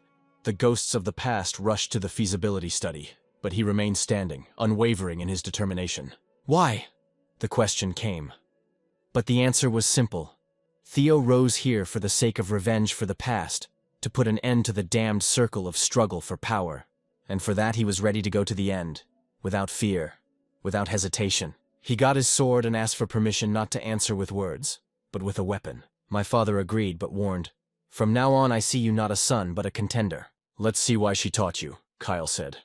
The words hung in the air, leaving in the eyes the Theo is easy to be surprised. The uncertainty in the eyes of the Feta rose not just so. He realized his father knew about Rodbrok. And suddenly, without any warning, Kyle waved his sword. The blow was lightning. Did I died? This thought was heard in the head of the feasible, as if the last bell before the darkness. He did not even have time to realize. Everything was suddenly changed. It became alien and incomprehensible. The world began to blur, like paint in water. Perception was destroyed. Kyle performed the technique of Sword of the Heart, attacking without regret, exactly and mercilessly. At the same moment, a crow appeared behind his back, and he asked with a smile, "What, really sorry? The successor can die?" In response, only a death kick, as if death did not want to speak. But Kyle continued, "Only one who has true will and unwavering determination is able to test the sword. Hardly especially for someone who has just completed the awakening ceremony. But with such a weak determination, it is better to die now, to lose your soul, because it will be a burden for the clan no one needs." At the same moment, Theo began to feel something. Strange, incomprehensible, as if the space itself changed. His body was gradually dissolving. He realized that he was already dead, and it seemed logical. He fell from his father's sword. No regrets. He did everything he could. And yet, he captured the Camille Palace, destroyed Randon and Axion. Is it really an end? And yet the Theo perceived everything that happened, as his luck, just played fate on his side. Isn't this life happier than the previous one? Isn't it brighter, stronger, real? His heart completely dissolved. But suddenly he heard the voice of a giant bird who asked, "Maybe already enough?" And at the same moment he said to himself, "No, it cannot end so much, not now." He remembered his oath, the one that gave before the beginning. And then his body began to reincarnate. His silhouette again acquired clear outlines, restoring the shape that seemed lost. The sword was again in his hands, and from his last power he waved it. Because did he not swear to go through all this, as it may not hurt? Didn't it be a break, not to sink, even before death? And after these words, another decisive blow to the sword, full of faith and stubbornness. The bright flash illuminated all the space, blinding, erasing the boundaries of reality. The space began to collapse, the world around the seams, as if torn from the inside. And here, return to reality. Theo opens your eyes. He stands with the sword in the same pose in which he was. He did not expect it to see this. And a smile appeared on his harsh face. A week has passed. The day of distribution of tasks in the central administration has come. Halkus and Aaron stood among the crowd, and it was because of this tight Halkus that barely held anger. He was annoyed through a bunch of people around, and Aaron, on the contrary, kept peace, like silence in the middle of a storm. "Relax," she said. "You have no business. You did not even get a protective sign." But these words only started him, like the oil into the fire. The Halkus was annoyedly asked, "Tell us already that you received from the head of the clan in the 3rd round. But Aaron just smiled and replied, "It's a secret. Be that as it may, the fate of the Link is to become a Ragnar sword. And that means you will have to put life on one of them. And the smartest is to choose the strongest, the most influential, with ambitions capable of leading." This is how the Chalkus was described by Theo, as the one who has the power, authority, and character of a true leader. He wanted to entrust him to his life, sincerely calling him our Theo. But suddenly he heard the unexpected question. "Do you agree with it?" However, Halkus did not think it was a question. The only option is to stand with him in the same row. Do not hesitate. Moreover, the head of the clan has officially announced that he would not take Theo to his detachment. So the choice is obvious. And at that moment the sound of the drum, loud, solemn, forcing everyone to die. The mustachioed man spoke forward and urged everyone to listen carefully. The distribution ceremony begins. First, the best graduate was announced, and he became the female Ragnar, the undisputed leader of all rounds. He was immediately invited to go forward, and the students exploded around the applause, raising their hands in delight. Under these loud applause, the feasibility was steadily stepped, slowly, step by step, like a real hero. All views were chained to the young owner. He became the center of attention of the whole hall. His younger sister kept his breath, in the anticipation that he would choose. It would be good if he joined the detachment of white dragons. although it is too self-confident, the thought flashed. "Congratulations on the first place, Theo Ragnar," said the presenter solemnly. "It impresses how you succeed in all areas. You have left no chance for competitors." But as soon as the mustachioed was going to continue the ceremony, as it was suddenly interrupted, someone else went forward. It was Ed Troyvon, the head of the Central Intelligence Department, the commander of the anti-ranking detachment. Does he want to take revenge on the Axion? They began to whisper around. The mustachioed was slightly lost, addressed him. "Sit down, please." That it does not mean. But Ed continued to continue. "Our Central Intelligence Management," he began solemnly. Theo at the same time thought, the death of the Axion probably struck greatly on Ed. But will he really arrange a scandal right in the middle of the ceremony? But Ed suddenly smiled and announced, "The CIA head offers you the post of deputy chief." And although this proposal sounded seriously, Theo was not happy at once, because he simply could not understand how to perceive it at all. The success of Theo was of particular importance. It was a breakthrough that no one believed in. It was the take off of the one who was previously considered the lowest among all, an outsider without a chance. And here, the shell finally cracked, the egg split. A real dragon flew into the sky among the deer. Many still could not believe that even the strongest beginner was able to defeat the Axion himself. The story of the Theo, which rose from the bottom to the top, moved the hearts of students and examiners, and the number of those who admired him grew rapidly. Views filled with disdain disappeared. Now they were filled with genuine admiration. No one called him Ragnar's bastard. Now he is the winner of the Awakening ceremony. He also completed the plot quest number 3, winner of the Awakening ceremony. As the award was received the airtime, the artifact automatically appeared in his inventory, although Theo had no idea what it was. But if the quest was so difficult, then the reward is definitely worthy of attention. But again the same, well, bastard, if it can still be called, from the central administration, again reminding the promised position of the deputy director. Theo has only answered him again with a calm, casual smile. But this time I decided to apply the analysis, the technique of observation. Activating her, the Theo saw, the title, the dragon crazy. Talents, insidiousness, strategy, intrigue. 2, leaf, ambitions. Status. He intends to use Theo as a tool for revealing the secrecy of the relic of the ancient dragon. Theo only confirmed his assumptions. Ed hunts for the relic of the ancient dragon, and already knows that she is in him. But from now on, there is no step on his plan. Theo was ready to destroy it personally, but not time. At that moment, one-eyed director of the Central Directorate, "What do you do, huh? Do you seriously consider everyone fools? Do you think no one sees that you just want to take revenge on your nephew?" Ed just smiled. "I understand your suspicions. Like a man, I feel anger. But as a director, I want to get a talented employee." However, the audience did not believe in the sincerity of his words. It was too much manipulated. The mustachioed finally intervened and asked Ed to stop, they say. Understands his desire, but the procedure continues. So patience. Then he addressed the Theo. "Well, did you make a decision?" Theo honestly replied, "So far. That is why I want to hear what suggestions you are ready to make." The hall rose in the hall. It was the wasp, Ragnar Lunas. She not only suggested that the feasibility study her student, but also promised him the post of the younger head of the Yard of Blooming Plum. Everyone who heard it opened their mouths. No one was waiting for such a proposal.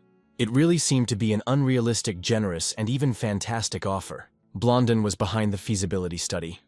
Already 2 of the 9 dragons have made their move, and Mr. the Theo is truly striking. His pansies were stunned. They did not believe how far he could get, and suddenly the hall cut loud words. "I also want to take part in this struggle," and followed by a powerful explosion. A mysterious figure in the mask appears on the stage. All the views are immediately chained to it. With long white hair, he landed enchanting and majestic. It was a black dragon, Robir Ragnar, the head of the organization Black Snow. He arrived to say a few words. He confessed that he watched him all the time of the Awakening ceremony, and he agreed with Kyle's words. Theo really has something exceptional and worthy of attention. Robert made him a direct invitation to the ranks of Black Snow, promising the highest internal rank, Musol. Musol is the highest status in a secret organization. He gives the right to reveal his personality and officially accept honors. In the past life, when Theo was in Black Snow, there were only 8. Then he could not dream of this rank. And now, such a proposal sounds simple. At this point, the old man, sitting in his place, coughed. He also had something to say. It was Farah Ragnar, the owner of the Pavilion of the Eastern Dragon.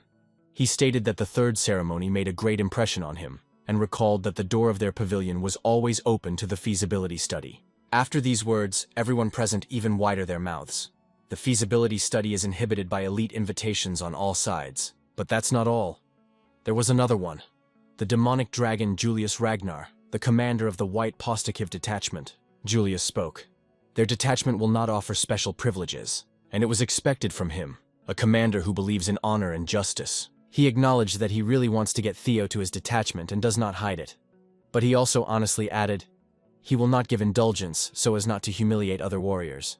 The only thing he can promise is his full support and pride of a dragon knight. And this, he said, should be enough. Finally, the moment came. Everyone froze, waiting for whom the feasible will choose.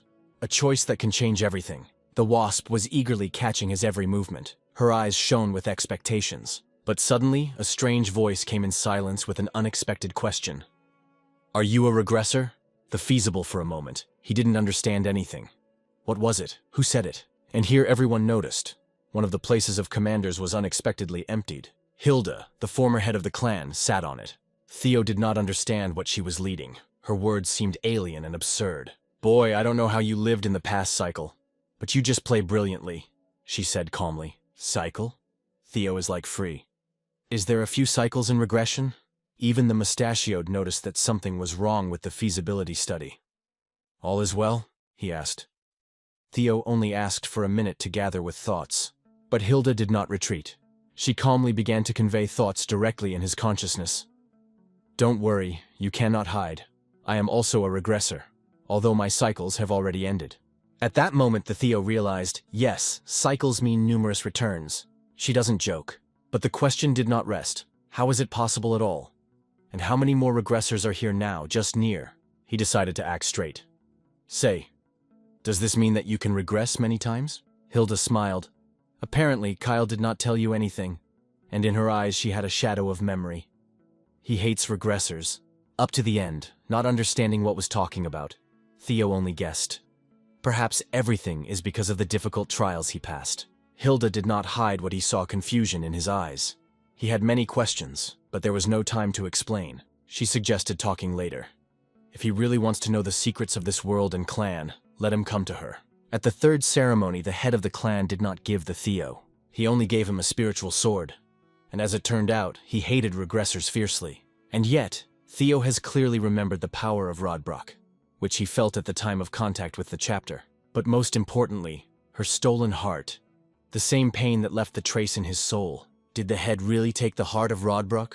Perhaps because she is a dragon that meets regressors? The average person to defeat the dragon is unrealistic. This is an impossible level. But the head of the clan, which is considered a half-savage, he was probably capable of it. There is no other way. If Theo wants to reveal the truth about the clan and the mystery of regression, he must visit Hilda. It was it he chose. Rankton made his choice. He joined the Dragon Hall. Now he is a student of the Dragon's Master, perhaps precisely because they both use the same style of battle. In his past life, Rankton returned to Nartzio family. He accumulated power and the last time rebelled against enemies. But this time he stayed with Ragnar. This is another of the changes provoked by February. Finally, the moment of farewell has come. They shake their hands firmly. This time they promised, everyone will be taught in their place to meet the next time. Both were sincerely waiting for this meeting. They were interested when their paths crossed again. Rei, as expected, returned to her restored palace, where her mother lives, an ice dragon. There is no better place for the Wren. There is its home, its roots. Sybil and the guys from the 4th Detachment wanted to go with the feasibility study, but they could not. And although it was painful to part with their comrades, everyone had to prove themselves where they found themselves. And it was at the moment when Theo was standing alone. Someone came to him and greeted. I didn't think we would find ourselves in one detachment, said a familiar voice. It was a Chalcus. Aaron stood nearby, who, as always, considered her brother a full psycho. But new faces appeared. It was a great deal of Theo, that the circle of allies is expanding. He was genuinely pleased with Halkus and Aaron and thanked them for their help during the second awakening. No matter how cool, then they really rescued him. And suddenly, everyone subsided. The guy asked the silence ahead because the commander was approaching. Be that as it may, the choice has already been made. And everyone understood. Ahead of a real test. They got to the most honorable detachment, the first rank. and it was the perfect first step towards becoming a family head. The White Dragon Corps. And here they were, the commander himself. His appearance was caused by whispers on the rows. He wanted to hear the ambitions of newcomers. What everyone who became part of his elite detachment wants. Halkus, without thinking, he exclaimed, "I want to become a great dragon knight." Another newcomer dreamed of glorifying his name, to enter it in history. Aaron confidently stated, "I want to become the strongest among all my peers." Someone wanted to earn the recognition of the White Dragon Corps commander himself. But the answer of this last guy made others surprised to look. To put it mildly, no one expected to hear the same. The reaction was like a thunder in the clear sky. And here, among all, he confidently came out, Theo Ragnar. He slowly said only one word. 5 years later, I will win a big battle detachment," he continued. His goal is to become a commander of the White Dragon Corps. Everyone was amazed. Theo did not hide his ambitions. For many, it sounded as boldness, to speak this right in front of the current commander. But the commander just laughed. "Great, you need to dream of great. Whatever your motives are when entering a white dragon body, remember one thing. Every drop of sweat, every drop of blood you spill is part of the legend of Ragnar. Today's difficulties are tomorrow's pride. Our shields are indomitable, our blades are still. A friend will always cover your back, and you will cover him. And at the end of the path, laid with blood, and then only one will expect for you. And this one will be honor," the commander said, lifting his eyes to the sky where the dragon was. He smiled and said, "I congratulate in the family of the White Dragon Corps." And it was at that moment that the giant dragon landed behind his back, lifting the wind and respect around. A huge dragon, a partner of the commander of the White Dragon Corps, landed in front of all. The commander solemnly presented him. Glada is a flying dragon, symbol of dragon knights. And suddenly a few more dragons began to land one by one, lifting a powerful wind. The commander ordered the senior knights to sit on their dragons. The ceremony began. So solemnly began the dedication ceremony. Newcomers were in the elite world. "It is time for each of them to find your dragon partner." The commander raised his hand and ordered, "All dragons, to the nests. Prepare." From now on, Theo will become a true knight. He will soon get his own flying dragon. One of the girls also sat on a dragon, and returning, turned to Theo. He looked at her, but he could not say a word. To see Evelyn here was a complete surprise, like a thunder from a clear sky. Why did she return? Why right now? She did not answer. She only left her gaze, mysterious, as if from another world. The Theo involuntarily turned his gaze on her hand, and saw a prosthesis. But on her face, there was a sincere, shining smile, one that he remembered all his life. A few days ago, she came to express her sincere gratitude. To see in one place Mrs. Camellia and Lord Curson was a real shock. No one expected. In response, the young lord only said calmly, "If it concerns a young owner, everything is fine. When you are genuinely recognized and supported. When a truly reliable person is a bigger, it gives you more strength than any magic," she said. She heard that Evelyn was just such a person for their Theo, a support in the dark. The same Evelyn did not recognize it. She considered herself only a retired, one-handed sword. But the light that leads in the dark rarely realizes how brightly it shines. They believed that Evelyn was the same flower, which is why they sought to help it light up even more. It was for this purpose that an individual prosthesis was created for her. She was grateful to the young master, because she heard that she was able to return to the White Dragon detachment. Theo was well aware. He was the first to take care of him. And he felt. His mother, without a doubt, put her hand to that. "It's so similar to her," he thought, overflowing with his mother. At that moment, Evelyn made a promise to serve the young master faith and truth, committed to his sword. And Theo, he was sincerely grateful, and now he could rely on her. For a while they arrived at the White Dragon's nest. The new stage was already on the doorstep. It was exactly the place where the White Averns live. Evelyn explained, "As you already know, a White Dragon detachment performs the task together with Auvergne. So the selection ceremony passes here." Theo was well aware. If he does not find his partner, he simply will not be able to participate in combat operations. He was interested in how things were in Aaron and Halkus. He even imagined those behaving among Auvergne. Then Evelyn suggested a little walk. "Usually you feel right away what Vagna will become your partner." Walking on, the Theo suddenly saw Optirex, and he was amazed. There was a real giant in front of him, a monster with a brown scales, looks like a ram. The predator is more than 15 meters long. Then, air. A poisonous dragon that produces purple fog. It had a snake body, a long tail, and a deadly poisonous sting. A real living toxin. Sigia is a dragon with a person likeness. Peaceful herbivorous, hidden underground and attacks from an ambush when he feels dangerous. And yet, cycling. Small, fast, extremely smart. He hunts flocks and even know how to breathe flames. And after a while, Theo, along with Evelyn, sat on the back of one of these dragons, preparing for dedication. At this point, in the White Dragon detachment, the Valerna is classified into 4 main types. Evelyn looked at him with a smile and asked, "He felt someone's attraction?" Theo looked. Yes, he felt something. But the dragon to which he was drawn, he had not yet appeared. And it was here that the terrible events of 6 years ago. Then a mutated Vivena attacked the White Dragon's nest. It has destroyed more than 100 ranged dragons. 8 settlements were killed that day. Dozens of swordsmen died. She was nicknamed a dragon. In response, the Ragnar clan classified the dragon ghost as a second-level catastrophe and immediately ordered his destruction. As a result, the ghostly dragon was caught only after the intervention of magical and blade dragons. He got his name because of the ability to hide in the shadows. Of course, it would be great to have such a partner, a creature with such enormous potential, especially when he saw this dragon in his past reincarnation. And it was at this moment that Theo finally found what he was looking for. His gaze stopped on the slope of one of the mountains, where there were several Vagas. On the other slope sat the commander himself, along with his dragon, in a quiet observation. A familiar figure landed to him and said with a smile, "You look happy." "And how not to rejoice," he replied, "when the dragon comes into your arms." "That's good," she said. "We can talk about it more seriously." Her question was straight. "Are you really planning to make the feasibility of a key figure of the detachment in the future?" The commander looked at her so far without saying a single word. She just sighed. Expected. The White Dragon Corps commander is always cautious in words, because the tongue is the source of all troubles. But it was this silence and look that made her understand. His plans are much larger than she could imagine. However, he still broke the silence. "I said nothing," and then he added with cold confidence, "Don't worry, I have an offer for this guy." Theo was curious. What did she think? He had already chosen a White Dragon detachment, and had no right to move to the yard of Blooming Plum. What then can the proposal be? But she voiced, "It is a proposal for joint training between detachments." The expression of the commander's face immediately showed that he did not expect such a turn from her. And it was at this point that a few dragons flew into a rock projection, attracting attention. "Again, she," said Evelyn quietly, flying next to Theo.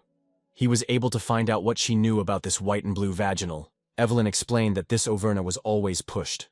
Others tried to get closer to her, but unsuccessfully. They continue to be ignored. Probably because she is not a real Verna. "Not Overna? How is it?" Theo was surprised. "She was born from the female of Overna and the male Bifer," Evelyn explained. "But the Bifurus is the same demonic creature of the first class. He lives in depths. How is it possible?" "It's a mystery," Evelyn replied. "Ideally, such a child should not be born at all, but it exists. First-class demon is a natural disaster. These are equated with typhoons and floods. If at least one of them breaks through a large wall, we are waiting for a catastrophe.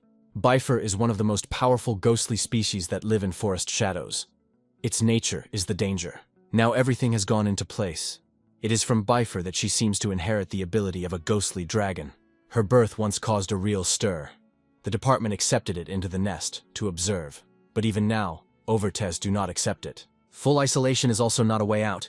So this situation was really difficult and delicate. "And what is her name?" said Theo with interest, not looking away from a white-blue creature. "Her name is Umbar," Evelyn replied. "Ancient word that means shadow." Shadow. The feasibility was quietly repeated. This name had something deep, forgotten, but very close. His eyes flashed with determination. He began to sink on the back of the dragon, getting ready for the jump. To the surprised question of Evelyn, "What are you doing?" He just replied, "I want to make it my partner," and without any hesitation flew. In a moment his body was rushing down, just towards the one who was rejected, Umbara. This time Theo wanted to give her a second chance, new life, the same as it once received. Because he, like her, was once those who were not accepted, who was despised, and he knew how it was to start over. And then, a bright lightning broke out on the slope of the mountain, a moment that changed everything forever. Just in the flight, without losing a second, Theo pulls the sword from the inventory. Everything happens at incredible speed. Activation, synchronization with blades. Tekinez, as a sword management tool. And the purpose is already chosen. One of the blades rushes forward, as a harbinger of his path. The feasible becomes skillfully on a flying sword, like a solid platform. And, step by step, he goes down, just in the air, as if he walked down the stairs from the blade. How is it possible? Evelyn shouts mentally. When he managed to master Tekkenez so much to use it so accurately, for her, his speed looked unrealistic. Her eyes did not have time to watch. And below, the dragon has already unfolded the battle. He broke out, roared, collided with others. He roared fiercely, challenging anyone who dares to get closer. And Theo went down to him with a confident, cold look. Without fear, without a doubt. At that moment, he remembered how in his past life he was mocked, humiliated, trampled. And this is what became his fuel, his driver. He walked, despite everything. Lightning light technique, said Thought. He activated her without hesitation. The swords directed towards the dragon, accurate, like arrows, perfectly verified. Behind them in the sky stretched a bright mark, a flash of light that cut the air like a lightning. After that, Theo activates the technique, opens the so-called Gate of the Dragon, and everything around flashes with bright light. One of his swords was fulfilled exactly, as the key in the castle. Behind him, a few more blades that opened the same gates, awakening something deep inside. All the other Auvergne were frightened, scared. They flew and flew, all except for her. Eternally, these panties are brave only when they are humiliated. Theo thought, watching it remained. He wanted to know, is she okay with her? Is she not injured? But there was no smile in response, no gesture. She just waved her wings and flew, quickly, without a word. The girl explained nearby. She is very aggressive now, advised to approach later when she calms down. But Theo firmly replied, no. Right now. And he asked if she knew why this creature was still circling near the nest, although she was rejected with a flock. She alone, he replied to himself. The soulful wounds are much more painful than the physical ones, he added. And in his voice there was a personal truth. That is why he asked the girl, help me, keep her. The creature hid, somewhere in a deaf, quiet place among the rocks, where no one will find, where you can cry without witnesses. Cuts were clearly visible on her neck, traces of old battles or attempts to prove their strength. But as soon as she felt that someone was approaching, everything was surrounded and filled with rage. It's ready to fight, just not show pain. Many warriors were already trying to tame it, but all their attempts were in vain. Umbar is extremely distrustful, especially in such a wounded, destabilized state. Theo calmly asked the girl to bring something to eat for Umbara. And so far, I will try myself, he added. In the end, it is his personal dedication ceremony. And suddenly Umbra made an attack, complete fear, fierce and despair. She used a technique known as the fear of a little dragon. Her rick sounded, like a thunder, a loud, wild, the whole body trembled from this sound. But Theo, like lightning, rushed to her, and without hesitation began to pour out something on her neck. It was a healing potion. It quickly relieved the pain, healed the wounds, and restored some of the vitality. Umbar changed in his eyes. Something new appeared in her look, something that was not there before. In her eyes, hope broke out, warm, quiet, hope for trust. Perhaps it is because of the heart of the dragon that Theo wore in itself. His energy woke up something in it, and perhaps for another reason. But he felt exactly. There was a connection between them. Alive. Real. Anger burned in her heart, to the pack that rejected her. But at the same time, longing. The pain of desire to be with them. To belong. From it, it was extremely loneliness, which has accumulated years of isolation. And even to Theo, she felt something mixed. Initially, it is suspicious because it appeared suddenly. But then, warmth. Real, sincere warmth. The irony is that now, she didn't want to go at all. Theo gently stroked her on the head and whispered quietly, "Don't worry. I will not leave you." After that, he reached for his inventory. He sought something with a special intention. Finally, he got one decoration he knew she liked brilliantly. She had weakness to beautiful. It was an incredibly beautiful amulet, silver, with a light glow and a sophisticated pattern. Seeing him, Umbra opened her eyes wide. Her gaze changed in an instant. But when the Theo asked, "Do you want him?" she suddenly took her head away and quarreled. She closed her eyes. It was painful to look at what seemed too good, too beautiful, for someone whom everyone had once rejected. But then she carefully opened the eye again, not with fear but with curiosity. And at that moment she saw, the amulet had already hung on her neck. Theo just put it quietly. It was a gift, the concern that melted protection. "If you come with me, You get a lot of such. He smiled. I am convinced that she has already made her choice, Theo asked. Well, what do you say? Umbra only broke. But in her eyes a gentle smile was read. For the first time. Real. The feasible thought he imagined how to make her a baby, a saddle, and how to decorate it all so that she shines no worse than others. It will be necessary to borrow the materials from the grandmother savage, he thought with a cunning smile. And somewhere at the same moment, the grandmother raised her head sharply. She was swept by a spooky anticipation, as if someone had just been going to steal a pile of precious metal into her. So everything is officially. Theo tamed Umbro. Her rick sounded better than any music, wild, proud, and sincere. The evaporator finally recognized him as his owner. It was not just acceptance, it was a choice. At the same time, he gained a new skill, a domestication of Ovatar. Rank, Art, 1%. The higher the skill, the more the domesticated dragons trust. The wings of the wings, and they flew, leaving behind the stones, fog, fear, and loneliness. Meanwhile, Evelyn brought food. But she was already waiting for a real surprise. She saw her to the depths of her soul. Theo played with Umbra. He laughed, and she was gently in line with him. It seemed simply unrealistic. This creature never allowed anyone. Theo is glad as a child, smiled sincerely without masks, as long ago he had not smiled. It's nice to see that Umbra eats well, Evelyn muttered, almost without believing her eyes. She didn't stop repeating, How did he do? How did he succeed? Theo replied simply, I just took care of her soul. A gift presented at the time of internal weakness is always the key to the heart. Even the dragon. Umbra was now so gentle that she even squeezed the other pieces of meat. A true rare moment. Evelyn just sighed. She did not doubt the young owner. Theo not only attracts people, he even managed to fascinate. And when Theo sat on her back, Evelyn solemnly greeted him. Because when Verna opens her neck and back, it is the highest level of trust that exists in their world. But suddenly Evelyn shouted, trying to stop him. What are you doing? Right in the middle of the meal? Theo calmly replied that it was the most natural in the world. But she asks to ride. Even if she recognized you as a partner, you did not go through any flight training. Without a saddle, without a kid is suicide, Evelyn shouted. So to fly, it is like dead. But Theo just smiled and assured, I have a way, don't worry. After flying, he activated the skill of taming Overtna. She partially compensated for the lack of experience of horseback riding. Evelyn remained behind, silently escorting him. Anxious, but full respect, she watched as he climbed higher. High in the sky, confidently, freely. Flying on Umbra was a pure honey, the flow of air, a sense of power. But when she roared, Theo realized she wanted somewhere. And without thinking, he was ready to fly to where she would only say, Freedom!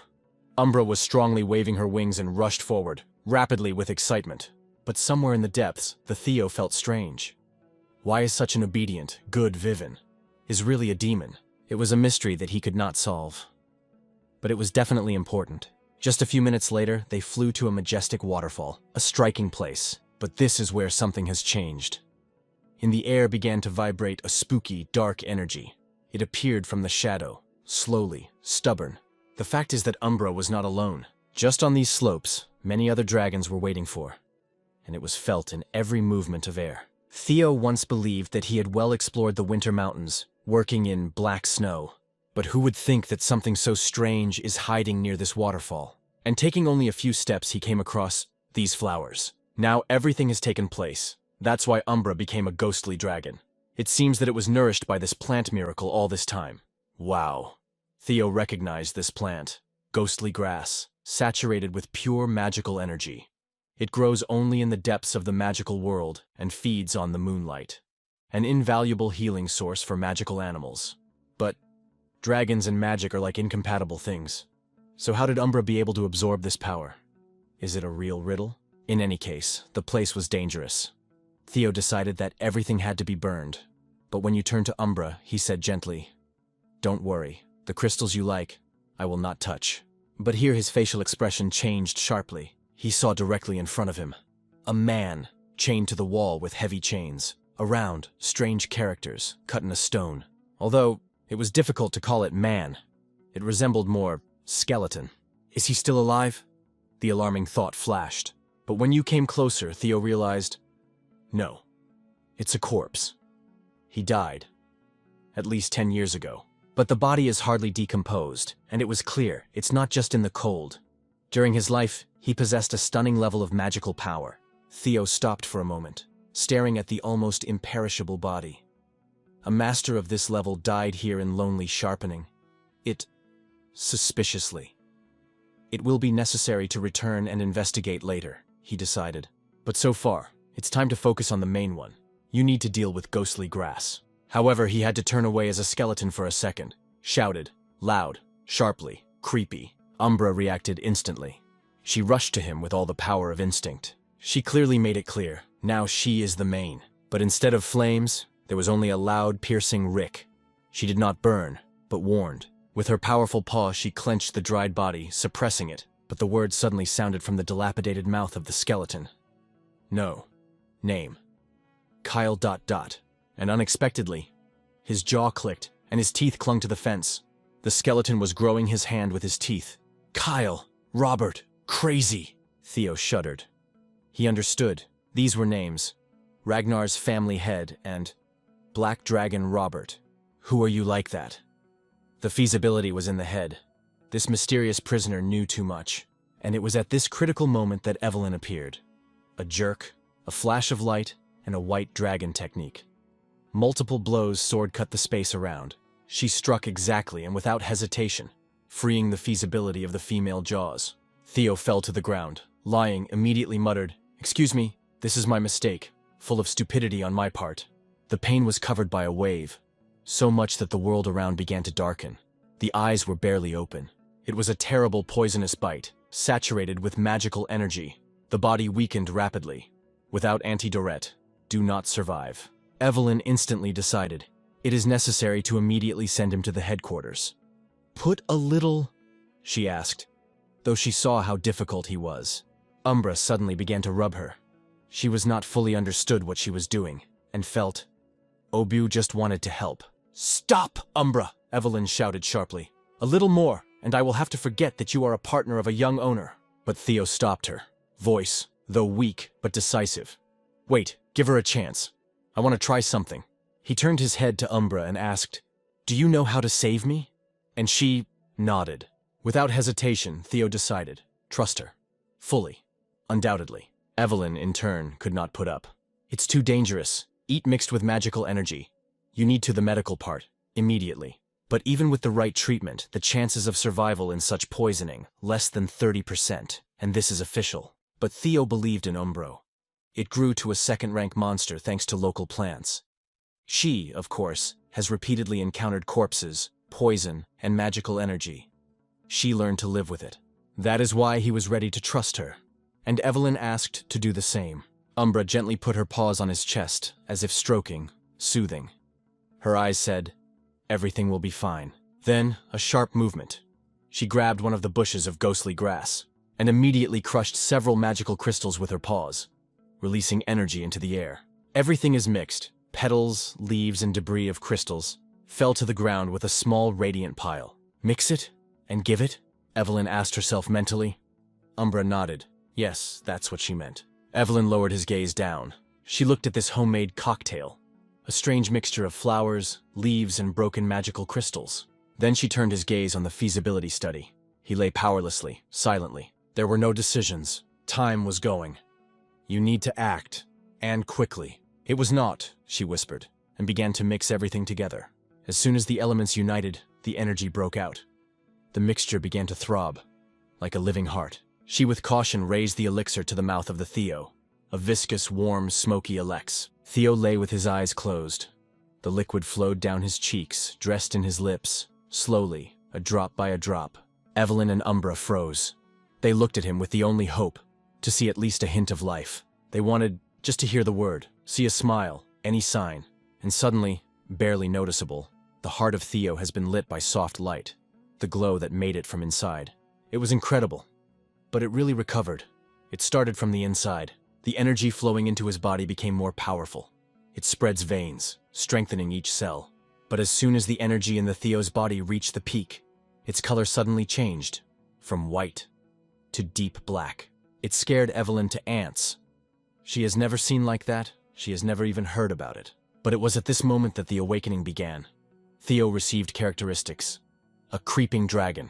At the same time, somewhere far away, heavy silence prevailed in the office of a white dragon detachment. The commander asked once again, "Are you sure of this information?" "She is confirmed by a black socket?" The guy nodded in front of him. "Yes." "The cross-check is completed. The level of reliability is 79%. "Damn!" the commander muttered and struck his fist on the table. The papers and crystals flew to the sides. Something terrible comes for every good sign, he thought, and his heart was squeezed out of the caretaker. It was difficult for him to believe in what he heard. It is even difficult to breathe.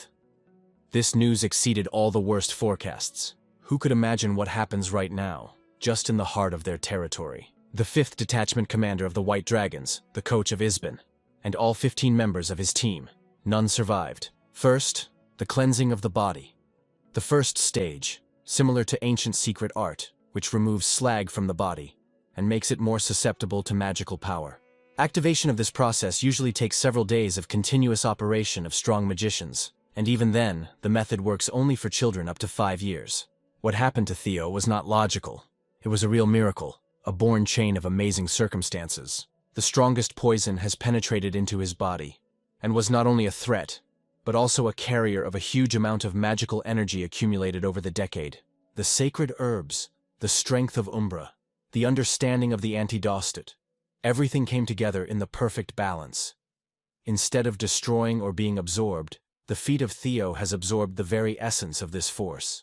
Evelyn, who had the last hope, finally heard her name. He was pronounced by Theo, quietly, but clearly. He looked at her and muttered an apology. "Forgive. Made you worry." The first thing he did was discovered his statistics, and what he saw made him die. He received the core of the spirit, which gives rise to the first dragon of the spirits. But this is extremely dangerous.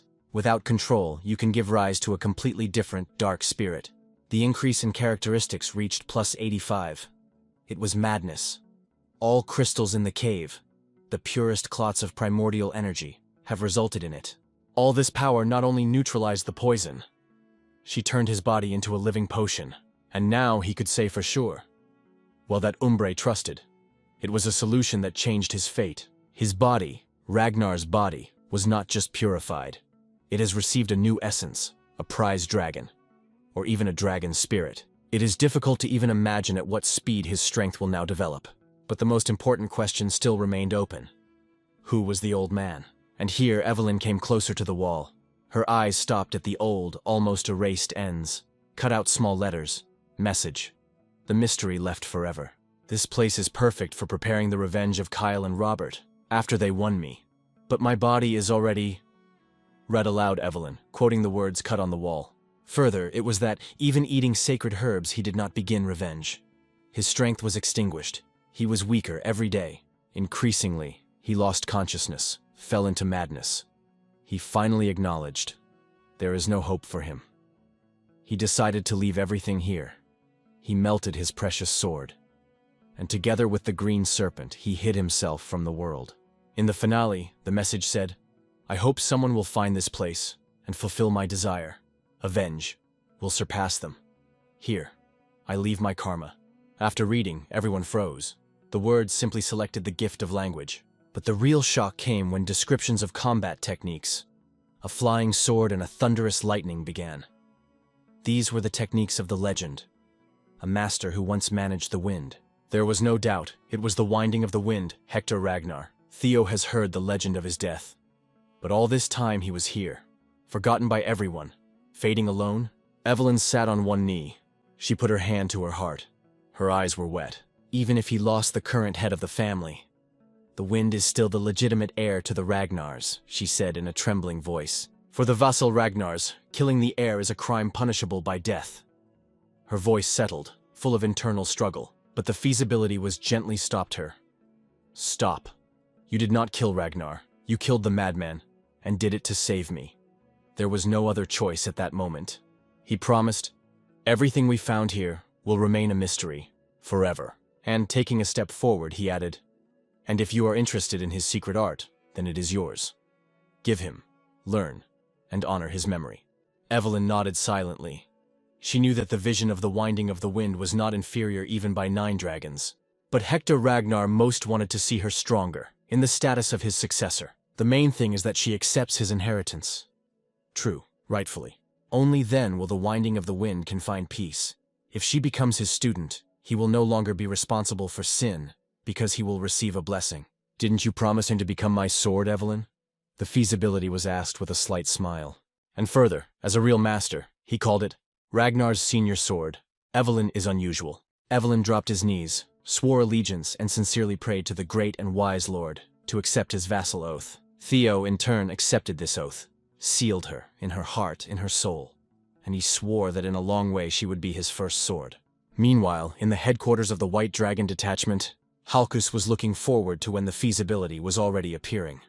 In the meantime, he admired his plump dragon and thought, I am more steeper than the feasibility study? Look at this mimicity. But as soon as the Theo appeared in front of him, the Chalcus froze. The jaw is in the floor. You could expect anything, but not that. She stood next to the feasibility study. Umber? Came from different sides. The whole base froze. The gossip began. This is the ghostly dragon. Halkus quickly hid for his loose dragon, trembling. I would not eat. And then, seriously, with the feeling of an event that goes down in history, it came. Evelyn Senior Siege and Junior Sword of Theo. Report the successful completion of the test for compatibility. But as soon as Evelyn solemnly said the final words of the report, she suddenly noticed that the commander disappeared. One of the fighters, smiling and a little too pretty, explained, The commander has just received an urgent message. He returned to the office. And at that moment, the sky seemed to break. The dragon with a frantic roar landed simply on the square. A powerful blow, dust rises, the earth trembles.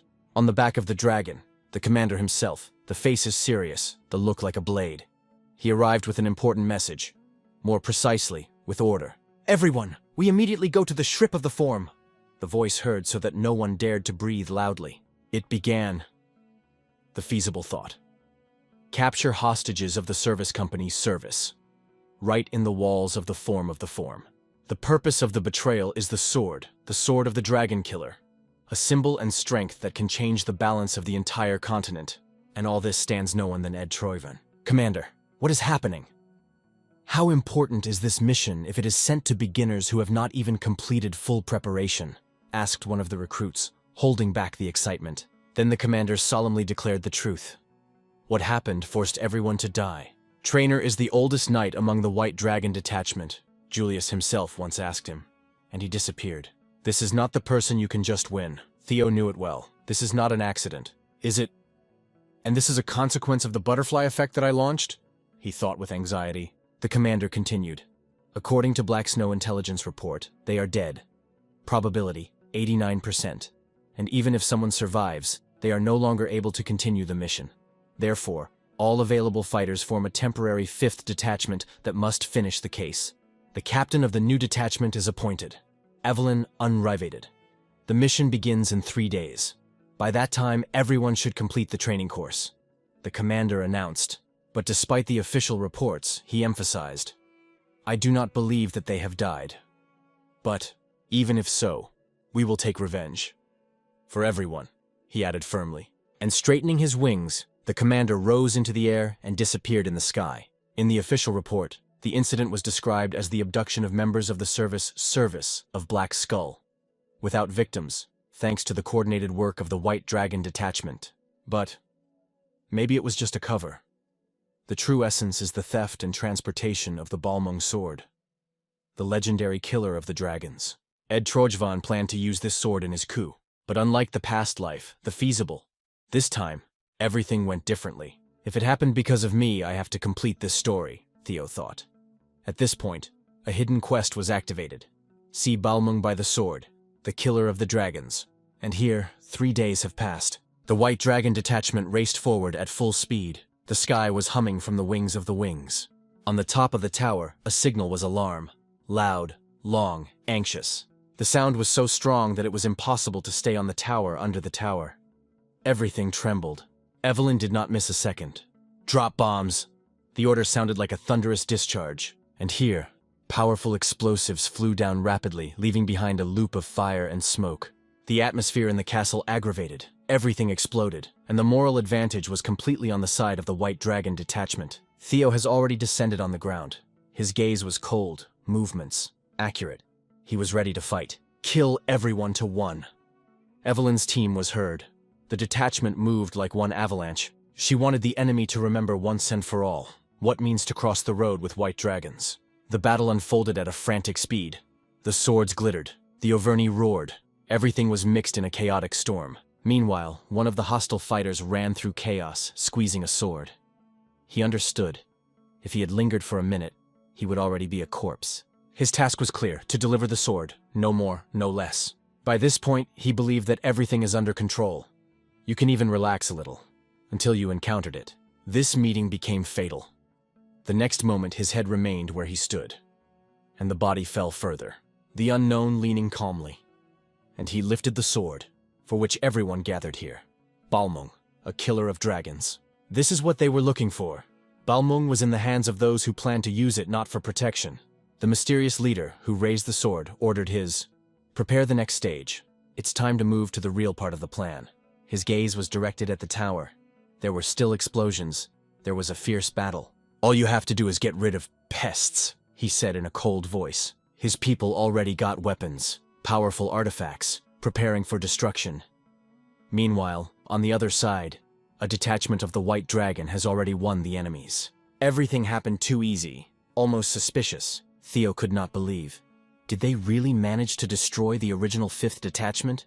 To get more answers, he activated the skill of reading the memories of the captive. And again, the same story. The prisoner knew that the sword was stolen, but he didn't see who did it. Not your own eyes. I would understand everything if I was talking about simple pawns, but even their older ones were in ignorance. What do I miss? His conceived face was noticed by one of the girls in the detachment. She leaned closer and asked, "All is well? Problems?" Another fighter, trying to cheer up, smiled. "But not Parsia. Everyone is nervous at the first mission. It's normal." Even white-haired from the group confessed that he wanted to return home as soon as possible. Without jewelry, straight and honest. "I have already suffered this gray powder," he muttered, shaking his clothes. But in the next second, the feasibility study. He rushed forward, without notice. His instincts shouted, "Something is wrong here." Theo, without looking back, ran forward. His sharp reaction left behind only one question. What happened to him? The girl who was called Malashka jokingly suggested, "Maybe he just doesn't like it, how this blonde smells," trying to discharge the situation. Meanwhile, the Theo squeezed his sword so much that the fingers were whitewashed. Then, in one movement, he waved him so that a radiation outbreak of mana, which illuminated everything around, escaped into the air. Yes, it is, Theo thought. His guess was confirmed. Threat nearby. Others have not understood anything yet. The short silence prevailed in front of the storm, until the moment when right in front of them, close, the explosive. Whole gun barrels are ready to detonate. "You can't delay a minute. All, evacuation immediately," said Theo, looking at the field. But he already understood. They spent too long here. The whistle of the cartridges was approaching. Fast, predatory, deadly. And suddenly there is an explosion. Loud, blinding. Everything around flooded with dazzling light. In the meantime, the enemy recharged the gun. He worked harmoniously, without panic. Their leader watched from above. He waved his hand. Movement, like a sharp touch on the canvas. It was a signal. And immediately, another powerful explosion. To kill everyone. No animal should go alive. "It is cold, as if the weather is about the weather," his voice was heard. But he carried out all these actions for her. At the same moment, at the other end of the fortress, the woman sat in front of a huge window. She kept the head of the Axion on her knees, stroked his hair as if she were alive, and whispered, "Did you hurt?" Blood flowed from her eyes. She sobbed, not with water, but with blood, obsessed with the sole purpose, to bring him the killer's head. That dirty freak. At the same time, the feasibility study was also actively defending itself. But instead of panic, he opened the gate of the mind. His consciousness began to expand rapidly. The speed of thinking has increased. The sensory perceptions exacerbated to the edge. He saw, heard, and felt everything around. The Theo was suddenly able to see even the smallest details. Movements, energy, pulsation of magic, placement of enemies, and what he saw was a cold shudder throughout the body. Suddenly, Evelyn appeared behind his back. "It's not time to die, Theo," she exclaimed. "We have to get out of here immediately." She grabbed him by her hand, pulling her because seconds decided everything. "What are you looking at? Why are you standing?" Her voice was sharp, almost lost. They didn't have time, but Theo calmly replied, "No, we have to go inside. There is the key." Her eyes expanded for a moment, but she listened. The instinct suggested that it is worth trusting. In a few minutes, they ran to the main entrance of the fortress together, where no one should go. Other members of the detachment who followed them were nervous. "What about the horseradish? Why did they turn back? Here you can die at any moment. We have 21 lives at stake." But Theo did not delay with the explanation. "From the outside, even more artillery. There is a basis. All this was a trap from the beginning," and immediately activated the technique, synchronization with hatchling, to read the memory of the building itself. And then he realized the enemy was convinced that it is impossible to survive inside the fortress. This is what the plan was based. But with a new level of mental synchronization, February felt, thanks to the discovery of the gates of the mind, the chances of success increased sharply. On the left is an explosive. On the right, an attack from the air. The enemy squeezed the grip. The only way out is down the stairs. Only the guns have not yet got there. Without a second, they rushed forward in the darkness of the staircase. Everything was starting to move behind. The walls were cracking, the floor broke, the fire devoured everything. But suddenly, a deadlock, the wall right in front of them. Back. There is no road. Only death is waiting in hellish flames. The ceiling began to fall. The blockages flew from above. The stones fell. The fire rose. If you look from the outside, the fortress turned into a giant torch. The militants released all the shells that had. The earth was trembling for a long time. But even after that, their commander said with a cold determination, "Never forget. It is a revenge for the mistress of the Axion. And I don't care who will have to put for her. Although collect everyone in a pile. But I have to get the head of each of them, without exception." Meanwhile, our characters, all together in a small space, have almost accepted death. But in the last second, the floor under the feet was destroyed. They fell down and landed just in front of a group of people who were no less surprised. "Who are you? Where did you come from?" It turned out, it was the Fourth Skull, another hostile unit. They also did not expect an invasion from above. But it was this path that the feasibility was chosen. He noticed the space under his feet even earlier. Looking forward, the Theo suddenly noticed, in the dark corner, behind the bars, someone is moving. Yes, they were alive. Among them is Captain Taynor himself, coat into handcuffs. His gaze was empty, like a person who saw too much. In a few minutes, the boys had already released the prisoners, tearing the locks and squeezing the shackles. But the worst part was obvious. Behind all this stands the Central Reconnaissance Administration of the Ragnar clan, the CIA, their allies. Handairs with a death bell fell on the stone floor. Taynor turned his gaze to Evelyn and immediately realized she was not surprised. And she did not hide. "I have been suspicious for a long time. It is not possible to organize such a large-scale ambush without the help of the inside. But did they really dare to raise the swords against their own? No possibly or if. The essence was betrayed." But Taine added, "Do not underestimate the enemy. They knew we were approaching. In our condition, it will be extremely difficult to defeat them. We need to be twice as careful." One of the liberated suggested to announce Black Snow. They can support from the outside. But Theo stopped them. "No. The fact that they did not even try to help us means only one thing. Their detachment has already been destroyed. The enemy left no chance. That is why I broke here inside." However, he immediately added, "We still have a chance. The enemy is not mine to bury us, along with his own puppets. Their goal is to completely hide this incident, do not leave traces, and that means they will come to check if we are really dead. While they are rejoicing in victory and they will rush among the bodies, we have to ambush. The best option, according to Theo, will be hidden in ruins. There are narrow aisles, complex navigation, the perfect place for counterattack. Only so they stayed at least some chance of winning. And it was this plan that developed the feasibility study. Cold-blooded, clearly thought out. Meanwhile, looking at him, Taynor could not help but notice. This guy already opened the gate of the mind. At such a young age, he smiled bitterly. I seem to have really aged. I give myself before the first obstacle instead of going on. But now he saw. These beginners have not only strength but also his head on his shoulders. And so, bending a little, he reached for his stick. She became his support. a symbol that he has not surrendered. "You are completely right, boy," Tainer said. "We are a White Dragon cavalry, and we have no right to just put up with such an end." He officially agreed with the Theodore. He was ready to follow him to the finale. And now, hardened, ignited, with a new faith, the whole cavalry of the White Dragon was ready for battle. Meanwhile, on the other side of the front, in the ranks of the enemy, one bastard was already squeezing a dagger. "Look cold, without any emotion. If needed, I will betray anyone, even a friend." Meanwhile, the palace trembled from the tension of the events unfolding around. Hot tears rolled incessantly before her eyes, revealing the pain she could no longer contain. The hero called her a cursed bitch with hatred, emphasizing his own contempt. He accused her of forgetting her place, and how she could even dare to commit such an act. He demanded an answer about what she was thinking when she dared to steal his seal. After all, she realized that she had given the order to kill the White Dragon cavalry and Ragnar's illegitimate son.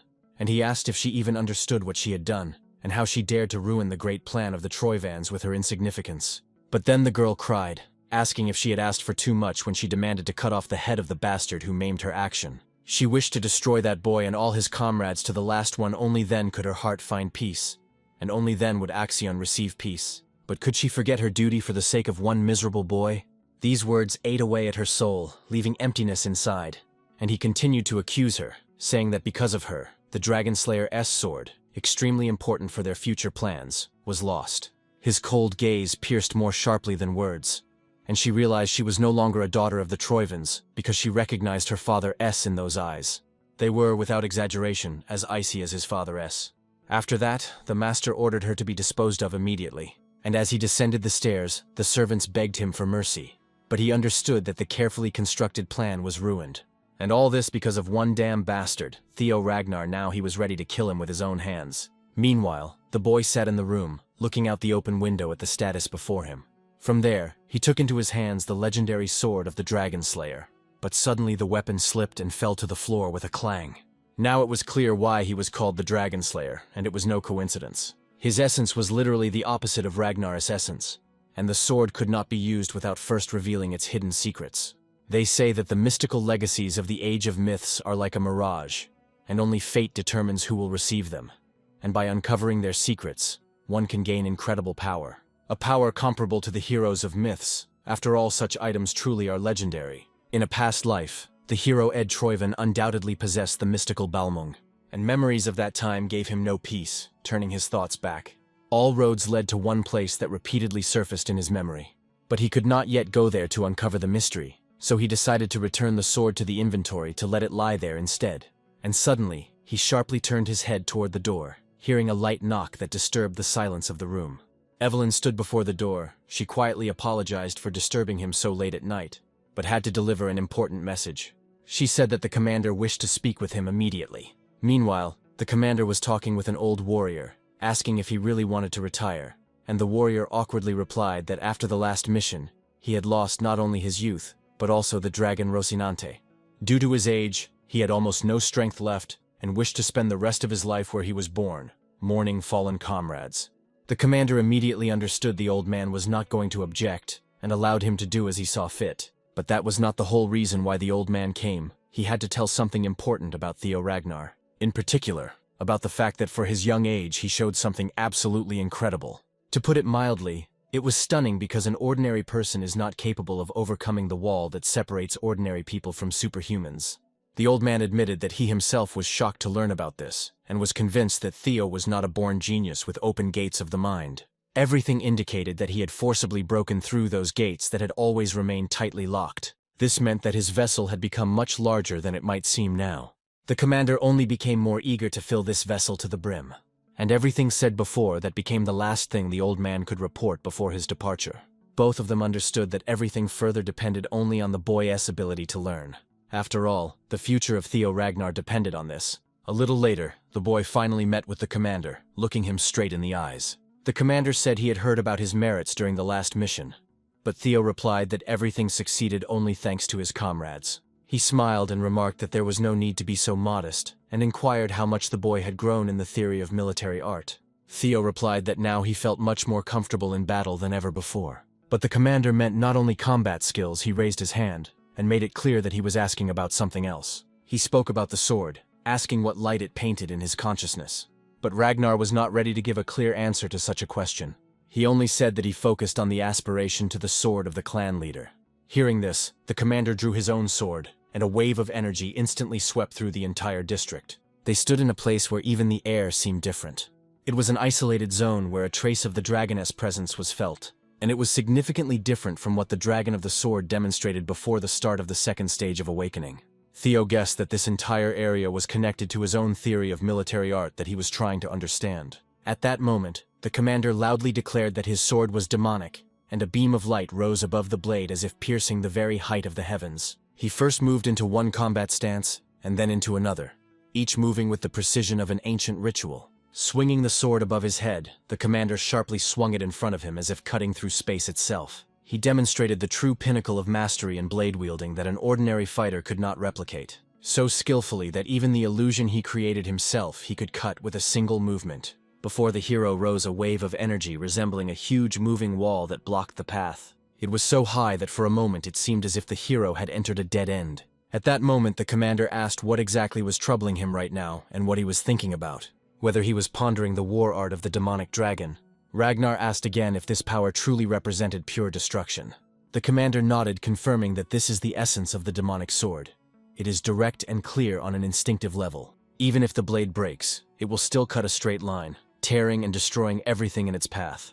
The explosive and destructive power forms the basis of this fencing style. After that, the commander inquired about how Lady Sliva's sword looked. Grom replied that the blade was dazzling and incredibly beautiful. Beautiful, you say?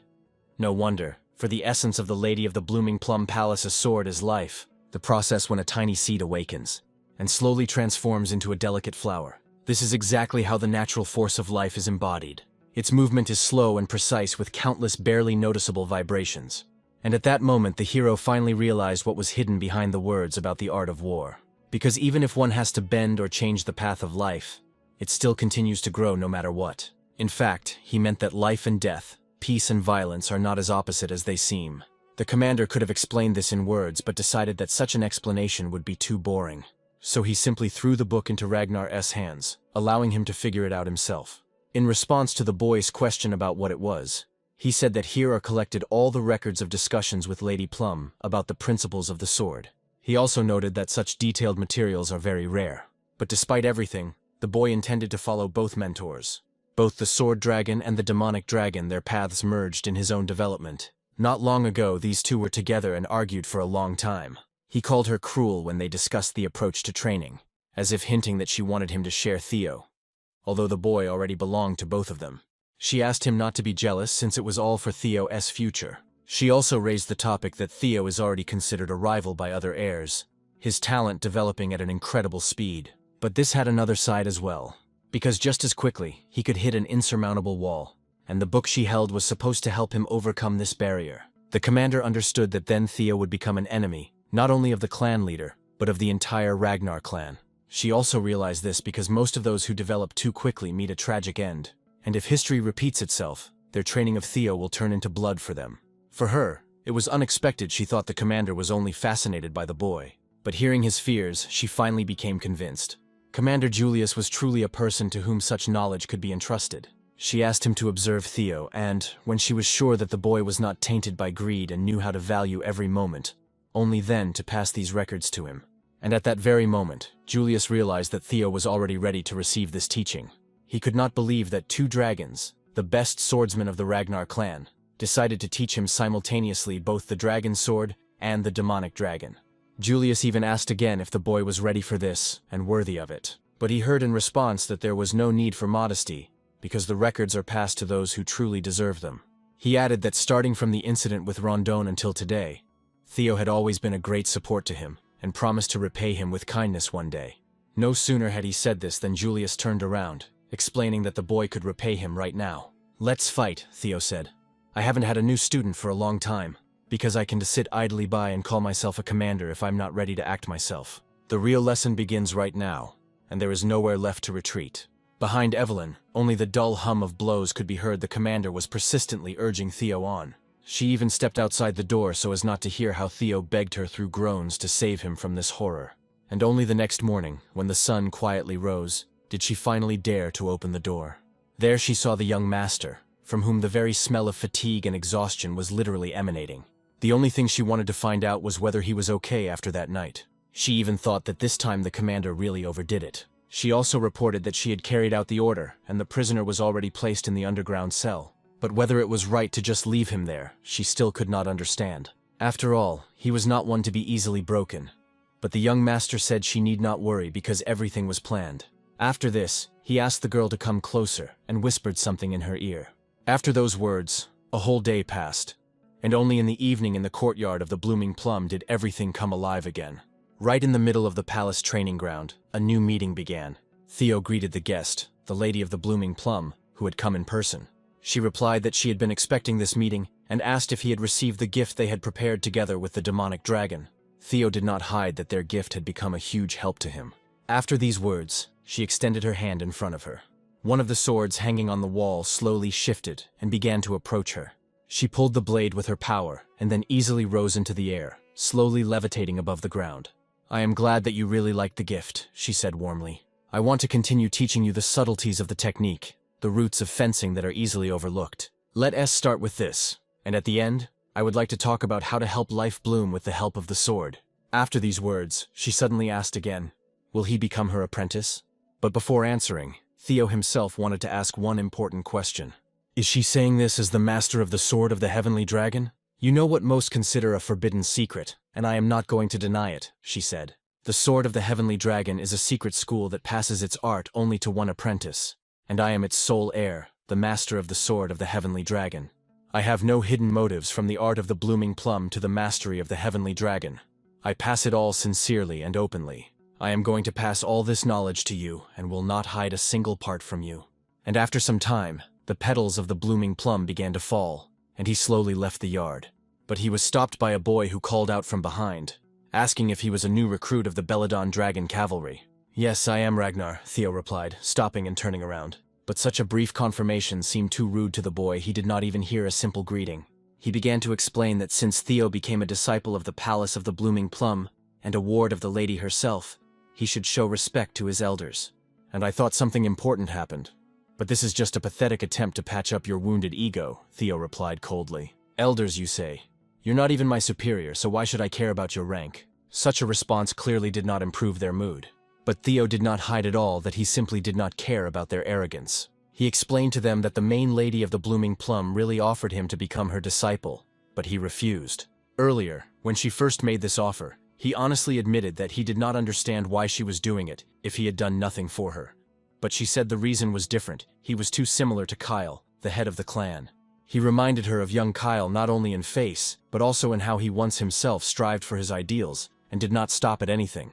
It was precisely because of this that he had no right to give up Kyle once also moved forward despite all obstacles. Every day fate threw new trials at him. However, despite everything, he never once betrayed his convictions, and she admitted that when she sees in Theo that part of Kyle she once fell in love with, she cannot stand aside. After this, she asked again if he would become her student. "The offer is tempting, but I cannot accept it yet," said Theo. "I have too many teachers right now. Along with you, Lady Blooming Plum, I am taught by the demonic dragon Julius, the senior writers Evelyn Selford and Aaron, my friends and comrades Remington Halkus and Erica from the 4th Training Ground. Even Axion and Ed Troyven, all of them have also become my teachers." This stunned her, especially that he called even Axion and the Heavenly Dragon teachers, since she knew that his relationship with Ed was far from the best. But Theo sincerely admitted that it was precisely the difficulties they created that made me who I am now. "My sword learned and changed under the influence of everyone who loved me or caused me pain, and because of this, I doubt I can follow the school as traditions and pass them on." Her heart ached. These words were at once enchanting and painfully sad. But that was not his entire intention. "Even if I cannot be your student, I will gladly be your son." The lady after these words quietly sat down in a cozy place under a large plum tree, trying to hide the emotions that overwhelmed her. She slowly sipped this amazing drink, enjoying every soft note of the flavor. And she did not hide from the maid that the drink pleased her more than anything else today. Today the heavens gave her what she dreamed of. Her own son, a boy who promised to call her mother. And how could one not rejoice at this? The maid sincerely rejoiced for the lady. Her happiness was felt even in the air. She thanked Theo for this opportunity, and quietly asked the maid to prepare a letter to her husband. The letter was to contain important news concerning the promotion exam. But the maid cautiously reminded that Theo is a newcomer who just completed the awakening ceremony. If he attracts too much attention at such a young age, it could create serious danger. But this was exactly the reason why the lady wanted to hurry, not to wait. Until the storm over the Ragnar clan fell on them all, she wanted to give Theo everything she could. Meanwhile, the prisoner sat in the dungeon immersed in black silence. A heavy iron collar was tightening the skin on his neck. And finally, before him, he saw the silhouette of a person who appeared from the light of torches. That one asked him not to hold a grudge, saying that everything happens by his will, and it could not be otherwise. Grabbing the chains, the prisoner quietly uttered a request for him to simply kill him. The person in the mask threw several kunai at him. They flew at his head with furious speed. But a moment before the strike, all the knives stopped and were cut in the air. He did not expect someone to fall right from the ceiling. It was Evelyn. "I was waiting for you, Evelyn," he shouted upon seeing her. And at that moment, he realized he was trapped, and there was almost no chance to get out. Dodging her blows, he could not believe she had always been so skillful. It is a pity that he couldn't get rid of Sidri now if he is caught. Everything will only get worse. Because of this, he decided to flee immediately and plan further actions. But will Evelyn allow him to escape just like that? Her strength doubled after she summoned the squall. A powerful surge of force almost tore the criminal's internal organs apart. And now he realized that he couldn't just take a hit like that, he needed to quickly cover his tracks. Therefore, he decided to deal with her harshly and without hesitation. But why do all such scoundrels always do the same thing when the situation goes against them? Evelyn could not understand this at all. She anticipated his moves and with one precise technique put him on the floor, forcing him to sit pressed against the wall. Meanwhile, outside reigned a dark, eerie night that seemed to squeeze the air around. An official report had already been compiled stating that today, at 1:15 a.m., Evelyn detained an assassin who infiltrated the underground prison. It was established that the prisoner belonged to the Season of Snakes, an organization subordinate to the influential eastern clan of the Troivans, which very likely indicates their connection with the heavenly dragon Ed Troivan. This became a significant argument in favor of the theory about the presence of a mole among their allies. Everyone agreed that the very purpose of avoiding further information leaks is why they are holding the meeting in such a remote location. According to available data, Season of the Snake is currently hiding in an ancient castle in the Kalheim region, and in 3 hours they will declare the mission failed, destroy all evidence, and disappear. That is why by this moment it is necessary to infiltrate their base, capture all involved, and obtain information. This is the essence of the joint task. Agent Pure Snow finished the report. Theo, who was sitting nearby, was impressed as it was the first time he saw an operative of such a high rank. Julius wanted to add something else. This mission will be a promotion test for Theo Ragnar. At first, Theo did not even understand. He leaned closer to ask if he was really considered experienced enough for such a trial. Yes, it is true, but there are nuances. The difficulty of his exam is increased. With a rank promotion, the difficulty of exams also increases.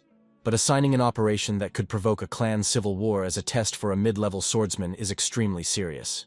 Julius also informed that he knows about the order Theo gave to Evelyn to guard the chamber, anticipating an assassin attack, and since he showed initiative, he must now see the matter through to the end.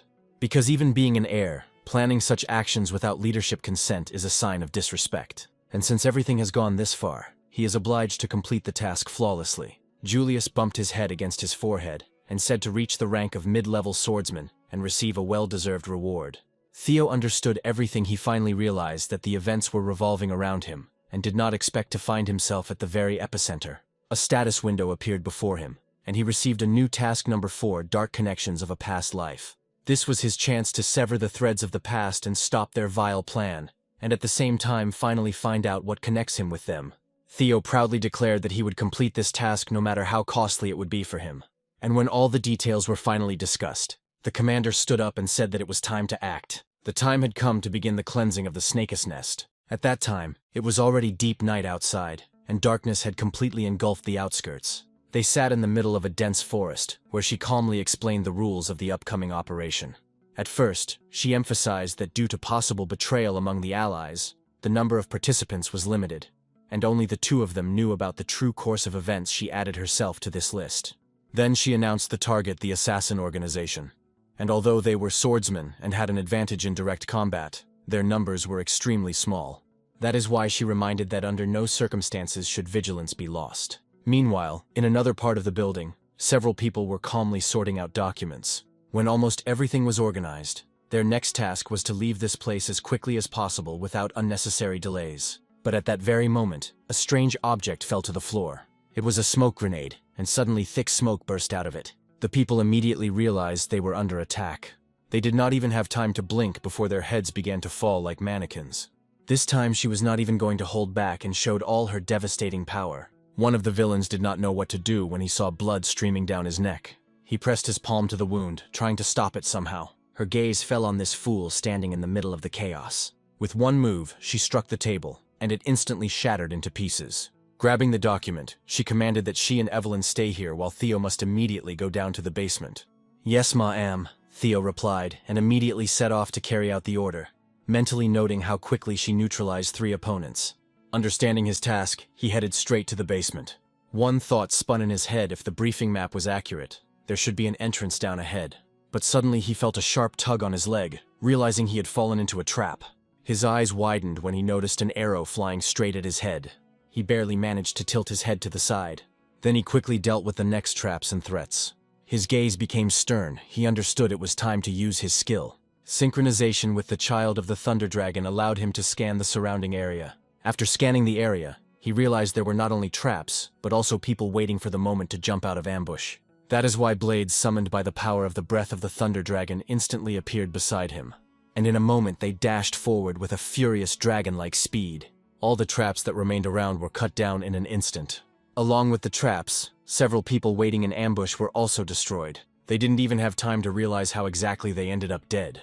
Thanks to his strength, he handled it so masterfully that it all looked like one smooth movement. But at the same time, this indicated something else. With such enhanced security in the basement, something was definitely being hidden.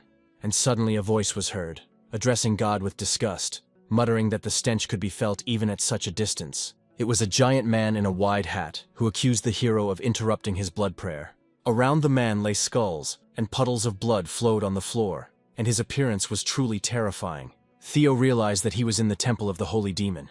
The Church of the Holy Demon preaches the imminent apocalypse, and the apparition of the Savior who will descend from the heavens, he who illuminates everything with golden light, spreading his arms over the world. This cult long ago seized the masses who knew nothing but blind faith. And also Theo knew that they themselves would become the arsonists of the Great War that would destroy the Empire in the future. The strange guy immediately assumed that Theo probably guessed who he was. Theo activated the synchronization skill of the cub to read the mana flows around, but what he saw defied any explanation. Unknown mana that violates basic laws and a mind so broken as if the gates of consciousness were torn from within. Probably this is the very grace that the bloody priests constantly talk about. Folding his hands in prayer, he muttered that Theo still did not believe in their god. And then he declared that he would honor him by becoming a sacrifice to the one true deity. He rushed into attack, begging the hero not to reject the granted mercy. The hand of this scoundrel rapidly approached Theo's face. He barely managed to dodge and felt how incredibly strong this hand was. Hard to believe it belonged to a living person.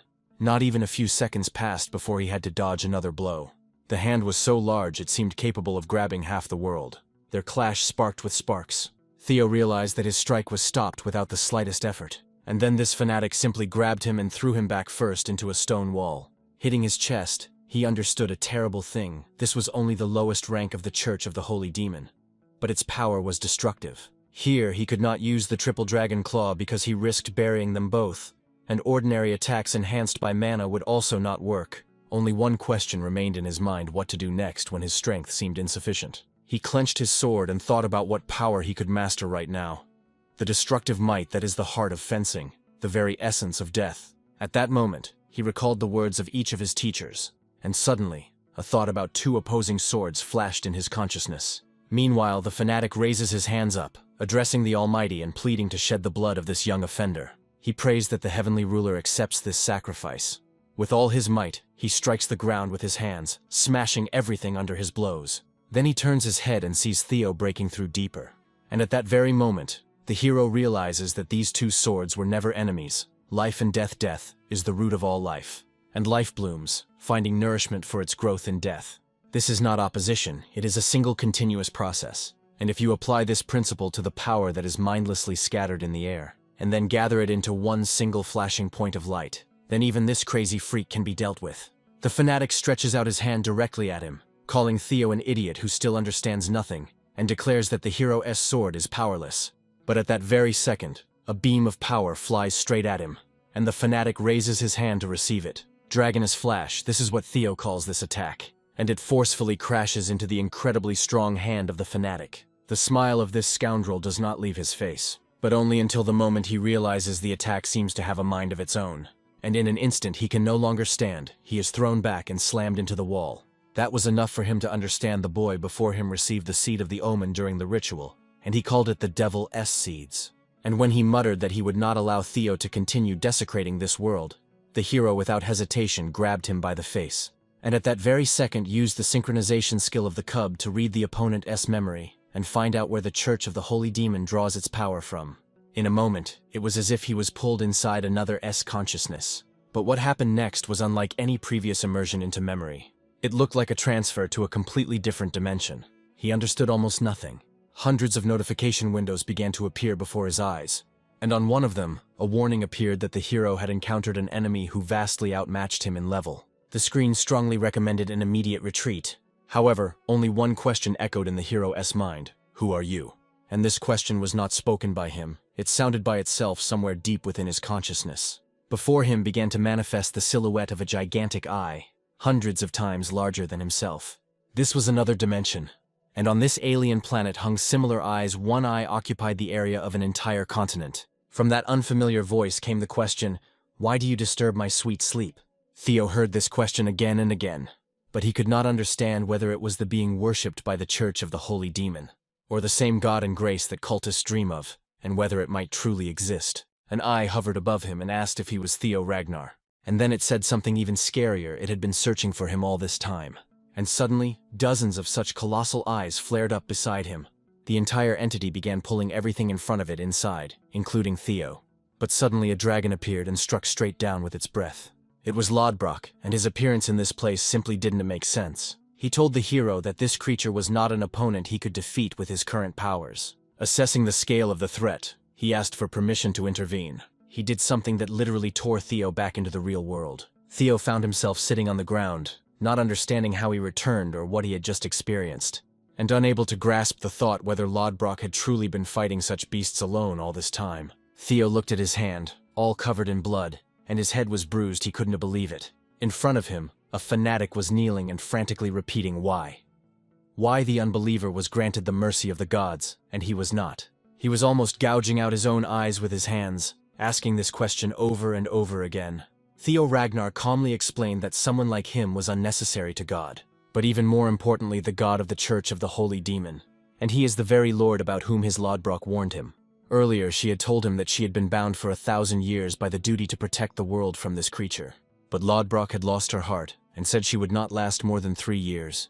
In 5 years, a large-scale war would break out around the Church of the Holy Demon, the death of the Dragon Protector, and the rise of the bloody cult.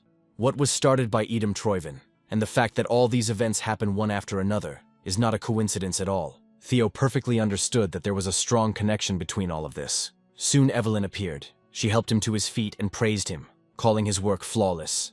Miss stood behind their backs and was deeply thoughtful because they were hurrying exactly here. One of the goals was the bloody priest. She looked at his broken corpse and could not believe that Theo had dealt with him all by himself. Later, it was time to document everything they had seen.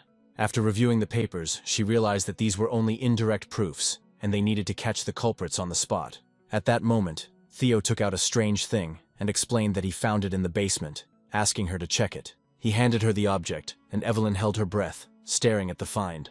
She tried to remember if this was the very box she had taken by order of the young master before the awakening ceremony, where there were secret records about trade between the guild and Ivan's plan.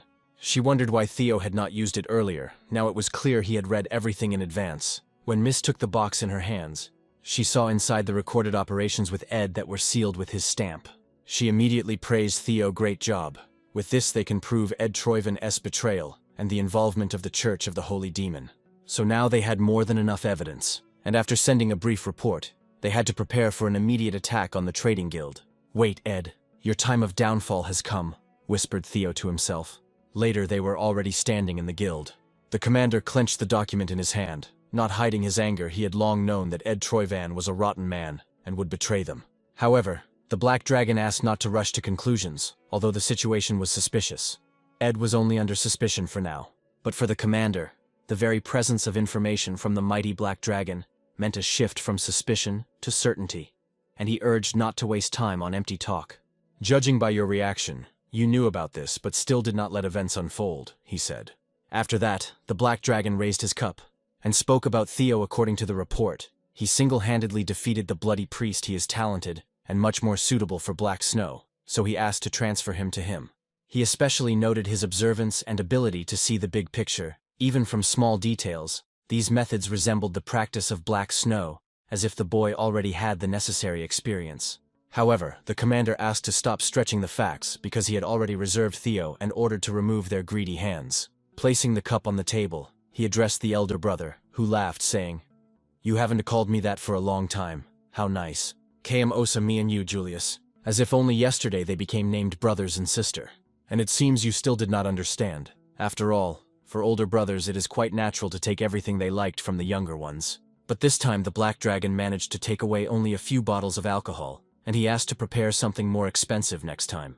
Amid loud curses from the commander, the Black Dragon pondered how good it was that there was no mole in the cavalry. Only a few places remained beyond the reach of the Heavenly Dragon's claws, and he considered that it would be good to entrust the resolution of this issue to Theo. And he himself awaited the arrival of an important guest, who was to appear very soon. Those who dared to attack the Sarah's Guild today will make the day truly interesting. The Sarah's Trading Guild is the central branch of the Church of Blessing. On this sunny day, Navan Bahus arrived here. He loudly introduced himself, named his name and the clan to which he belonged, the Bahus clan. And Kovadrak Saras, head of the Trade Guild, here and now officially announced the engagement between representatives of his family and the Bacchus clan. Standing nearby was his daughter Lily Ceres, the fourth daughter of the family. Their union was to be sealed by marriage, and then the Ceres Guild and the Bacchus clan would be bound by one blood. This was exactly what the bearded head of the guild had long awaited, and likewise Bacchus, who barely restrained his impatience for when the elite noble title would pass into his hands, for this was only the beginning, after which he would make the Ragnars pay for years of contempt, and finally to carry out the great revenge he had long harbored in his heart. However, among those present was one man to whom this entire ceremony was incredibly painful to the soul. In his thoughts, he kept turning over one thing: how dare this merchant put his surname before the Bacchus family, descendants of one of the 6 demons. But he immediately caught himself thinking that he must endure the dowry from this traitor, as it might save his own family. And he saw no reason to worry about the fate of the illegitimately born boy. The boy himself saw through these old man's schemes. They were laughably obvious. He considered such calculating merchants to be pathetic, and he did not understand how they could believe that the Trade Guild was truly capable of helping them. Moreover, they do not even suspect that the guild that owns their assets is managed by completely different people than those they trust. Theo also knew that he had little time left. After all, he understood that before death he would see the last face of this cursed family. "Nice to meet you, Lily. As your fiancé, I dedicate my heart to you," Bacchus said, extending his hand. But he heard an unexpected response. She asked how exactly he would prove the sincerity of his words. "It seems you know what you want. My family is ruined. I am practically sold. If my fiancé wishes, I can even bring her the Bacchus family seal." And these very words enraged the mustached man.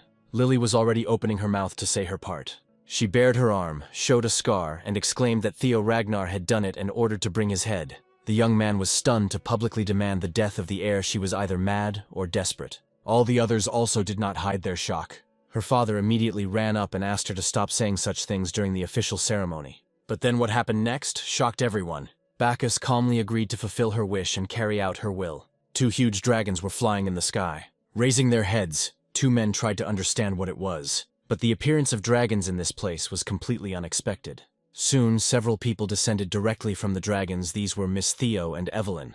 Seeing the flag on their armor, everyone understood these were the Ragnars. "In the name of the Ragnar clan, I declare the execution of justice," she said. "A close connection with the Ceres Trading Guild was found in the attacker's lair, so we are starting a search on suspicion of treason." Lily's father heard these words and was gripped by true fear. But he refused to believe what he heard, and was not going to back down. So together with the mustached man, he sharply asked what all this meant. The lady strictly ordered to evacuate the square immediately, and that no one should approach the exit. Everyone bombarded the patriarch with questions about how this happened, and demanded at least some explanation from him. But he shouted for them not to be foolish, as this miserable scrap of paper could easily be fabricated.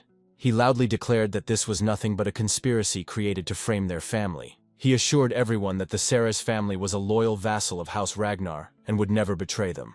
and immediately ordered his men to subdue those who dared to raise blades against the Ragnars. The mustached man stepped closer and sharply asked if the Lord refused to cooperate with the investigation, and warned that in this case the marriage contract would be annulled. But the merchant, pointing a finger at the mustached man, asked if he really thought they would let him get away scot-free. He emphasized that the Northerners must know the price of betrayal, and declared that he was not going to drown alone. He said that if there were real evidence against them, the Ragnars would not have sent only 3 people, the whole sky would have darkened from their army.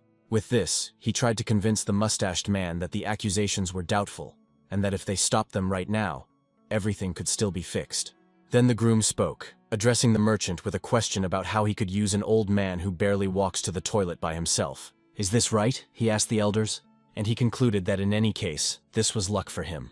After all, the appearance of Theo Ragnar was a great chance to present the wedding gift as soon as possible. The mustached elder, being an elder, perfectly understood how all this could end. Meanwhile, the viperous groom was already rushing forward to try to cut off Theo's head. The elder did not understand that the moment this illegitimate boy became a target, they automatically became his accomplices. And now they had no choice, they had to announce to their people that they were entering the fight on the side of House Ceres. The warriors had already begun to gather around the Ragnars. Miss warned that if they did not retreat right now, everyone would be executed on the spot. In the next moment, another joined their trio. The groom stepped forward and stood directly behind Miss. "You, people of the Ragnar clan, really adore mass executions," he said mockingly. His appearance was so unexpected that no one even managed to react, and standing in the center of the square, he began to use his weapon. He swore rudely, throwing out something like "nice to meet you" and other cheeky phrases. And then he added, especially looking at Theo, that meeting him in such a situation was a real pleasure. Theo recalled his knowledge that during the Great War between the trading guild Ceres and the Troyvan clan, the most chaos for the Ragnar clan was caused by him. The phantom sword Navan, the weapon that at this moment threatened to cut off his head. The phantom sword immediately dropped everything and swiftly attacked Theo, not giving him a single second to rest. But Theo had one trump card up his sleeve: knowledge from a past life that could change the course of the battle. This was his chance to turn events around and seize a much greater power than now. Evelyn loudly begged the young master to understand who was standing before him and whom he was about to fight. But Miss calmed her down, telling her to trust Theo because while they were talking, these scoundrels were already destroying the evidence of time. There was no time to wait. Theo heard her words and replied that he would try to deal with the opponent as quickly as possible. The phantom sword laughed joyfully that others did not interfere and boasted of his own strength. But Theo could say exactly the same to him about his determination and strength. Before the battle began, he only asked the phantom sword to answer one question. To direct the blade against Ragnar is treason. You are now openly declaring your betrayal. Do you want to destroy the Bacchus family or just avenge your mother? Hearing this, the phantom sword croaked a laugh, saying, "How noble of you, young Ragnar. You have awakened memories I would rather erase." And now he had one more excellent reason to behead Theo. But Theo was not finished yet. He had something more important to say. Standing against the backdrop of the Ragnar banner, he declared to this mad warrior that his revenge would end with the fall of the entire Bacchus house. Navan Bacchus, unofficially the strongest swordsman of this lineage. The reason why he never gained the family's recognition despite his immense strength is that he is an illegitimate boy who grew up in a brothel. And because of his phenomenal talent, his mother paid with her life and died. Navan was left only to shed quiet tears. Theo knew perfectly well from his past life that it was because of this that Navan dreamed of revenge on the Bacchus family. And if he used this now, he could turn him to his side, so Theo asked for permission to help him. Navan scratched his head, not understanding where he got the information about his mother, but said he knew only one thing. But he did not finish speaking when at that very moment he suddenly launched an attack. Theo barely held on, defending himself from the death line that he drew with his sword. Navan declared that he was not going to accept any proposals after everything that had happened, because even if he does not help, the Bacchus will still fall under accusations of treason. Theo agreed with him, acknowledging that without his help, this family was doomed to disappear. But now he added that if that happens, they will fall together. Navan showed no remorse, there was no fear in his eyes. He was not at all against disappearing together with the cursed family that never accepted him. But Theo had to say one more thing about the ether fever disease that was eating away Navan, because the young body could not cope with his supernatural talent. If treatment was received at an early stage, full recovery was possible. But missing the moment, the ailment became incurable and sharply shortened life. The Bacchus family did not take care of treatment in time. Because of this, Navan had only 5 years left to live. But even hearing this, and understanding how deep Theo's knowledge was, the phantom sword boldly declared that his words meant nothing. Then Theo asked, "What if I say that I can cure you?" Navin laughed, declaring that there are no medicines for this disease. This entire dialogue took place right during their fierce battle.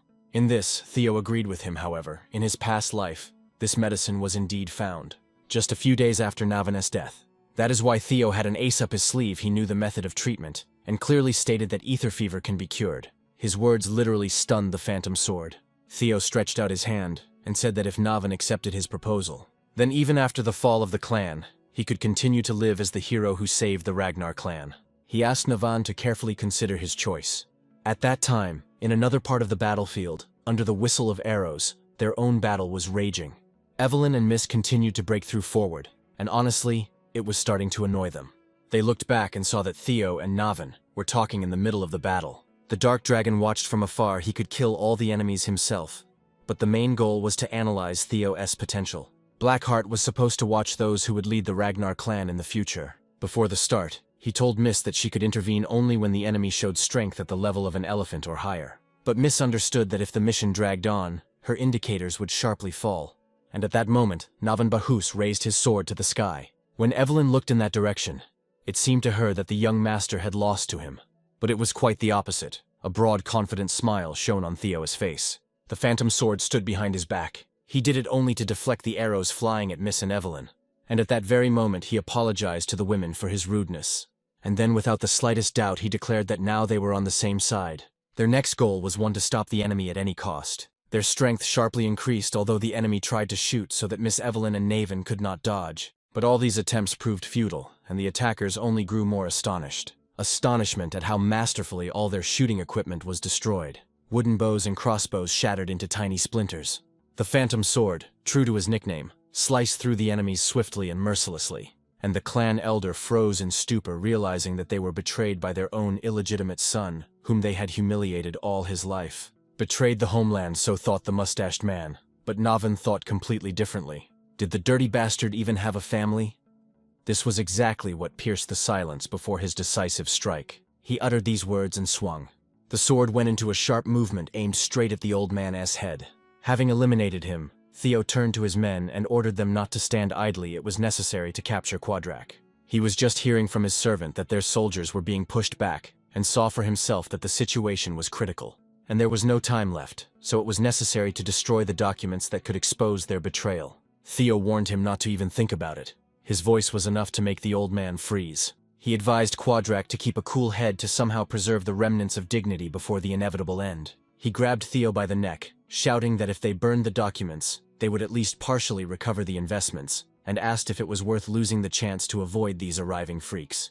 At that very moment, someone else appeared in their dispute. The one who addressed them with the words, "You are mortals, blinded by greed and incapable of thinking about the consequences." Seeing him, the merchant on the opposite side rejoiced because it was the one he was counting on for help, hoping that he would save them from the Ragnars.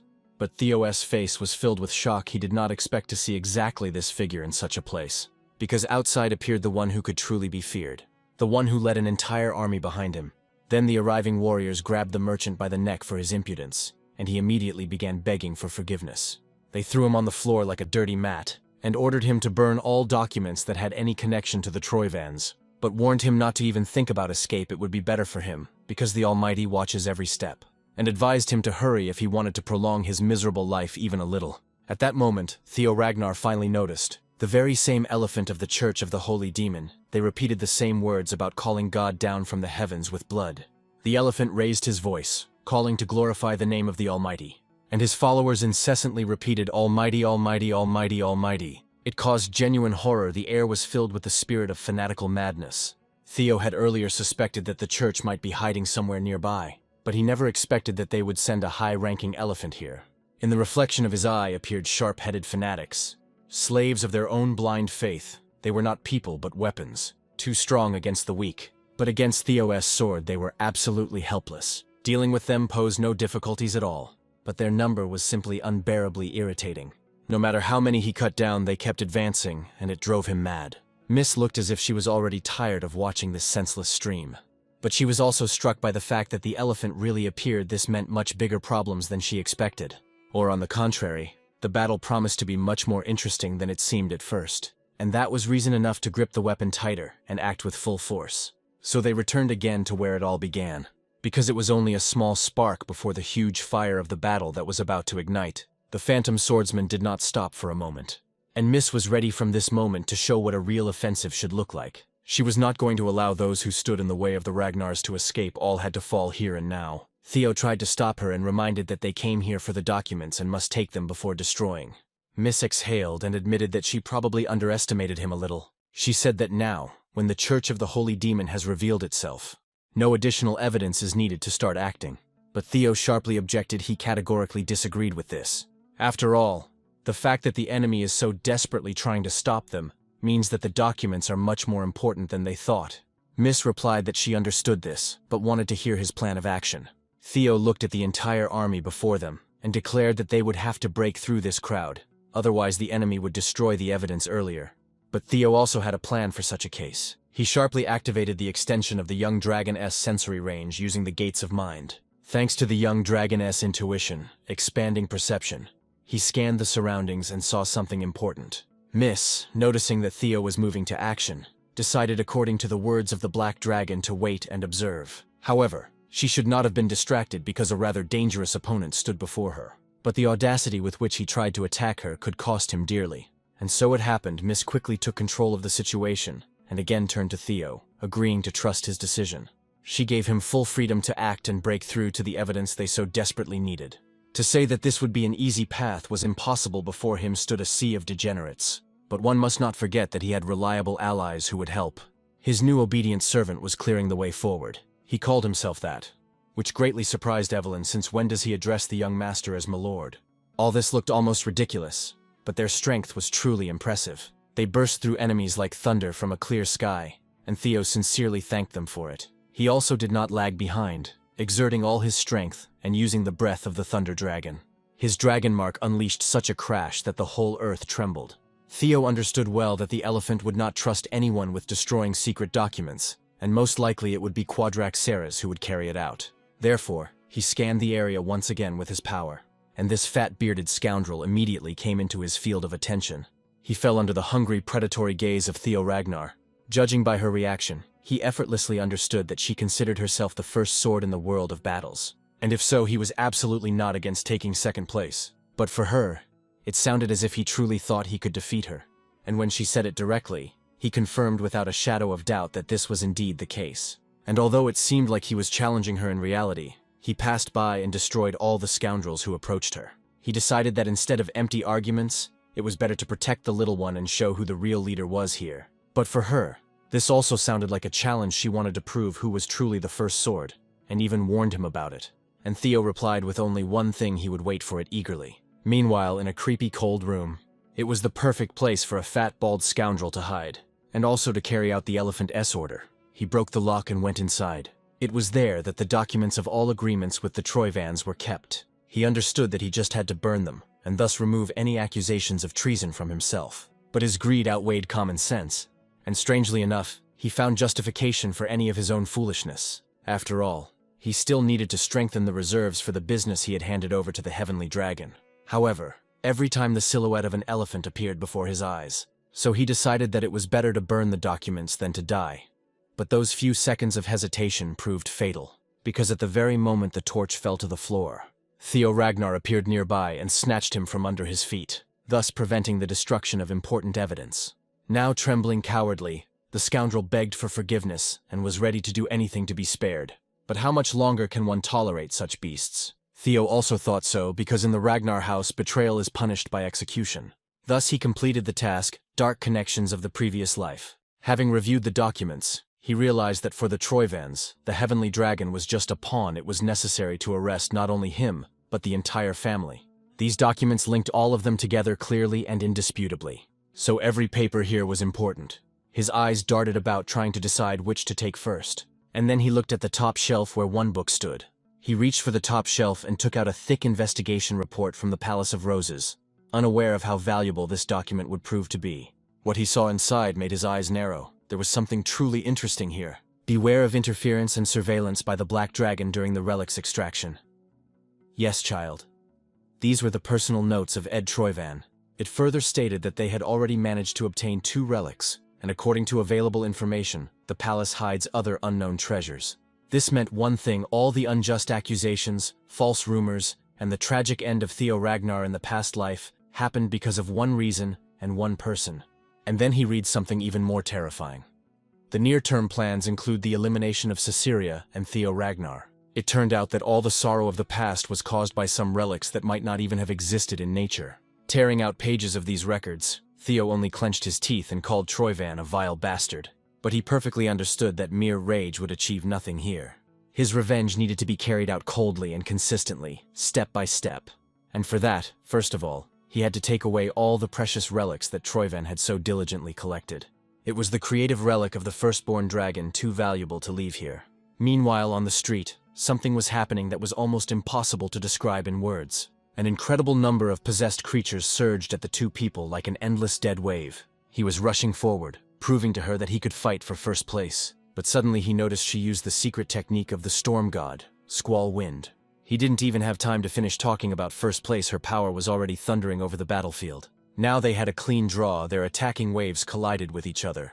But despite this, there were many dangerous opponents around whom could not be forgotten even for a second. He barely managed to raise his head to notice the giant who crashed right between them. He called them night celebrations and moved forward with fanatical fury. He knew perfectly well they had interfered with the great plan of their god. So he suggested not wasting time and dealing with him here and now. Evelyn was even glad that their thoughts coincided.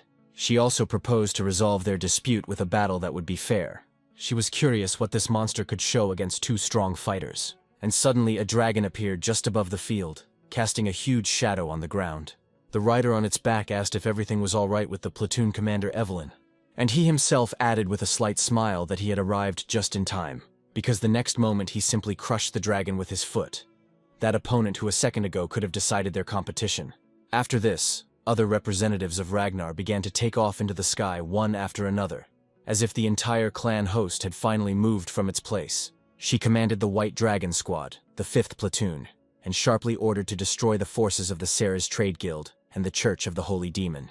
At this stage, the battle finally moved to the level of power where not humans but elements converge. Now it was no longer 2 against 1,000, but a clash of a full-fledged army with an army. The dragons demonstrated their true power, tearing the air with roar and flame. Let sorrow envelop you when the heavens ignite and proclaim the birth of a new sun and the beginning of an era. Do not hesitate. Accept the sign with faith. Let the sacred blood lead you to peace, whispered Slan over Miss's body as if reading a prayer to forgotten gods. But Miss only sighed, as if patience was definitely not about her, and rose despite the pain and fatigue. Slan continued his speech even though 4 swords were already sticking out of his body. Later, the battlefield calmed down a bit. The atmosphere became heavier but calmer after the endured storm. Theo arrived and handed over the documents that the head of the trade guild so desperately tried to destroy. He explained that these records contained evidence of theft of property and secret information of the Ragnar clan. Everything down to the last detail was literally documented here. Good job, mid-ranking swordsman Theo Ragnar, she said, acknowledging his merit. And from these words, he immediately understood this was an official promotion.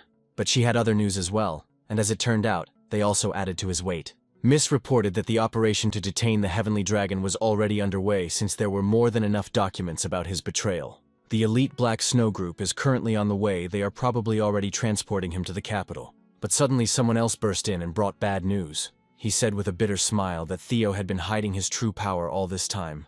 And a severed head fell to the floor. The sharp sword did its job instantly. Only an idiot shows all his trump cards at once, he said, leaving behind a bloody trail. At the end, he even managed to congratulate Theo Ragnar for deciding to destroy everything he had worked on for so long. It was Axion from the Camellia Palace, the dragon slayer of Ceres, a man whose name sounded like a curse. He accused Theo of having erased his entire plan to the core, leaving no trace of it. After all, the Troyvan clan is still alive and influential. It has not disappeared anywhere, and soon the day will come when they will be forced to summon the very one everyone fears. Meanwhile, clear sunny weather reigned in the Camellia Palace, as if nature itself was trying to hide the tension lurking behind the walls of the magnificent building. Inside the palace, everyone was busy with their own concerns. The bustle flowed in its usual rhythm, and no one suspected that soon the silence would be broken by important news. The boy politely thanked for the patience, and in the background stood a girl who watched everything attentively with a seriousness uncharacteristic of youth. She leisurely smoked a pipe, releasing thin ribbons of smoke, and observed how each servant fussed over their small tasks. Judging by everything, she was someone's mother. More precisely, the mother of the very girl who had finally awaited her arrival. The daughter's eyes lit up with joy because she was shown a new elite brand that was about to open, specializing in luxurious fabrics and exquisite accessories. But the mother's facial expression clearly showed that she had learned about this business for the first time. Yet despite this, she was sincerely pleased by her daughter's smile, as she had not seen her glow with joy for a long time. For the mother, this smile was more precious than any gem, and for its sake, she was ready to travel to the ends of the earth. The daughter was convinced that business was the only reason for her arrival. But the mother did not hide that she had another significant reason she came to share news that could not wait. News concerning the Palace of Roses, a place where destinies change in one day. As soon as the daughter heard these words, anxiety instantly gripped her heart, and her thoughts flew to Theo. Could Emil be trying to harm him again? And from this question, the mother easily understood how deeply the daughter had worried about him all these long days. She gently placed her hand on her daughter's head, asked her to calm down, and assured her that everything was quite the opposite. Before telling the truth, she warned her to try not to be too surprised. After these words, the daughter heard the whole story completely without embellishments or omissions, and what she heard struck her so deeply that she could barely breathe. Meanwhile, blood slowly trickled down the hair of one of the fighters at the palace gates. But it was not a person, it was a severed head hanging above the entrance, chilling the heart of everyone who saw it. At that moment, the daughter fell to her knees under the weight of the truth she had heard, and the emotions tearing her apart inside. She quietly apologized, and confessed that the very thought of a possible end simply took her legs away. Mother asked where she last saw that same lying elf who always brought only trouble. Drops of tears fell on the floor. She did not hide that all this time she was holding back her true feelings. She lived as if walking on the edge of a knife ready to cut her at any moment. Endless intrigues, false accusations, attempts of murder, she kept all this inside silently. Although she could have died many times and only prayed that her son would at least stay alive. And now, finally, hope flared up in her eyes that this horror was truly over. Mother barely restrained the urge to bite her lower lip, hiding her own emotions. Yet she said that yes, finally everything ended, and the danger had receded. She perfectly understood how much her daughter endured all this time and gently praised her, saying that she coped incredibly well, her dear girl. "And you have become quite the celebrity," Nanvan said, sitting nearby as if in passing, and Theo only smiled modestly and poured him a little more tea. He did not boast, simply kept calm and warm, smiling while holding the cup in his hands as if returning to normal life after the chaos of battle. Both could finally exhale because this exhausting fight was over, and it seemed that silence itself was wrapping their tired hearts. All the more so Nanvan, who had endured years of suffering in the Bacchus clan, finally accepted that their clan would be disbanded permanently. Everyone from the head of the family to the last one who signed dubious agreements faces the loss of titles and a fall from the heights on which they so proudly stood. They are simply reaping what they once sowed themselves, and there is neither justification nor mercy for this. But Theo wanted to hear directly from him whether Nanvan considered this a fair conclusion to the history of their clan. And it was then that he voiced a proposal that could overturn Nanvan's entire future. Theo offered him to become the new head of the Bacchus clan because only he was capable of leading those who would remain after the cleansing. After all, if everyone else lost their titles, the only legitimate heir would be Nanvan himself, and this was obvious. He called on him to join him in the coming war against the Troivan clan, which was already inevitably descending upon their world.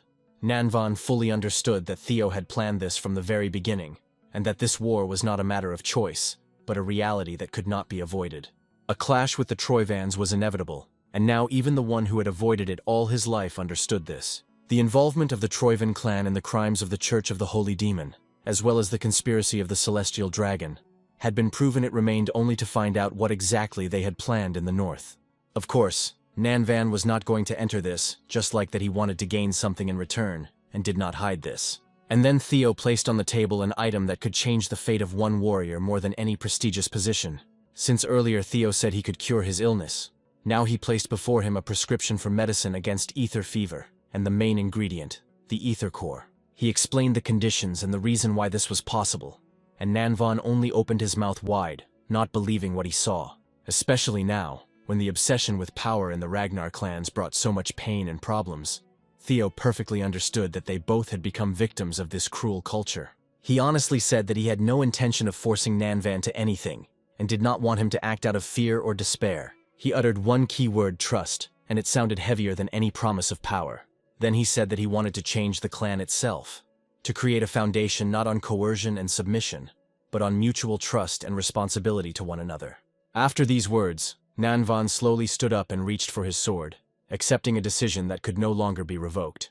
I, Nanvan Bacchus, head of the Bacchus clan, swear to serve the blade of the House of Ragnar, he declared with honor in his eyes. His oath was sharp, sincere, and strong like a sword strike that determines the fate of a warrior for years ahead. For Theo, this was more than enough to smile and accept his decision with full respect. After this conversation, he was finally able to calmly drink tea, feeling that he had made the right step and found an ally, not a servant. Somewhere deep in his heart, he held the thought that the war with the Troivans was already near and would unfold faster than in his past life. But now he did not feel anxiety because so far everything was developing exactly as he had planned.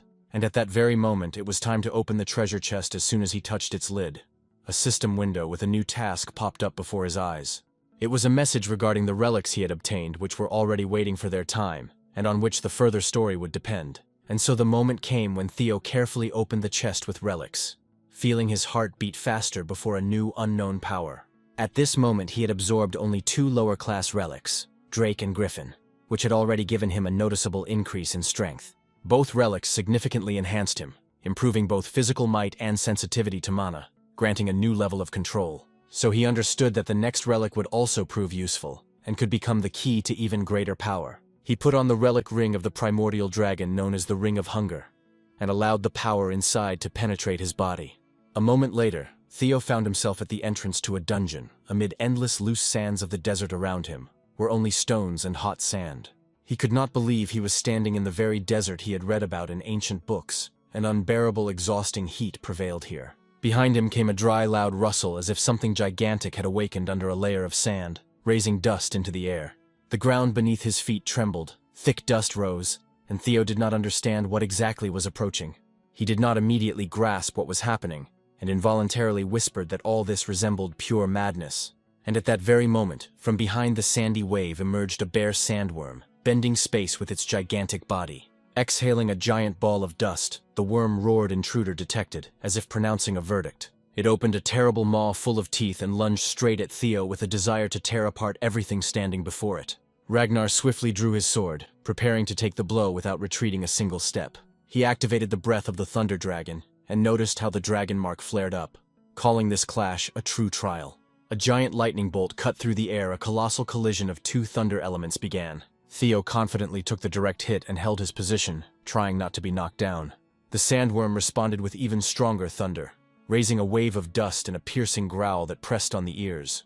Ragnar felt the thunder element exploding around him, mixing with dust, all because of their shared natural element. The worm used all its strength, unleashing thunder upon him, and shouted, "Intruder, die!" in a voice resembling the roar of a storm.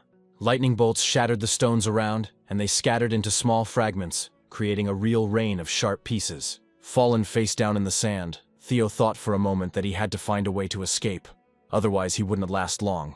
Above him loomed the giant maw of the worm, ready to swallow him whole without the slightest chance of rescue.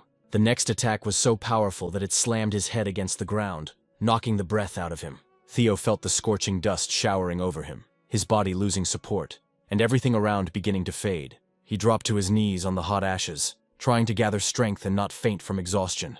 Raising his head, he realized with horror that only 5 minutes had passed, and his strength was already catastrophically low. Standing on the sand that sucked the air with dust, Theo understood that the worm constantly hid underground, depriving him of the opportunity to attack.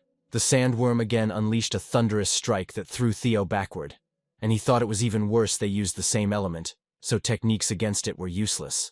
Realizing this, Theo felt his strength almost gone, and even the terrain played against him, giving the worm many advantages. But even in a moment of exhaustion, Ragnar suddenly stopped, thinking about the terrain and how it could become the key if used correctly. He sharply smashed the watch he had received earlier, unlocking the hidden power embedded in it as a temporary artifact. At that very moment, an unusual ornament, an amulet, appeared in his hand, and he remembered that it was the very relic obtained on the previous mission.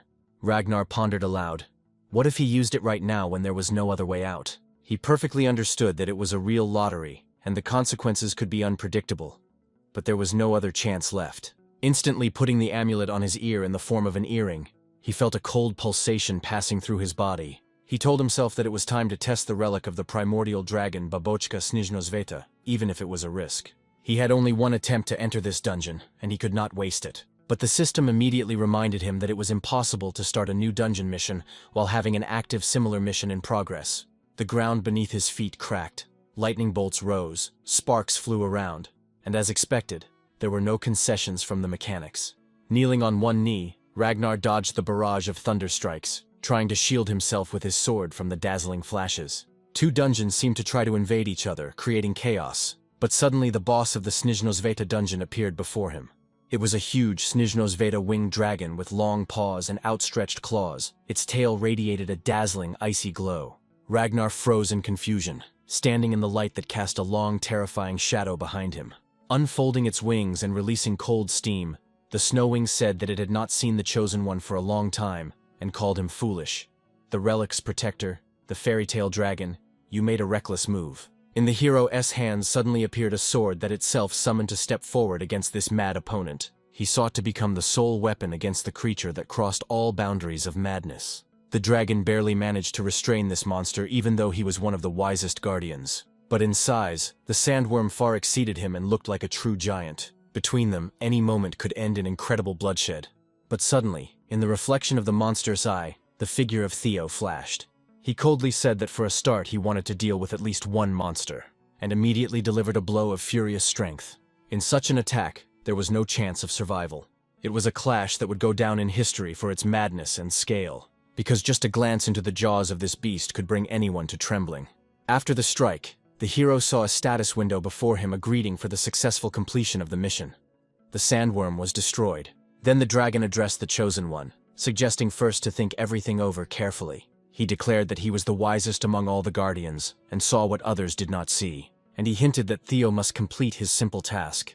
But Theo did not even want to hear about it, believing that he had already proven his wisdom since he was chosen.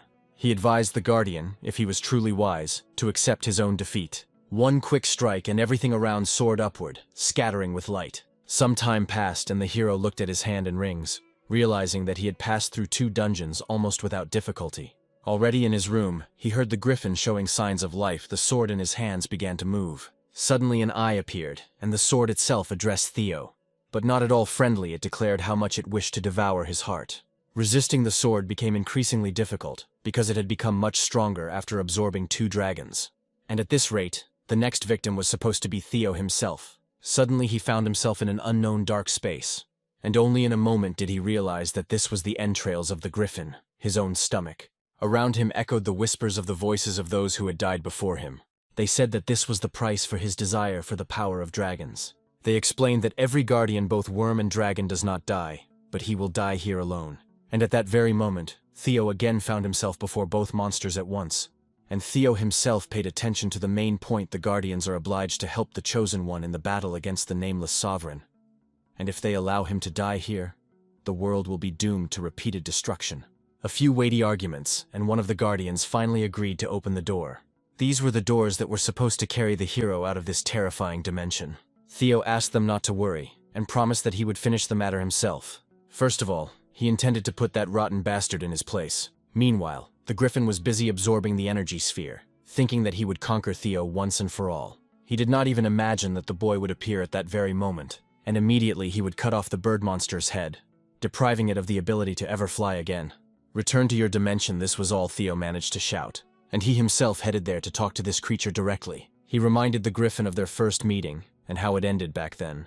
Then he addressed the others, explaining that he was not asking for cooperation, but since they were all in the same boat and the enemy's power was too great, it was pointless to resist alone. One of the sword-absorbed creatures called this a perfectly reasonable decision. It was Blake, and he also turned out to be here inside. As the most serious among them, he declared that from now on, they would all help Theo grow, and he himself would personally monitor his development. After this mini-journey, the effects of the fairy dragon buff were activated, increasing resistance to monster energy and the power of the worm devourer, which enhanced attacking strength. For the hero, it was an astonishing realization that the guardians he considered dead lived inside him, and now he was finally able to calm his sword. He even understood that it was for the better. This way he better felt the power of the primal dragon. Whether he liked it or not, now he would have to rely on them. Meanwhile, in the city where countless swords stood, a very serious man was sitting. In front of him stood another no less stern man who suspiciously asked if he really intended to declare Theo a candidate for the role of heir. He admitted that Theo was already talented enough to stand alongside the other 5 candidates. But one thing troubled him: he was a regressor. The Dark Dragon did not hide this, and asked the leader if he still hated regressors. After all, the fact that the leader personally killed all of Ragnar's regressors back in the day was too eloquent. The leader did not deny this, but he stated that it was this regressor he wanted to test. Everyone must go through all the procedures to become an official candidate for the heir. But this sword is too dangerous. But at the same time, the leader perfectly understood that nothing better simply exists, because this very sword belongs to the regressor whom he killed with his own hands. This is the sword of the Mad Emperor of Dragons, the previous leader whose rage and cruelty left nothing but ashes behind. After some time, Theo was listening to Julius' explanation, who said that he was summoned to the Cemetery of Broken Swords and must be ready for anything. Soon the hero arrived at this gloomy place where winds carried the dust of old battles. Kneeling on one knee, he said, "Swordman of the middle rank Theo Ragnar greets the clan leader." But the leader sharply stopped the ceremonies, reminding that it all started with the teacher who sabotaged his training, then betrayed by brother Axion, and now the executed lord of the Palace of Roses, and the destroyed guild Ceres, and the intelligence almost wiped off the face of the earth. All these people shouted his name at the last moment. Theo wanted to say something, but Father stopped him with one gesture, ordering not to look for excuses. After all, the head of the clan must silently bear the burden that has fallen on his shoulders. After these words, he placed before him a gift, the sword of the Mad Dragon, absolutely uncontrollable and dangerous. In the past, it belonged to a tyrant who exterminated hundreds of thousands of people in his own madness, and it was the current head who once personally executed him. Theo understood this, so he spoke cautiously, only noting that he knew very little about the Mad Dragon. After all, the clan concealed any information about it with fanatical thoroughness. Then the head sharply asked if there was really no mention of this monster in his past life. The gaze of the head was so cold that one wanted to sink into the ground, especially after the words about how he hates all regressors. Those who believe they have the right to interfere in the fates of the world. Those who think that reality is just a chessboard that can be flipped at any moment. Therefore, he decided every regressor must be destroyed with his own hands without mercy. Theo understood that this was not a simple test, but a true trial of the fury bursting from the sword. Because this power was so terrible that even without being a regressor it felt like pure madness. Then the father ordered him to take the sword of the Mad Dragon, and if he could defeat its fury, he would recognize him as his heir. But he would recognize only the man Theo Ragnar, completely erasing the regressor within him. The hero asked what this meant, and heard that all connections made after regression must disappear forever. All the people he would never have met in his past life would become unreachable to him. Those he saved or managed to get to know better, the leader was ready to erase along with all connections. This entire thread of relationships could vanish in an instant. Thus Theo found himself in the wasteland where the wind tore dust from the earth. In conditions of despair, he almost decided to simply give up. But he remembered the leader's words that he would personally kill every regressor, and now only 2 paths remained: to die rejecting the offer or to survive by becoming the 6th recognized heir, but only after completely destroying his dirty past. Theo honestly said that he only seeks the recognition of the head and nothing more, but the price is too high and he is forced to refuse, yet instantly grabbed the sword and regretted it. The head, without hesitation, tore off his hand, coldly emphasizing that without sacrifices nothing can be achieved. He emphasized that only determination makes a person worthy to continue the path. Every word was filled with his hatred towards regressors. He asked again, "Did you really think you could regress once more?" Theo had one more reason that he had to voice. He turned back to protect everything that was destroyed because of himself. If the father stands in his way and demands sacrificing everything for recognition, then there is only one choice left to surpass him and force him to accept his path. When he said this, all the swords around rose into the air, flashing coldly. Theo rushed forward swifter than thunder, and thousands of blades in the sky lunged at him from both sides. On the left, a red fire blazed, and on the right, a cold blue gleam. Everything hid in a thick fog of dust that rose from the blows. And at that moment, behind Theo, the great maw of a dragon opened, and the sword summoned by the leader flew straight towards him. The leader did not even turn, standing with his back, accepting this furious attack. He plunged the blade straight into Theo's chest. And then the leader himself appeared, saying he did not expect such bravery. Even he was surprised by these actions. Previously, all regressors used people as pawns, but this boy is different. He suppressed his sword to take responsibility and protect the world. It was this that made the leader look back for the first time, come closer, and acknowledge his path along with his status as the sixth heir. As a symbol, the leader gave him the sword of the Mad Dragon, which once belonged to his father and grandfather Theo, a regressor similar to him. After these words, a bright beam soared into the sky, cutting through the darkness. The hero momentarily stopped understanding where he was. The next moment he came to life in a city where minibuses drove along the streets. He immediately recognized this modern metropolis. Only one question echoed in his thoughts. Where have I ended up? He approached the window and looked at his own reflection. He quietly said that the weakness in his body told him that everything was over. After some time he woke up in bed, struggling to open his eyes. What it was, he barely realized and asked himself, could this be just a dream? His mother stood nearby, full of worry. In her hands she held flowers which she brought for him. She explained that last night the head brought him home unconscious. At that moment, Evelyn and Commander Julius entered the room. They sincerely congratulated Theo on passing the Hedis exam. Meanwhile, a boy was already running down the street scattering leaflets about the officially announced sixth heir of the Ragnar clan. Guests slowly gathered in the main hall, and the boy grumbled to his companion that he felt constrained in this outfit, but heard only reproach, because it was precisely because of people like him that the ranks seemed like barbarians. Their argument was interrupted by the appearance of Remy, who was genuinely glad to see them in such a state, because they looked different than usual. The friend inquired about Remy's well-being, recalling rumors that he had matched the power of the Zenith Dragon, because such stories were spreading throughout all the western lands. Remy modestly waved it off, saying that rumors always exaggerate, and to change the subject, the boy asked if anyone had seen Mr. Theo. Behind Remy, a clear voice of Lady Ray sounded, who was incredibly surprised that the object of the young man's interest was Theo himself, and not her as she expected. Remy apologized, saying that if he had known about her presence, he would have immediately looked for her because his guilt before her was too great. The girl gently replied that she was not offended because she perfectly understood for whose sake all the guests had gathered, but her words were cut off by a real storm of mana. Around swirled the element of light and colors. People froze in amazement because only one person could create such a storm, and everyone guessed it was Theo. In the very center stood two mighty youths, clasping each other's hands as if turning a simple greeting into a silent duel. Their silent clash lasted several minutes, mana boiling, forming a barrier between them and the rest of the attendees. Finally, one youth raised his hands, admitting defeat, and said he was unable to compete with such power, so continuing made no sense. His friend called the opponent brother, and laughing said that he had surrendered deliberately because he perfectly sensed the moment when his energy weakened. The dark-haired one agreed, saying that the younger one was right as always, but excessive modesty sometimes humiliates the opponent, and he said this sincerely. Already holding a glass, he added that if he had met the current Theo in his youth, he would undoubtedly have lost, and that was a true compliment. Torkel loudly praised his brother, so that the whole hall heard, and said he was proud of how strong he had become. Theo immediately understood his intentions. The elder brother raised his glass and thundered a toast to the Ragnar clan, making the guests unanimously shout words of glory and support. Then Torkel winked at Theo and asked how he liked such a debut, kindly arranged by the elder brother, because Theo did not expect anything like that. In fact, Torkel was not trying to exalt his brother. His strength was demonstrated naturally, and the opponent's recognition only strengthened their positions.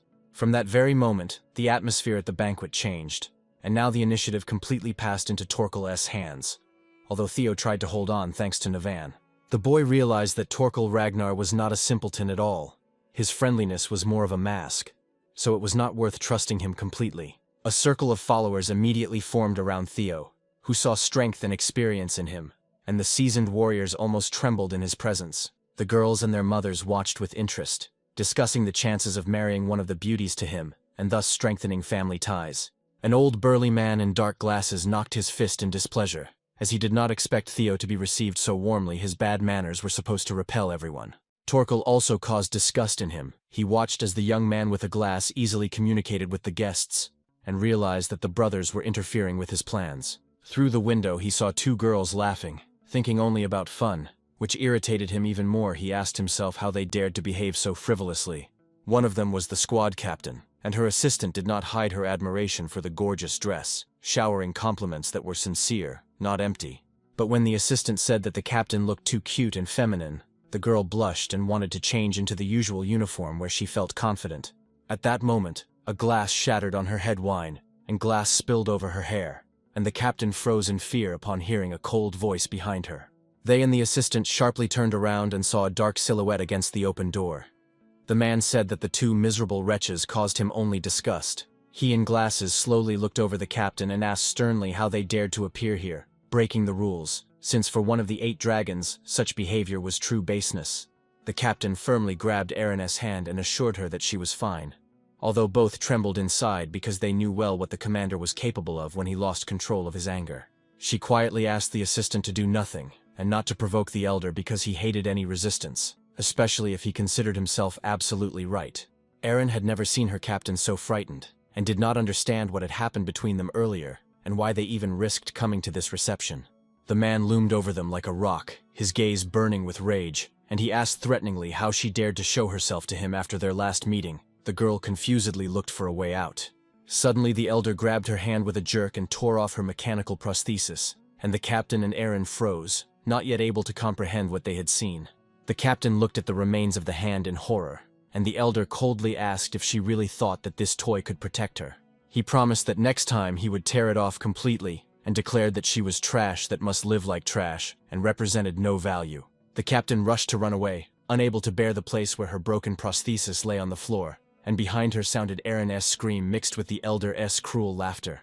Erin told him that she would definitely bring this to the tribunal, but the man only disdainfully shrugged, saying that she was free to do whatever she wanted. Finally, he said that soon she would learn the true meaning of the words "survival of the fittest," which the Ragnar clan did not pronounce in vain, and slowly moved toward the hall. The captain cried and did not understand why she had come here. Knowing how everything could end, she fought with herself until the last moment, but still took this step.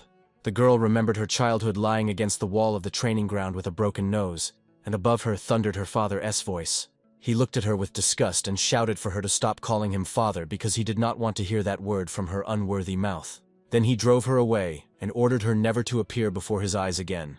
And from that day nothing changed. His heart did not soften, and he did not utter forgiveness even once. Evelyn, through tears, suddenly saw before her a majestic man who asked why she was going in the opposite direction since the banquet hall was not there at all. Theo and his comrades were suddenly torn from their conversation by a beastly scream that echoed through the hall. It was so fierce that it resembled the roar of a wounded dragon, and everyone turned around. The elder of the dragons was shouting, firmly held by the hand by Julius Ragnar. The old man resisted and threatened that the cursed dragon would pay for this, and very soon. Julius was silent and calmly watched as he tried to break free from his grip, demonstrating absolute superiority. The cursed dragon suddenly released the elder, who jumped back to the center of the hall. Julius coldly asked if he had forgotten their last conversation. The elder burst out shouting, accusing Julius of betraying the clan, and ordered the guards to seize him. It seemed that everything had long been prepared. The guests instantly parted, and now Julius stood in a circle of tribunal warriors, but seemed to ignore the weapons pointed at him. The tribunal swordsmen drew their blades and aimed them at Julius, and silence crept through the hall because everyone understood that something dangerous and forbidden was happening. The commander of the tribunal squad declared that Julius was detained for attacking the head of the council, and ordered him to surrender in the name of order and law. Julius calmly asked what they would do if he did not surrender because in his clan, it was not customary to break oaths and kneel without a fight. The commander was confused, not knowing what to answer. A heavy silence fell around, because no one wanted to make the first move against such a monster. The elder and his supporters silently watched the events. Fear and understanding that everything could go off plan were visible on their faces. Julius emphasized that several years ago he swore on his sword that he would not allow Evelyn to be harmed, and that the retribution would be equal to what was done to her. He confidently moved forward, and the tribunal's swords flew off from his pressure. His energy was roaring. The elder finally realized that the situation was getting out of control. Theo understood that the demonic dragon had already broken the elder's arm, so this could not end with a simple arrest. The consequences promised to be catastrophic. This time Julius was not going to retreat as in his past life. Theo knew this story well, and remembered how ashamed he was of the choice he once made. His gaze fell on Captain Evelyn, and he recalled that she was the illegitimate daughter of Wolfgang Ragnar, and for a father who idolized blood purity, her birth was a disgrace. The man sought any way to hide the existence of the bastard, and she was one step away from exile or even death. But fate intervened and changed everything. The cursed dragon was the first to see talent in the girl, and snatched her from the hands of those who wanted to destroy her, making her a dragon rider and burying Wolfgang's plans. Over the years, Evelyn blossomed and became the commander of the rider squad, and her father, upon learning this, did not know how to hide the shame he had once created. One day he followed his daughter, and when she was alone, he treacherously struck her in the back, trying to kill her but only tore off her arm, missing his aim. After the severe injury, she could no longer control the dragon and was forced to retire, becoming the head of the 4th training ground. Theo believed he was partly to blame for the tragedy that happened to his wife, and was determined to correct the mistakes of the past by protecting her this time. Meanwhile, Wolfgang addressed the guests, delivering a speech about Julius' audacity and his contempt for the elders who supposedly stood in defense of the clan.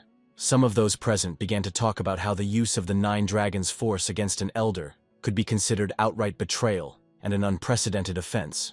Julius responded indignantly that Wolfgang himself did not see his own guilt, and asked whether the head of the elders was not doing the same, hiding behind the clan's laws. Theo intervened, asking everyone to stop because this day was supposed to be a celebration, and the quarrel and mutual hatred only fueled fear in the hearts of those present. Theo's friends gathered around and hinted that there was the simplest way to resolve the dispute, which the Ragnar clan had used since ancient times. Theo proposed a duel, but the elder suddenly said that he was a victim who had been attacked, so he was not going to fight, and there was too much smile in his eyes. The dispute was interrupted by the appearance of Lady Narcissus of the court, who was walking through the crowd, and everyone stepped back, not wanting to feel her wrath. She sternly asked who dared to spoil the evening arranged in honor of her daughter, and the cold in the hall became like the northern winds. Wolfgang tried to justify himself, but Neil did not want to hear a word, because she was tired of their pitiful explanations and manipulations. She ordered the quarrel to stop immediately, and declared that the duel would take place without objections, because her patience had limits, and she was not going to wait. The guests said that for the elders, the trial by swords was not a problem since, although retired, they remained masters of the highest power. The rule of the duel was simple in the finale. Only the main opponents would meet, and before that, each side would present its representative. Wolfgang pondered whom Julius would put forward, and saw before him only one-armed Evelyn or Theo himself, which made him completely confident in his victory. He was sure that his turn would not even come, and this made the old man self-assured and almost happy in his own fantasies. He agreed to a pure sword trial, confident that his person was untouchable, and the duel would only firmly establish his position. The murmur among the guests grew because ahead was a truly legendary fight that few had the chance to see with their own eyes. Torkel looked anxiously at Theo, believing that his brother was taking a risk. But that was exactly his character after all the changes that had happened recently.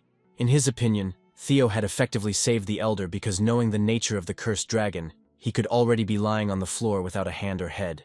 Wolfgang could have politically destroyed Julius, but Theo proposed a solution that satisfied both sides and was fair to everyone. Everyone went outside where, under the cold air, the guests gathered in a circle waiting for the duel to begin under the tribunal's supervision.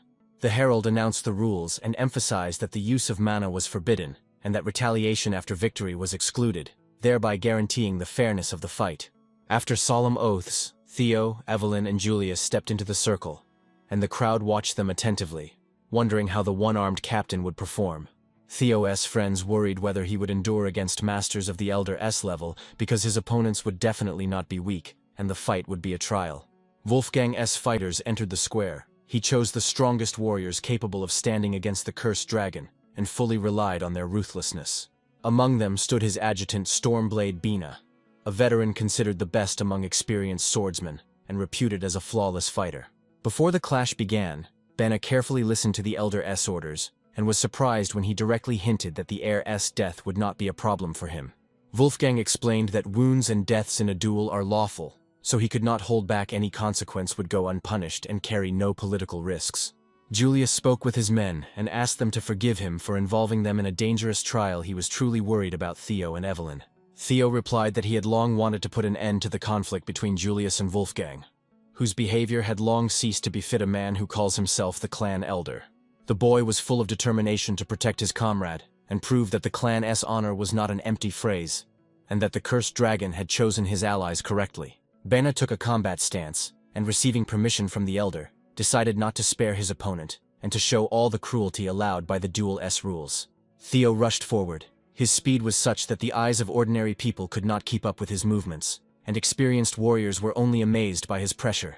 Bena rushed towards him, raising his heavy sword to finish the fight with a downward strike before the young man could make his first attack. Their swords met with a flash, and a sharp sound. Both opponents assessed each other's strength, and realized that this duel would be much harsher than expected. The next strike threw Theo aside, and the ground beneath Bena's sword scattered as if after an explosion, showing his inhuman strength and mass. The veteran's pressure was heavy and continuous. Theo retreated and lost ground, and Ben was even surprised that the boy held on better than he had assumed. The young man's resilience made Ben wary. He realized that Theo was considered an heir for a reason, and seen as a future candidate for succession.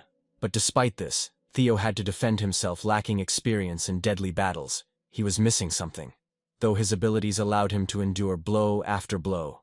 Ben began to get nervous and threw threats, but the words had no effect on Theo, who suddenly smiled, which only further angered his opponent. The boy's attack was unexpected. He revealed Ben's weak spot, as if he had been playing on his emotions from the very beginning, waiting for the right moment. The veteran could not believe that the young man had made him expose himself so easily. Such humiliation had never happened to him throughout his long military career. With a final effort, Ben pushed Theo back, realizing that the boy could have killed him but did not, giving him a chance to retreat and regroup. A dark essence boiled inside Theo. A voice in his head commanded him to kill. The young man clutched his head and fought not to lose control of himself. Ben watched him from afar and did not understand why the boy froze, as if listening to someone invisible. But he waited only a moment and then attacked again.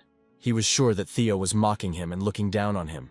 But Theo did not even hear his words. He was focused only on the internal struggle. The young man managed to drive the voice from his consciousness, and returned to the fight. He raised his sword again, and took the initiative, moving forward confidently. A series of his quick strikes ended with a precise blow that severed Ben's hand, and the opponent did not even realize how he became unarmed. Ben heard Theo speaking to someone invisible, but now it did not matter. The clash was ending, and he felt his defeat with his whole body. Neil stepped onto the arena. Her magical cold tore the fight apart and forced the opponents to stop. The spectators felt the air around become icy. The Ice Lady stared at Theo, intrigued by the resilience of the young man who, without mana, managed to defeat a higher-class swordsman, which in itself was a miracle. In the middle of the field lay a huge crack. The fight was over. Victory was awarded to Theo, and the sparse applause gradually turned into a roar of admiration. Bana lay beaten and broken, his clothes torn, his reputation destroyed, and there was no longer any chance to regain his former glory. The tribunal swordsman examined the veteran's condition and officially declared the end of the fight with a complete victory for the heir of the Ragnar clan. The tribunal servant announced Theo as the winner of the first round, and the square erupted with shouts of his name. The young man became famous instantly, but barely stood from exhaustion after the tough fight. He tried to comprehend the nature of the voice that haunted him. This dark whisper was different from the usual one that spoke to him, and the thoughts it suggested seemed too alien. Theo felt an unknown force lift him and guide him. The energy released during the clash was much higher than the limits he could reach on his own, and this disturbed him. The boy understood that this power opened a new level of skills and tempered his body, but yielding to it meant risking losing himself, although he could still control it now. The herald announced the start of the next fight. Theo declared that he wanted to fight again. The organizer allowed it, and the young man rejoiced at the opportunity to continue his path as a representative of his side. Wolfgang smiled with satisfaction. He saw it as a chance to punish the braggart for his pride, and believed that the second representative would teach Theo a lesson he would remember. An old man with a huge sword on his shoulder entered the arena. He promised Theo a real fight, and declared that he had long dreamed of seeing the blood of the Ragnars spilled by his own hand. The spectators were stunned that Paige Grayson wielded a gigantic weapon without any mana. The girls did not hide their admiration, although they found it hard to believe what they saw. Remy's friend asked why he was so gloomy. He admitted that he was worried because Theo's chances against such a fighter were slim, and this caused anxiety. Remy explained that this time, Theo was facing not an ordinary swordsman, but a former guardian of the Dragon Gates, a member of the Council of Elders who had never lost a fight without a battle. This meant one thing: Paige came to kill the heir, and was fully aware of his role. Theo should not have been left alive on the arena if the fight went according to the Elders' plan.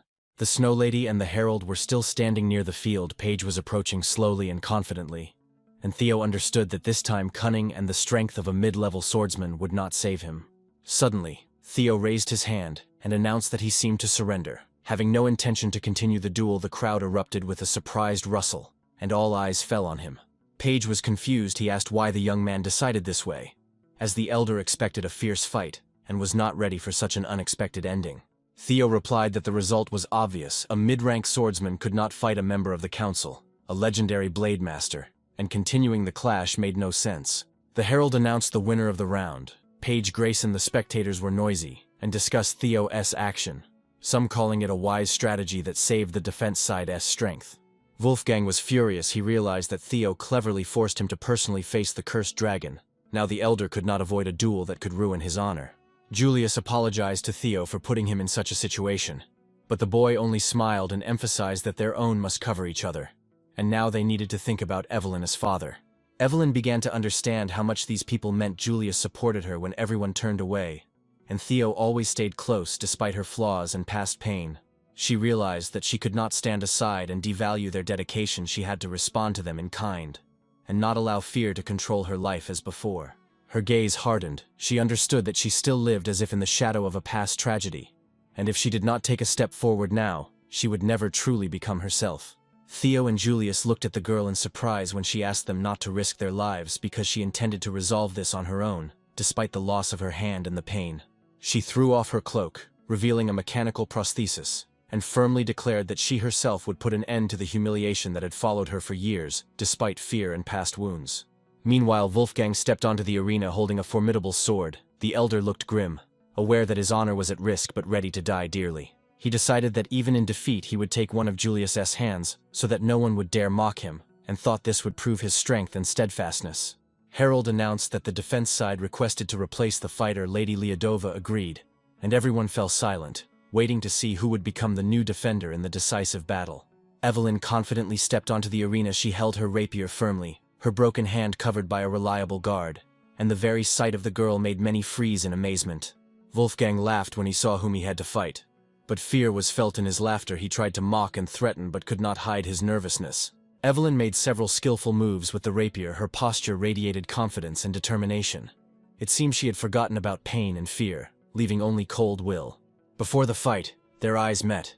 Evelyn promised her father that he would answer for every word, for the lost path, for the broken life, and that this time, she would not fall. Some of the guests listened carefully to every word of Evelyn, and Wolfgang soon whispers began in the square, questioning whether she was truly the daughter of the elder's chief, as outwardly they seemed completely strange people.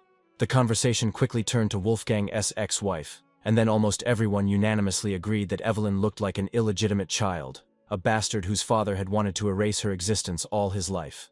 The elder himself got angry. He was always disgusted when she called him father. He barked for her to be silent, and by doing so, he gave his daughter a priceless weapon. Now she knew how to unsettle him. Evelyn asked if he wanted to recall an old story, since he loved the past so much. At that time, he could not even imagine what the birth of a bastard would mean for him, but she remembered every blow and humiliation, even when she was already serving in the White Dragon Squad. He did not abandon the thought of her death. He sought to erase his daughter, to destroy the very fact of her existence. But all attempts were shattered by her stubborn will to live.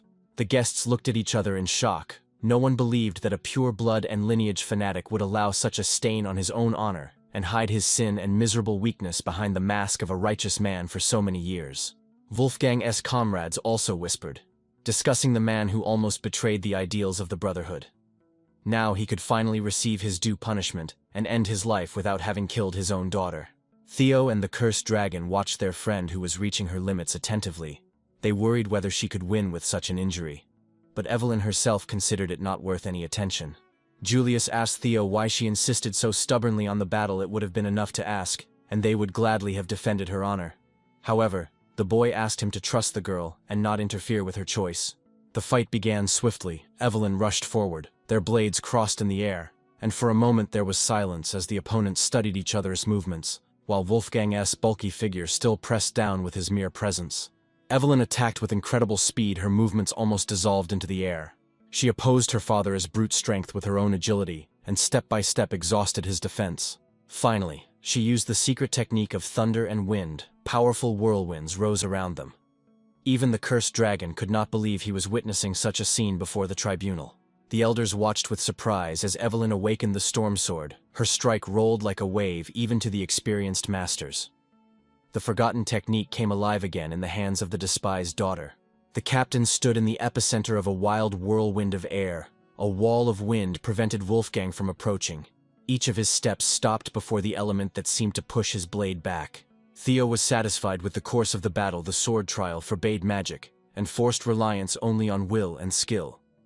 Now Evelyn fought at the level of a true blade master despite all her losses. He rightly thought that without a loud origin this man would never have become an elder. His talent was exaggerated, and he gained his place in the council not by the power of the sword, but through cunning and lies. Gathering his last strength, Wolfgang rushed forward. Rage gave him power. He still managed to push the daughter back, and for a moment it seemed that the advantage was again shifting to the experienced veteran. Their swords clashed in a new collision. Their eyes met. Drops of sweat shone on the girl's face, and the father tried to sow doubt in her, to convince her that she was incapable of crossing the boundary he had set. But words had no power over Evelyn. She calmly asked how long he would still prepare for the decisive moment, since she no longer saw any greatness in him, only empty threats that were worthless. Friends watched every move tensely, and the girl continued speaking, admitting that she once feared her father for her. He was the whole world, teaching obedience and demanding blind loyalty. But now there were people nearby who saw value in her and respected her. They were ready to stand as a wall for her, and she was no longer the child over whom one could mock and humiliate with impunity in front of everyone.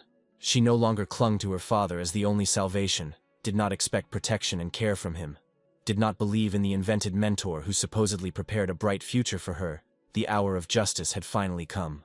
Her strike proved devastating. Wolfgang's body was thrown back.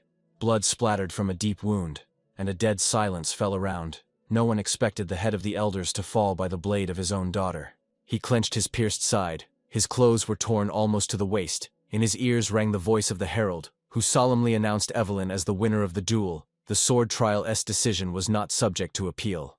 Rage and despair tore Wolfgang apart. He gathered the remnants of strength in his fist. A storm flared around him, and the elder howled that the duel was not over yet, that he was still able to continue the fight. The Ice Queen stood beside the fallen warrior, who vainly tried to clamp the wound where his former arm had been. She coldly told him to stop disgracing himself, as it was unbecoming of a member of the 9 Dragons. The tribunal representative loudly confirmed the decision. The winner of the duel was declared Evelyn Novell. The girl did not immediately realize what she had heard for the first few seconds. The square was silent, digesting such an outcome. Julius proudly praised her for the fight, saying he had never doubted her for a moment. This victory put an end to the old enmity that could one day have turned into a real tragedy. The assistant helped Wolfgang to stand up. Carefully leaning on his shoulder, he knew the wound was deep, and the arm severed up to the shoulder practically dashed any dreams the old man had of regaining his former glory. For Wolfgang, accepting defeat was worse than death. He pushed away the hands of those trying to support him, and gritted his teeth. He did not acknowledge the duel's result, and had no intention of bowing his head. The elder sprang from his place and rushed at his daughter with a sword in hand. His movements were full of rage and blind desire for revenge. A single swing of the blade could have ended Evelyn's life, who stood before him exhausted. But Julius managed to stand between them. He intercepted Wolfgang's hand like steel tongs, and coldly asked if he wanted the other hand to follow the first, implying he would not hold back. The two enemies met eyes. Silence fell over the square. Everyone felt that the moment was near when the fight would begin, a fight that would become legendary. 2 dragons stood a step away from a mad clash. But the echo was cut by the herald's cry. He announced that the Troyvan family had launched an attack. The entire army had to immediately return to their posts and prepare to meet the enemy who had already broken through the borders. Julius released the elder's hand and walked away without looking back. He told his friends that the war was already at the gates, so it was time to return to the White Dragon squad. Theo and Evelyn were to be with him in battle. Behind them, Wolfgang's shouts rang out. He demanded a rematch of the duel, insisting that everything had been rigged against him to ruin his reputation and undermine the trust of the Senate of Elders. But behind him stood the Ice Lady. She ordered silence and to accept defeat with dignity, as the duel had been conducted by all the rules, and there was no point in further justification. Around her in the air hung swords of pure ice, sharp and merciless. The lady only had to make a move and they would fly to the target. The Ice Dragon was not joking. The elder's life hung by a thread. Wolfgang gripped his sword. He was ready to fight to the end, but against a whole pack of ice blades, there was almost no chance. Yet it was too late to retreat. Pride did not allow him to lower his weapon. He tried to emphasize that such an attitude was an insult to the entire Senate, and fell silent when he saw how comrades and allies one by one turned their backs and went to the exit because the invasion was ongoing. Confused, he watched as each of those who a moment ago called themselves friends left him. One of the veterans said that it was unbecoming for a Senate member to wave a sword after a duel like a drunken guard. Wolfgang fell to his knees before the Ice Lady's strength left him along with pride.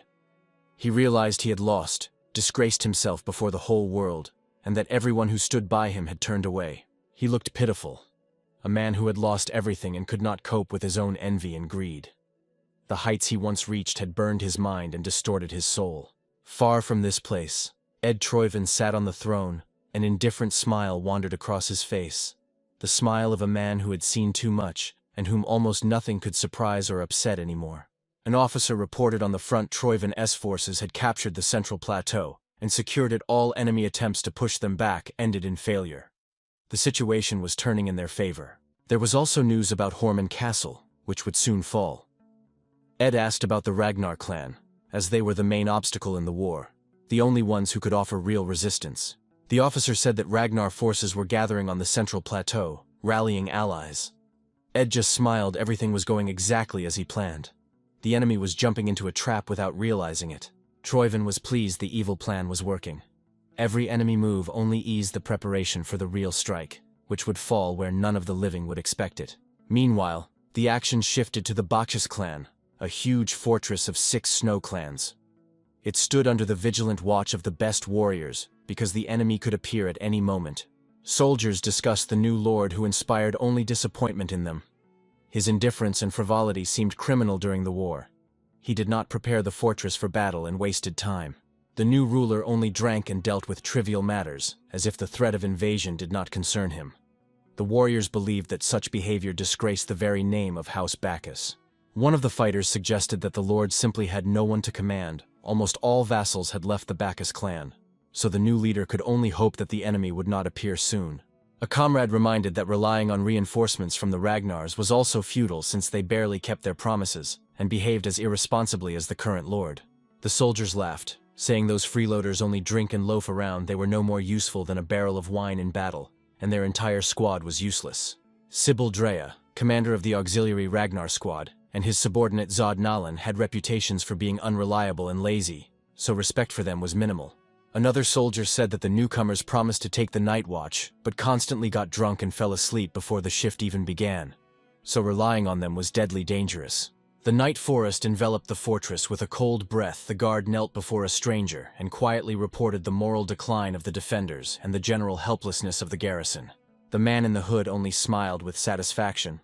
The operation to break the defense had succeeded. Now it remained only to wait for his men whom he had secretly moved to the forest for the final strike. The stranger ordered preparations for a night march. They had to catch the fortress by surprise. With him came the best soldiers, veterans of dozens of bloody battles, hardened by cold and death. The patrolman on the wall was asleep.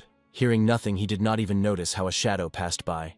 Lighter than the breath of the wind, leaving no traces on the snow, the next wave of darkness was already near. A stranger in a mask loomed over the sleeping guard. He gladly noted his carefree sleep, and thought that the task had become even easier. Very soon the gates of this fortress were to open from the inside. Meanwhile, Julius spoke with Theo. The cursed dragon could not believe his ears when the young man asked for permission for a separate operation, in which he would act alone, emphasizing that such a risk during the war was too dangerous. Theo held an envelope in his hands and promised that its contents would make the commander change his mind.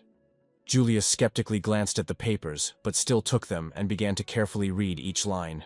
In a moment, Theo was standing by the map and showing the movements of the Troyven's troops, explaining that the central plateau and Harmon Castle served only as a cover for the enemy's true intention and were meant to distract the Allies' attention. The most likely target, the young man named, was the archipelago and the holdings of the Bacchus clan. Julius weighed what he heard against his observations and concluded that this version sounded too logical to ignore. He recalled the actions of the Black Skull during the incident with the Sarah's Guild hostage, which clearly indicated their cooperation with the Troyvans, and after all, the predecessor of the Skull was the Archipelago Guild, and it could have been financing the war. The cursed dragon took a deep breath because the facts pointed to a conspiracy within their camp. The strategic advantage could completely pass into the hands of the Troyvans and their corrupt allies. In his opinion, it was necessary to immediately prepare the defense of Bacchus. However, the troops on the central plateau had already drawn all the allies into battle, so there were almost no free forces left, and transferring a detachment was almost impossible. The Ragnars executed the Supreme Command's orders too quickly, and threw all reserves forward. Now the front line was stretched, and there were simply no people left to reinforce the distant fortresses. Theo quietly asked if Julius now understood why he was asking for permission to act independently, promising that he would simultaneously help defend Bacchus and unravel the Troivans' financing scheme through the archipelago. Finally, the commander leaned on the table with his hands and nodded the operation fully fit into their strategy, so he allowed the young man to begin preparations, ordering him to avoid senseless risks. Julius assessed the documents Theo brought as an invaluable source of intelligence. Now he only had to wish the young man caution and remind him that a living heir was more valuable than any victory. He perfectly understood that Theo had been preparing for this step for a long time and brought the report to him not by chance. The permission was rather a formality, but the responsibility for the young man's life still lay with the dragon. Meanwhile, the Troivan soldier froze in confusion when a splash of liquid resembling orange juice hit him right in the face. His strike at the sleepy drunken guard was shamefully thwarted. The guard was already standing firmly, gripping the sword hilt tightly, and advised the attacker to be more careful next time, emphasizing that Ragnar's soldiers do not abuse alcohol or sleep on duty even during war. Soon, Ragnar's fighters stood before their commander. At their feet lay the dead bodies of saboteurs who were supposed to open the fortress gates. Now it remained only to light the signal fires and warn the allies. The guard raised the torch to the bonfire, ignoring the wounded enemy nearby who was reaching for a knife, hoping to end his life with one last strike and prevent the signal from being sent. The soldier's life was saved by Theo with one precise move. He threw his sword and killed the attacker in the neck, separating the head from the body. This was a vivid reminder that even small things cannot be taken lightly in war. Navan Bacchus loudly ordered everyone to stay composed and not lose vigilance, warning that they could die even before the main battle. The warrior was confused, but Navan smiled and advised taking jokes more lightly. Signal fires flared above the fortress. Archers took positions preparing for the first assault. They thanked the commander for playing the role of a drunken lord from the very beginning, just to lure the enemy into a trap. Troivan fighters began climbing the walls using metal spikes on their hands to grip the stone. The commander gave the signal, and the archers released the first deadly volley right into the faces of the attackers. A hail of arrows covered not only those climbing up, but also the ranks in the enemy's rear, hitting soldiers who were still preparing for the attack. The castle responded to the treachery with a night storm of iron and death. Theo flew over the battlefield riding a dragon and rejoiced that everything went according to plan. The decisive battle was starting right here, as Troivans brought their best warriors to Bacchus' walls, counting on a quick victory. Choosing the moment, the young man plunged down with the dragon. He was to strike the enemy from the sky where they did not expect a threat, confident that the garrison was cornered and had nowhere to maneuver. Soon, one of the soldiers reported to Theo that his order was fulfilled. The enemy was pushed back, and now no one would dare to storm Bacchus' fortress so easily. The young man asked not to shout so loudly and to keep a cool head. Theo praised the fighter for his endurance and ability to take a hit. The soldier clearly did not expect such recognition, and for him, these words became a reward better than any medal. Long after the battle, he boasted to his friends about the conversation with Theo, while the young man meanwhile talked with the lord of the fortress, who sincerely thanked him for the timely help, admitting that without him everything could have ended much worse. Theo modestly replied that the defenders would have managed without him, noting that the true glory was deserved by the soldiers who stood on the walls, until the last. Then the lord asked with interest where he found such loyal people. The young man briefly told their story from the times of the training grounds about how they grew their skills side by side, and voluntarily chose to serve alongside him, becoming knights of the Camellia Palace.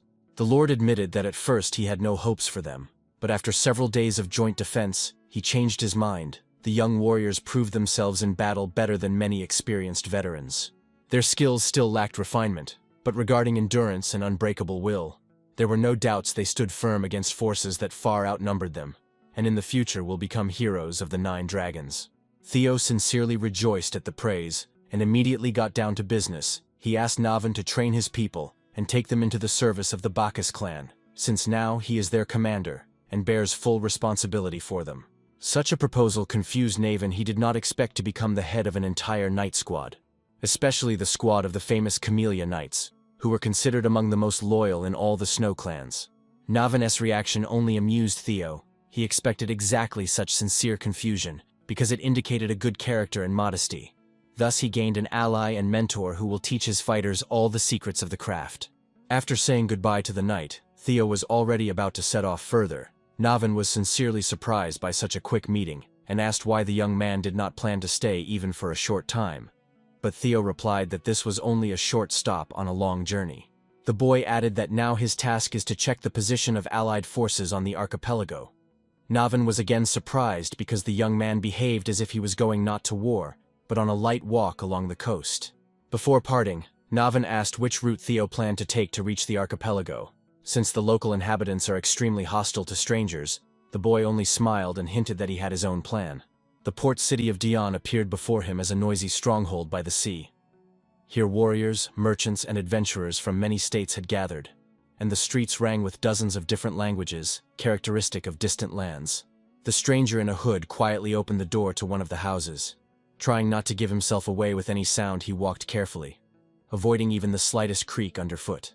In the passage, he was stopped by a burly giant who asked if the young man was not too bold when he dared to pass by him.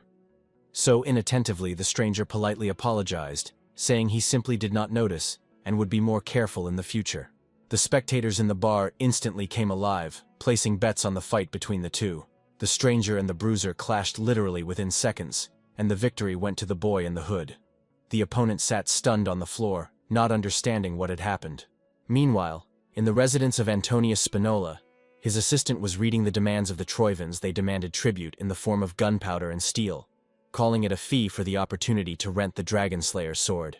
Antonius was furious. He did not see this as a request, but as a direct attempt to dictate terms and interfere in the affairs of the Spinola clan, and to indicate what to do and what not to do. In his opinion, the situation was absurd, because the Troivans themselves had stolen the sword, and were now playing the role of benevolent benefactors. Offering to rent it to the archipelago, this only deepened his anger. Spinola could not act otherwise, because without the sword the archipelago was doomed to perish. He once again regretted allowing the relic to be stolen right under his nose. Now he had to pay for that mistake. He despaired, searching for any way out of the hopelessness, prepared for the worst development of events, when suddenly a terrible uproar and angry shouts of warriors sounded behind the door. Antonius roughly kicked the door open, fully aware that he should not act this way. But he could no longer hold back his nerves. He knew that his men had quarreled again, and, as always, started a fight. The warriors froze upon seeing their chief. Antonius reminded them that he had not forbidden them to drink, but certainly did not allow them to scream so loudly and cause chaos when there was a war around. Above all this disorder stood Theo. Calmly, he was glad about Spinola's arrival. It was his arrival he had been waiting for. The meeting with the future head of the family was part of the plan, so the young man just smiled. Later they sat at the table and talked. Antony was surprised by Theo's desire to get to the archipelago, as few went there voluntarily, especially as an ordinary rank-and-file soldier. Theo advised listening to him until the end. Sea monsters had become more active lately, and his experience would be useful to the crew because experienced warriors were catastrophically lacking in Spinola. But the old man was not in a hurry to trust. He noticed that the boy's clothes were too clean for a mercenary. Moreover, Theo deliberately started a fight just as he was passing by, which caused even more doubts. The young man decided to speak openly. He stated that he knew about Antony's affiliation with the Black Skull, and therefore came with a proposal beneficial to both parties. Spinola was frankly embarrassed by such awareness. When Theo hinted that he also knew about the disappearance of the sword, the old man exploded and rushed across the table at the young man, certain that he was a spy of the Troivans who wanted to manipulate him with fabrications and lies. Theo did not flinch and asked the old man to calm down, emphasizing that no deal is made without a cool head. Antony took a deep breath and waved to the guard to leave the room. The man asked sternly where Theo knew about the sword and what goals he pursued on the archipelago. Because for a mercenary, this was definitely not the most profitable direction to earn money. Theo looked him straight in the eyes and asked what he would offer to a person who knew that Balmung was actually with him. Spinola laughed. He was sure that the sword was with the Troivans. But the young man replied that the Troivans were no less liars than himself, as they only talked about possessing the sword, but no one had yet seen it in their hands. Now Spinola could think. Antony exhaled and agreed that since the talk of the theft began, no one had seen the sword in the possession of the Troivans. Theo became a mystery to him, but also a source of useful information that could not be ignored. Then Antony told the legend of Balmung. According to the tales, a great warrior named Kriemhild fought a sea dragon, drove the sword right into its skull, and after victory sealed the blade deep under the ocean. Spinola explained that although it sounded like a fairy tale, for the inhabitants of the archipelago it was part of living history, because it was precisely thanks to the sealed dragon that the islands had remained in their place since their very origin. The streams of mana of the sleeper at the bottom of the dragon held the archipelago, and the sword controlled these streams, stabilizing them. But after the disappearance of the blade, the balance was disturbed, and the magical channels began to tear from within. If the sword is not returned to its place soon, the entire archipelago will be submerged underwater. The waves will engulf the islands, and their inhabitants will perish, sacrificing their lives due to the ambitions and greed of the Troivans. Antonius directly asked Theo if he really had Balmung. If so, the boy could count on any reward he wished, and the youth only smiled mysteriously. Theo replied that returning the sword now was too risky because the Troivans would kidnap it again, and then a new war would have to be started, passing through their lands with fire and blade to retrieve the relic. The old man inquired what he desired then, since money or power was not a problem. But Theo asked for only one thing: the opportunity to get to the flying archipelago and act there personally. They stood on the bow of the ship that cut through the waves. The sea roared beneath them, and their journey slowly but surely led to the goal both sought to achieve. Theo suddenly said he saw land. Spinola did not believe it, but in a moment was convinced that the youth was right. His sharp sight and senses surpassed the abilities of an ordinary person. They entered the bay where the ships of the archipelago's guests were anchored. Theo was impressed by what he saw, as rumors could not convey either the grandeur or the atmospheric power of this place. The flying archipelago was an alliance of trade guilds. With their ancient traditions, the emperor granted them autonomy and broad privileges. But everything changed when the Troivans captured the islands. The invaders turned the archipelago into a military base, creating warehouses of weapons and gunpowder there, and used it as a foothold for the future conquest of the continent. Antonius asked if Theo really intended to save the archipelago. The boy replied that it was necessary both for the Ragnar clan and for the inhabitants themselves, because the destruction of the islands would be a tragedy for the whole world. Theo explained his plan. It was to shift the archipelago, change its position, since the sea dragon beneath it was only the guardian of the artifact of the first created dragon. Theo stood before the artifact sword that hovered in the air. Dragons and griffins gathered around him, attentively listening to the man who dared to address the legendary creatures. The dragons recognized the sword as a powerful relic resembling the blade of the primordial dragon, and none of them could explain how such an item ended up in human hands or why it was lost. Theo asked if the sword's power was truly that great. The dragons confirmed that the great dragon left it while fleeing, and no other was capable of creating a similar blade. One of the dragons said that the sword's wielder could move the archipelago, but to do so, the relic must be resealed, and an ancient ritual performed that requires extraordinary strength. However, the great dragon remains dangerous, and challenging it is risky. Theo had already made his choice, and was not going to retreat even in the face of a deadly threat. A griffin inquired whether the young man could at least reach the seabed. Theo replied that he had a plan for every possible scenario and asked them not to worry about him. He explained to Antonia the entire path from diving to the sea bottom to resealing the dragon. Spinola was horrified by the power of the mythical colossus, as even the native inhabitants did not know about it. The old man doubted success, but at the same time felt an inner desire to believe Theo. The boy meanwhile thought of only one thing to gain ultimate power over the protector. In the basement, the Black Skull warriors gathered. Antony explained that they would accompany Theo to the Colossus, and must be ready for any threat that might appear on their path. He emphasized that many lords were bribed by the enemy, so guards always stood around the Colossus, and it was worth using secret paths that the Black Skull adepts had used. The warriors unanimously declared that they would stand to the end for the archipelago and were ready to fight the occupiers. The squad's fighting spirit was stronger than ever before. Antony warned Theo that the fate of the islands rested on him, and millions of lives depended on his success. The young man only nodded, accepting the burden of responsibility. The Colossus towered over the city in the night darkness. It seemed like a living dragon from ancient times. Around the amphitheater stood experienced guards who served their masters for gold.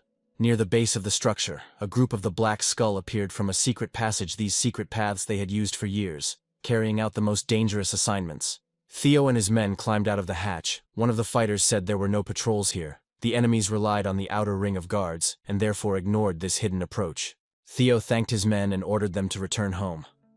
Their part of the mission was complete, and Antonius was waiting for the report. The young man was left alone, facing a huge task. He gripped the Dragon Slayer's sword, feeling how with each step toward the Colossus, the blade's energy grew. Now only a decisive step forward remained, and not to retreat. Theo swiftly climbed up the statue, leaving his comrades far below. They watched from below with bated breath, as the boy approached the dragon's head in huge leaps, and mana swirled around him. Soon, Theo had already reached the goal. The guys below watched his movements with admiration. Each in their heart hoped they would manage to save their home and take it back from the enemy. One of the young men wanted to share his hope and did not notice how behind his back appeared a stranger in a hood who silently pressed the blade of a knife to the careless fighter's throat. The next moment the boy was already lying on the ground covered in blood. Nearby stood the Troivan warriors, coldly looking up at Theo, believing that the time had come to return the sacred relic to the possession of their masters. Theo stood on the head of the colossus nearby, towered the carved figure of Krimlish. It was here that the sword resonated most strongly with the mana rising from the depths of the statue, so only understanding how to act next remained. Attempts to thrust the sword near the statue yielded no result. The young man tensely recalled the text of the system message. His hands were already burning from the powerful energy flashing on the blade with bright lightning. Theo was already reaching for the potion bottle when the Troivan assassin materialized nearby. As if from thin air, he had already raised the knife for a deadly strike, but did not manage to complete the attack. The next moment the boy's body simply vanished, and the enemy froze in confusion, wondering if he had imagined it all against the backdrop of the turbulent mana. Theo appeared behind the attacker, and with a powerful kick threw him forward. The enemy barely held on to the narrow surface of the colossus, and almost fell into the darkness. The killer's assistants were already running. They called out to Lord Grey, making sure he was all right, but he only ordered them to be silent and start searching for Theo, warning that the opponent was extremely strong and treacherous. The guards below heard a heavy rumble, looking around in surprise, searching for the source of the sound. Later it became clear that it was the colossus itself. Something was changing in it, although the process was slow and at first almost imperceptible. Everyone realized with horror that the colossus was beginning to fall. No one even tried to run. Their gazes were fixed on the giant statue, which seemed to come to life and moved from its place like a living dragon. Antonius, together with the fighters, awaited Theo's return when a distant rumble from the top of the colossus made him tense. The man felt anxiety since no news had come from the squad for a long time. A woman appeared in the corridor of the secret passage, gasping. She reported that there had been a betrayal. Grey with his men attacked Theo and the Black Skull squad just as they reached the top of the colossus. Spinola did not want to believe that the enemy had penetrated so deeply into the ranks of his organization. This meant the collapse of almost all hopes, because Grey knew all the secret paths and plans that Antonius had been building for years. Meanwhile, on the mountain, a clash was taking place between Theo and Lord Grey's men. The enemies did not rush into attack. They only kept their distance and were stalling. The boy realized that they were afraid and waiting for reinforcements from other clans. Theo decided to retreat. He did not want to engage in battle with superior forces, especially since the system issued a new task, which clearly indicated the necessity to return the sword to its original place. The young man finally understood exactly where to insert the magical artifact. Grey was chasing him, but was too late. Theo was already holding the sword above the required slot in the body of the colossus and was preparing to complete the ritual. When the blade entered the nest, a powerful wave of energy swept through the statue. Grey and his men were almost thrown off the colossus by the magical explosion, and around them, the light seemed to go out. Theo came to his senses as if after a heavy sleep.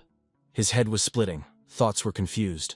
He did not understand what had happened in the last seconds and where his body was now. Coming to his senses, the hero realized that he was in the underground world of the relic. A shaky gloom surrounded him from all sides, and the boy feverishly pondered how to get out of here. Near the sword, dragons and a griffin began to materialize. Theo asked in surprise what was happening to them, to which they replied that they were forced to take such a form due to the insufficiently high level of his own mana. They advised him to take a walk through these domains so that the hero could better understand the nature of the power he had connected with. Without this, his further path would be impossible, and Theo agreed to such a journey. High on the branches, a skeleton archer was watching him. He placed an arrow on the bowstring and took aim. The boy was walking with his back to him and looked like easy, defenseless prey. However, Theo caught the arrow in the air, literally a step from his back. Surprised, he looked back, trying to understand who exactly decided to attack him in this strange world of the relic. The skeleton loudly announced the appearance of a stranger, declaring that the sword belonged to Krimhilt. At his call, ranks of bone warriors rose from the darkness, ready to defend their master's domain. The skeletons closed a ring around Theo. He carefully examined them, preparing for battle. The boy was not going to retreat, believing that this was their problem, and that his life was worth much more. With the first strike, he knocked off the head of the nearest enemy, quickly realizing that there were an extraordinary number of enemies, but each individually was too weak to stop his current power. But the assistant warned that it was not so simple before Theo's eyes. The shattered bones again gathered into a whole skeleton. The warrior was restored, and the advisor explained that these were the immortal guardians of the relic. The battle flared up with new strength. Theo was cutting through the crowd of bone men without feeling difficulties. But the voice nearby incessantly reminded him that his strength was not limitless, and it could not last forever. The dragon advised him to appeal directly to Kriemhild, and ask the great warrior to pass the domain to someone who could continue it. Theo doubted whether this was too audacious, but the dragon remained silent as if approving. The system sent a message in which it was explicitly stated that it was worth turning to Kriemhild for help, and asking to transfer the right of ownership to Theo himself. The boy understood the hint, and decided to listen. In battle, Theo noticed a skeleton who kept to the side and avoided the thick of the fight in his hands was a different sword. Not like the rest of the guards. The difference was striking. The young man guessed that he was the key, so he rushed after him using the technique of thunder breath, which increased his speed. His body became light and his movements swift. The skeleton trembled with the anticipation of the inevitable. Theo caught up with him and delivered a precise strike, after which the system notified that he had received a part of the great Kriemhild's body to meet the hero. It was necessary to collect all the remnants of his power. The young man realized that the path ahead was long, and he would have to find every part of the great warrior to master the legacy and awaken the true power of the artifact. In the port of the archipelago, a storm raged. Sailors were unloading ships, but the captain noticed a mysterious passenger and asked if they would make it on time. He assured that the plan was flawless. The unknown added that this time the tide would be on their side, as if nature itself favored the realization of the plan. On the deck lay the bodies of sailors. Some tried to escape but did not succeed. Their attempts ended just like their lives. The newly arrived stranger was Noel IX, a faithful servant of the Troivans. He was convinced that very soon the sword of Kriemhild would return to the hands of its owners. People screamed in panic, watching as the huge colossus, the protector of their archipelago, rapidly fell, plunging into the storm and destroying everything around. Energy surged around him. The sky darkened over the city. A storm raged. People looked at each other fearfully, not understanding what to do next. Theo gathered all the parts of Kriemhild's remains. The system asked if he wanted to see the memories of the great warrior. The young man agreed without hesitation, expecting something incredible. He saw the sunny shore. The sea was rolling waves, and a little child was running on the sand calling someone named Levi. In the cave among the stones stood a sword, an ancient relic that seemed simply thrown here by the current or a storm. The little boy touched the sword and again called Levi, saying he had brought food. Suddenly, from inside the cave rose a real dragon. He called himself Leviathan, the guardian of the ancient relic, and demanded to be treated with respect. The child smiled and said that his name was too long, so from now on he would call him Levi. The dragon did not object, but did not approve either. The boy explained that he had brought bread, but Leviathan grumbled that the taste already made him nauseous, and asked if next time he could bring something tastier. Later it turned out that it was not a child, but a girl dressed in her brother's clothes, so that no one would notice her frequent trips to the cave. Years passed. The girl grew up but continued to bring food to her friend the dragon, to whom she was nevertheless not indifferent. And having become an adult, she also came to him, ignoring his stern request to stop these visits because she could not leave the ancient friend hungry. One day the girl ran in crying. The dragon was about to scold her, but noticed bruises on her face and the shadow of an enemy who was already running into the cave with a sword. A soldier grabbed her before she could say anything else, only warning that enemies had entered the city and everything was burning in chaos. Leviathan saw how the soldier was about to harm her and called Kriemhild, preparing for a bloody revenge for the sake of his only friend. The city was burning. The Emperor's soldiers drove the prisoners with spear and whip strikes, urging them to move faster to avoid dying under the rubble and in the flames. One of the warriors stopped above him. A dark shadow loomed. It seemed as if night had fallen. It took him one glance to understand that death was near. A gigantic dragon crashed down on the enemies, tearing them to pieces, avenging the tears and fear of the one who had fed it. For many years people screamed and fled, but in vain. The adult Kriemhild knelt, tightly gripping the sword in her hands, not believing that she herself had unleashed this power, and that now the bloody reckoning had become inevitable. The Emperor's warrior noticed her and wanted to call others, but he was not destined to do so. His head flew into the air among fragments of bones and pieces of bodies of other attackers. The townspeople stood in energy cocoons, invulnerable to the dragoness wrath, looking around in confusion, not believing their own eyes. Kriemhild cried. Standing amid the chaos, she begged for forgiveness, fearing that she had personally doomed the only friend who had been by her side all her life to death. Only for a moment did the girl notice that she herself was inside a shining cocoon. Behind stood Leviathan, and below unfolded a forest of hands and fists where people chanted her name, calling her their savior. She descended to friends and relatives, the face of each shone with gratitude to her, and to the dragon it was her kindness, courage, and loyalty that saved the city and freed Leviathan from ancient chains. The emperor attentively listened to the news from the archipelago. He did not believe that his army was defeated by a simple girl from a nearby settlement, and demanded an immediate report of all the details of the event. Soon his personal guard set out for the archipelago with the aim of subduing the dragon and turning it into a weapon that would serve the empire unquestioningly. The townspeople knelt. The emperor's soldiers held weapons over them, threatening to destroy everyone if Kriemhild did not reveal the secret of how to tame the dragon that obeyed her. The rider pointed the sword directly at the girl. She stood defenseless before him. The man demanded to be told how to tame the beast, promising to release the people if she spoke. Leviathan addressed her mentally so that no one could hear. He asked her to use the sword, assuring her that she would not die but only fall asleep, and that this was the fate he had to accept. The soldiers froze, awaiting orders, and the dragon promised Kriemhild that he would help her one last time, and then return to a deep sleep from which he would never awaken. The guards stood ready, certain that they had already triumphed and would return to the emperor as heroes who had conquered the ancient creature. But Leviathan had prepared a completely different ending for them. He stood in the middle of the sea beneath him.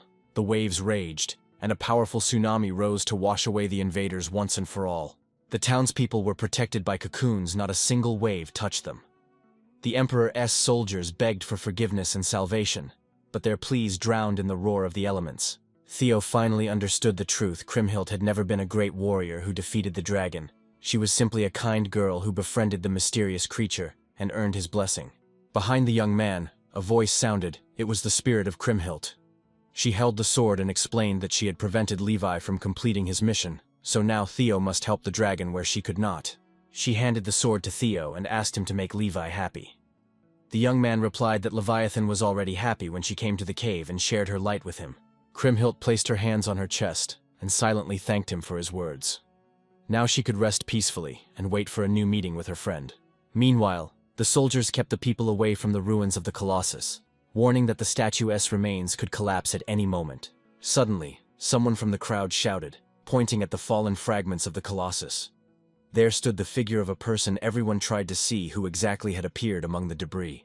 The townspeople decided that Kriemhild herself stood before them.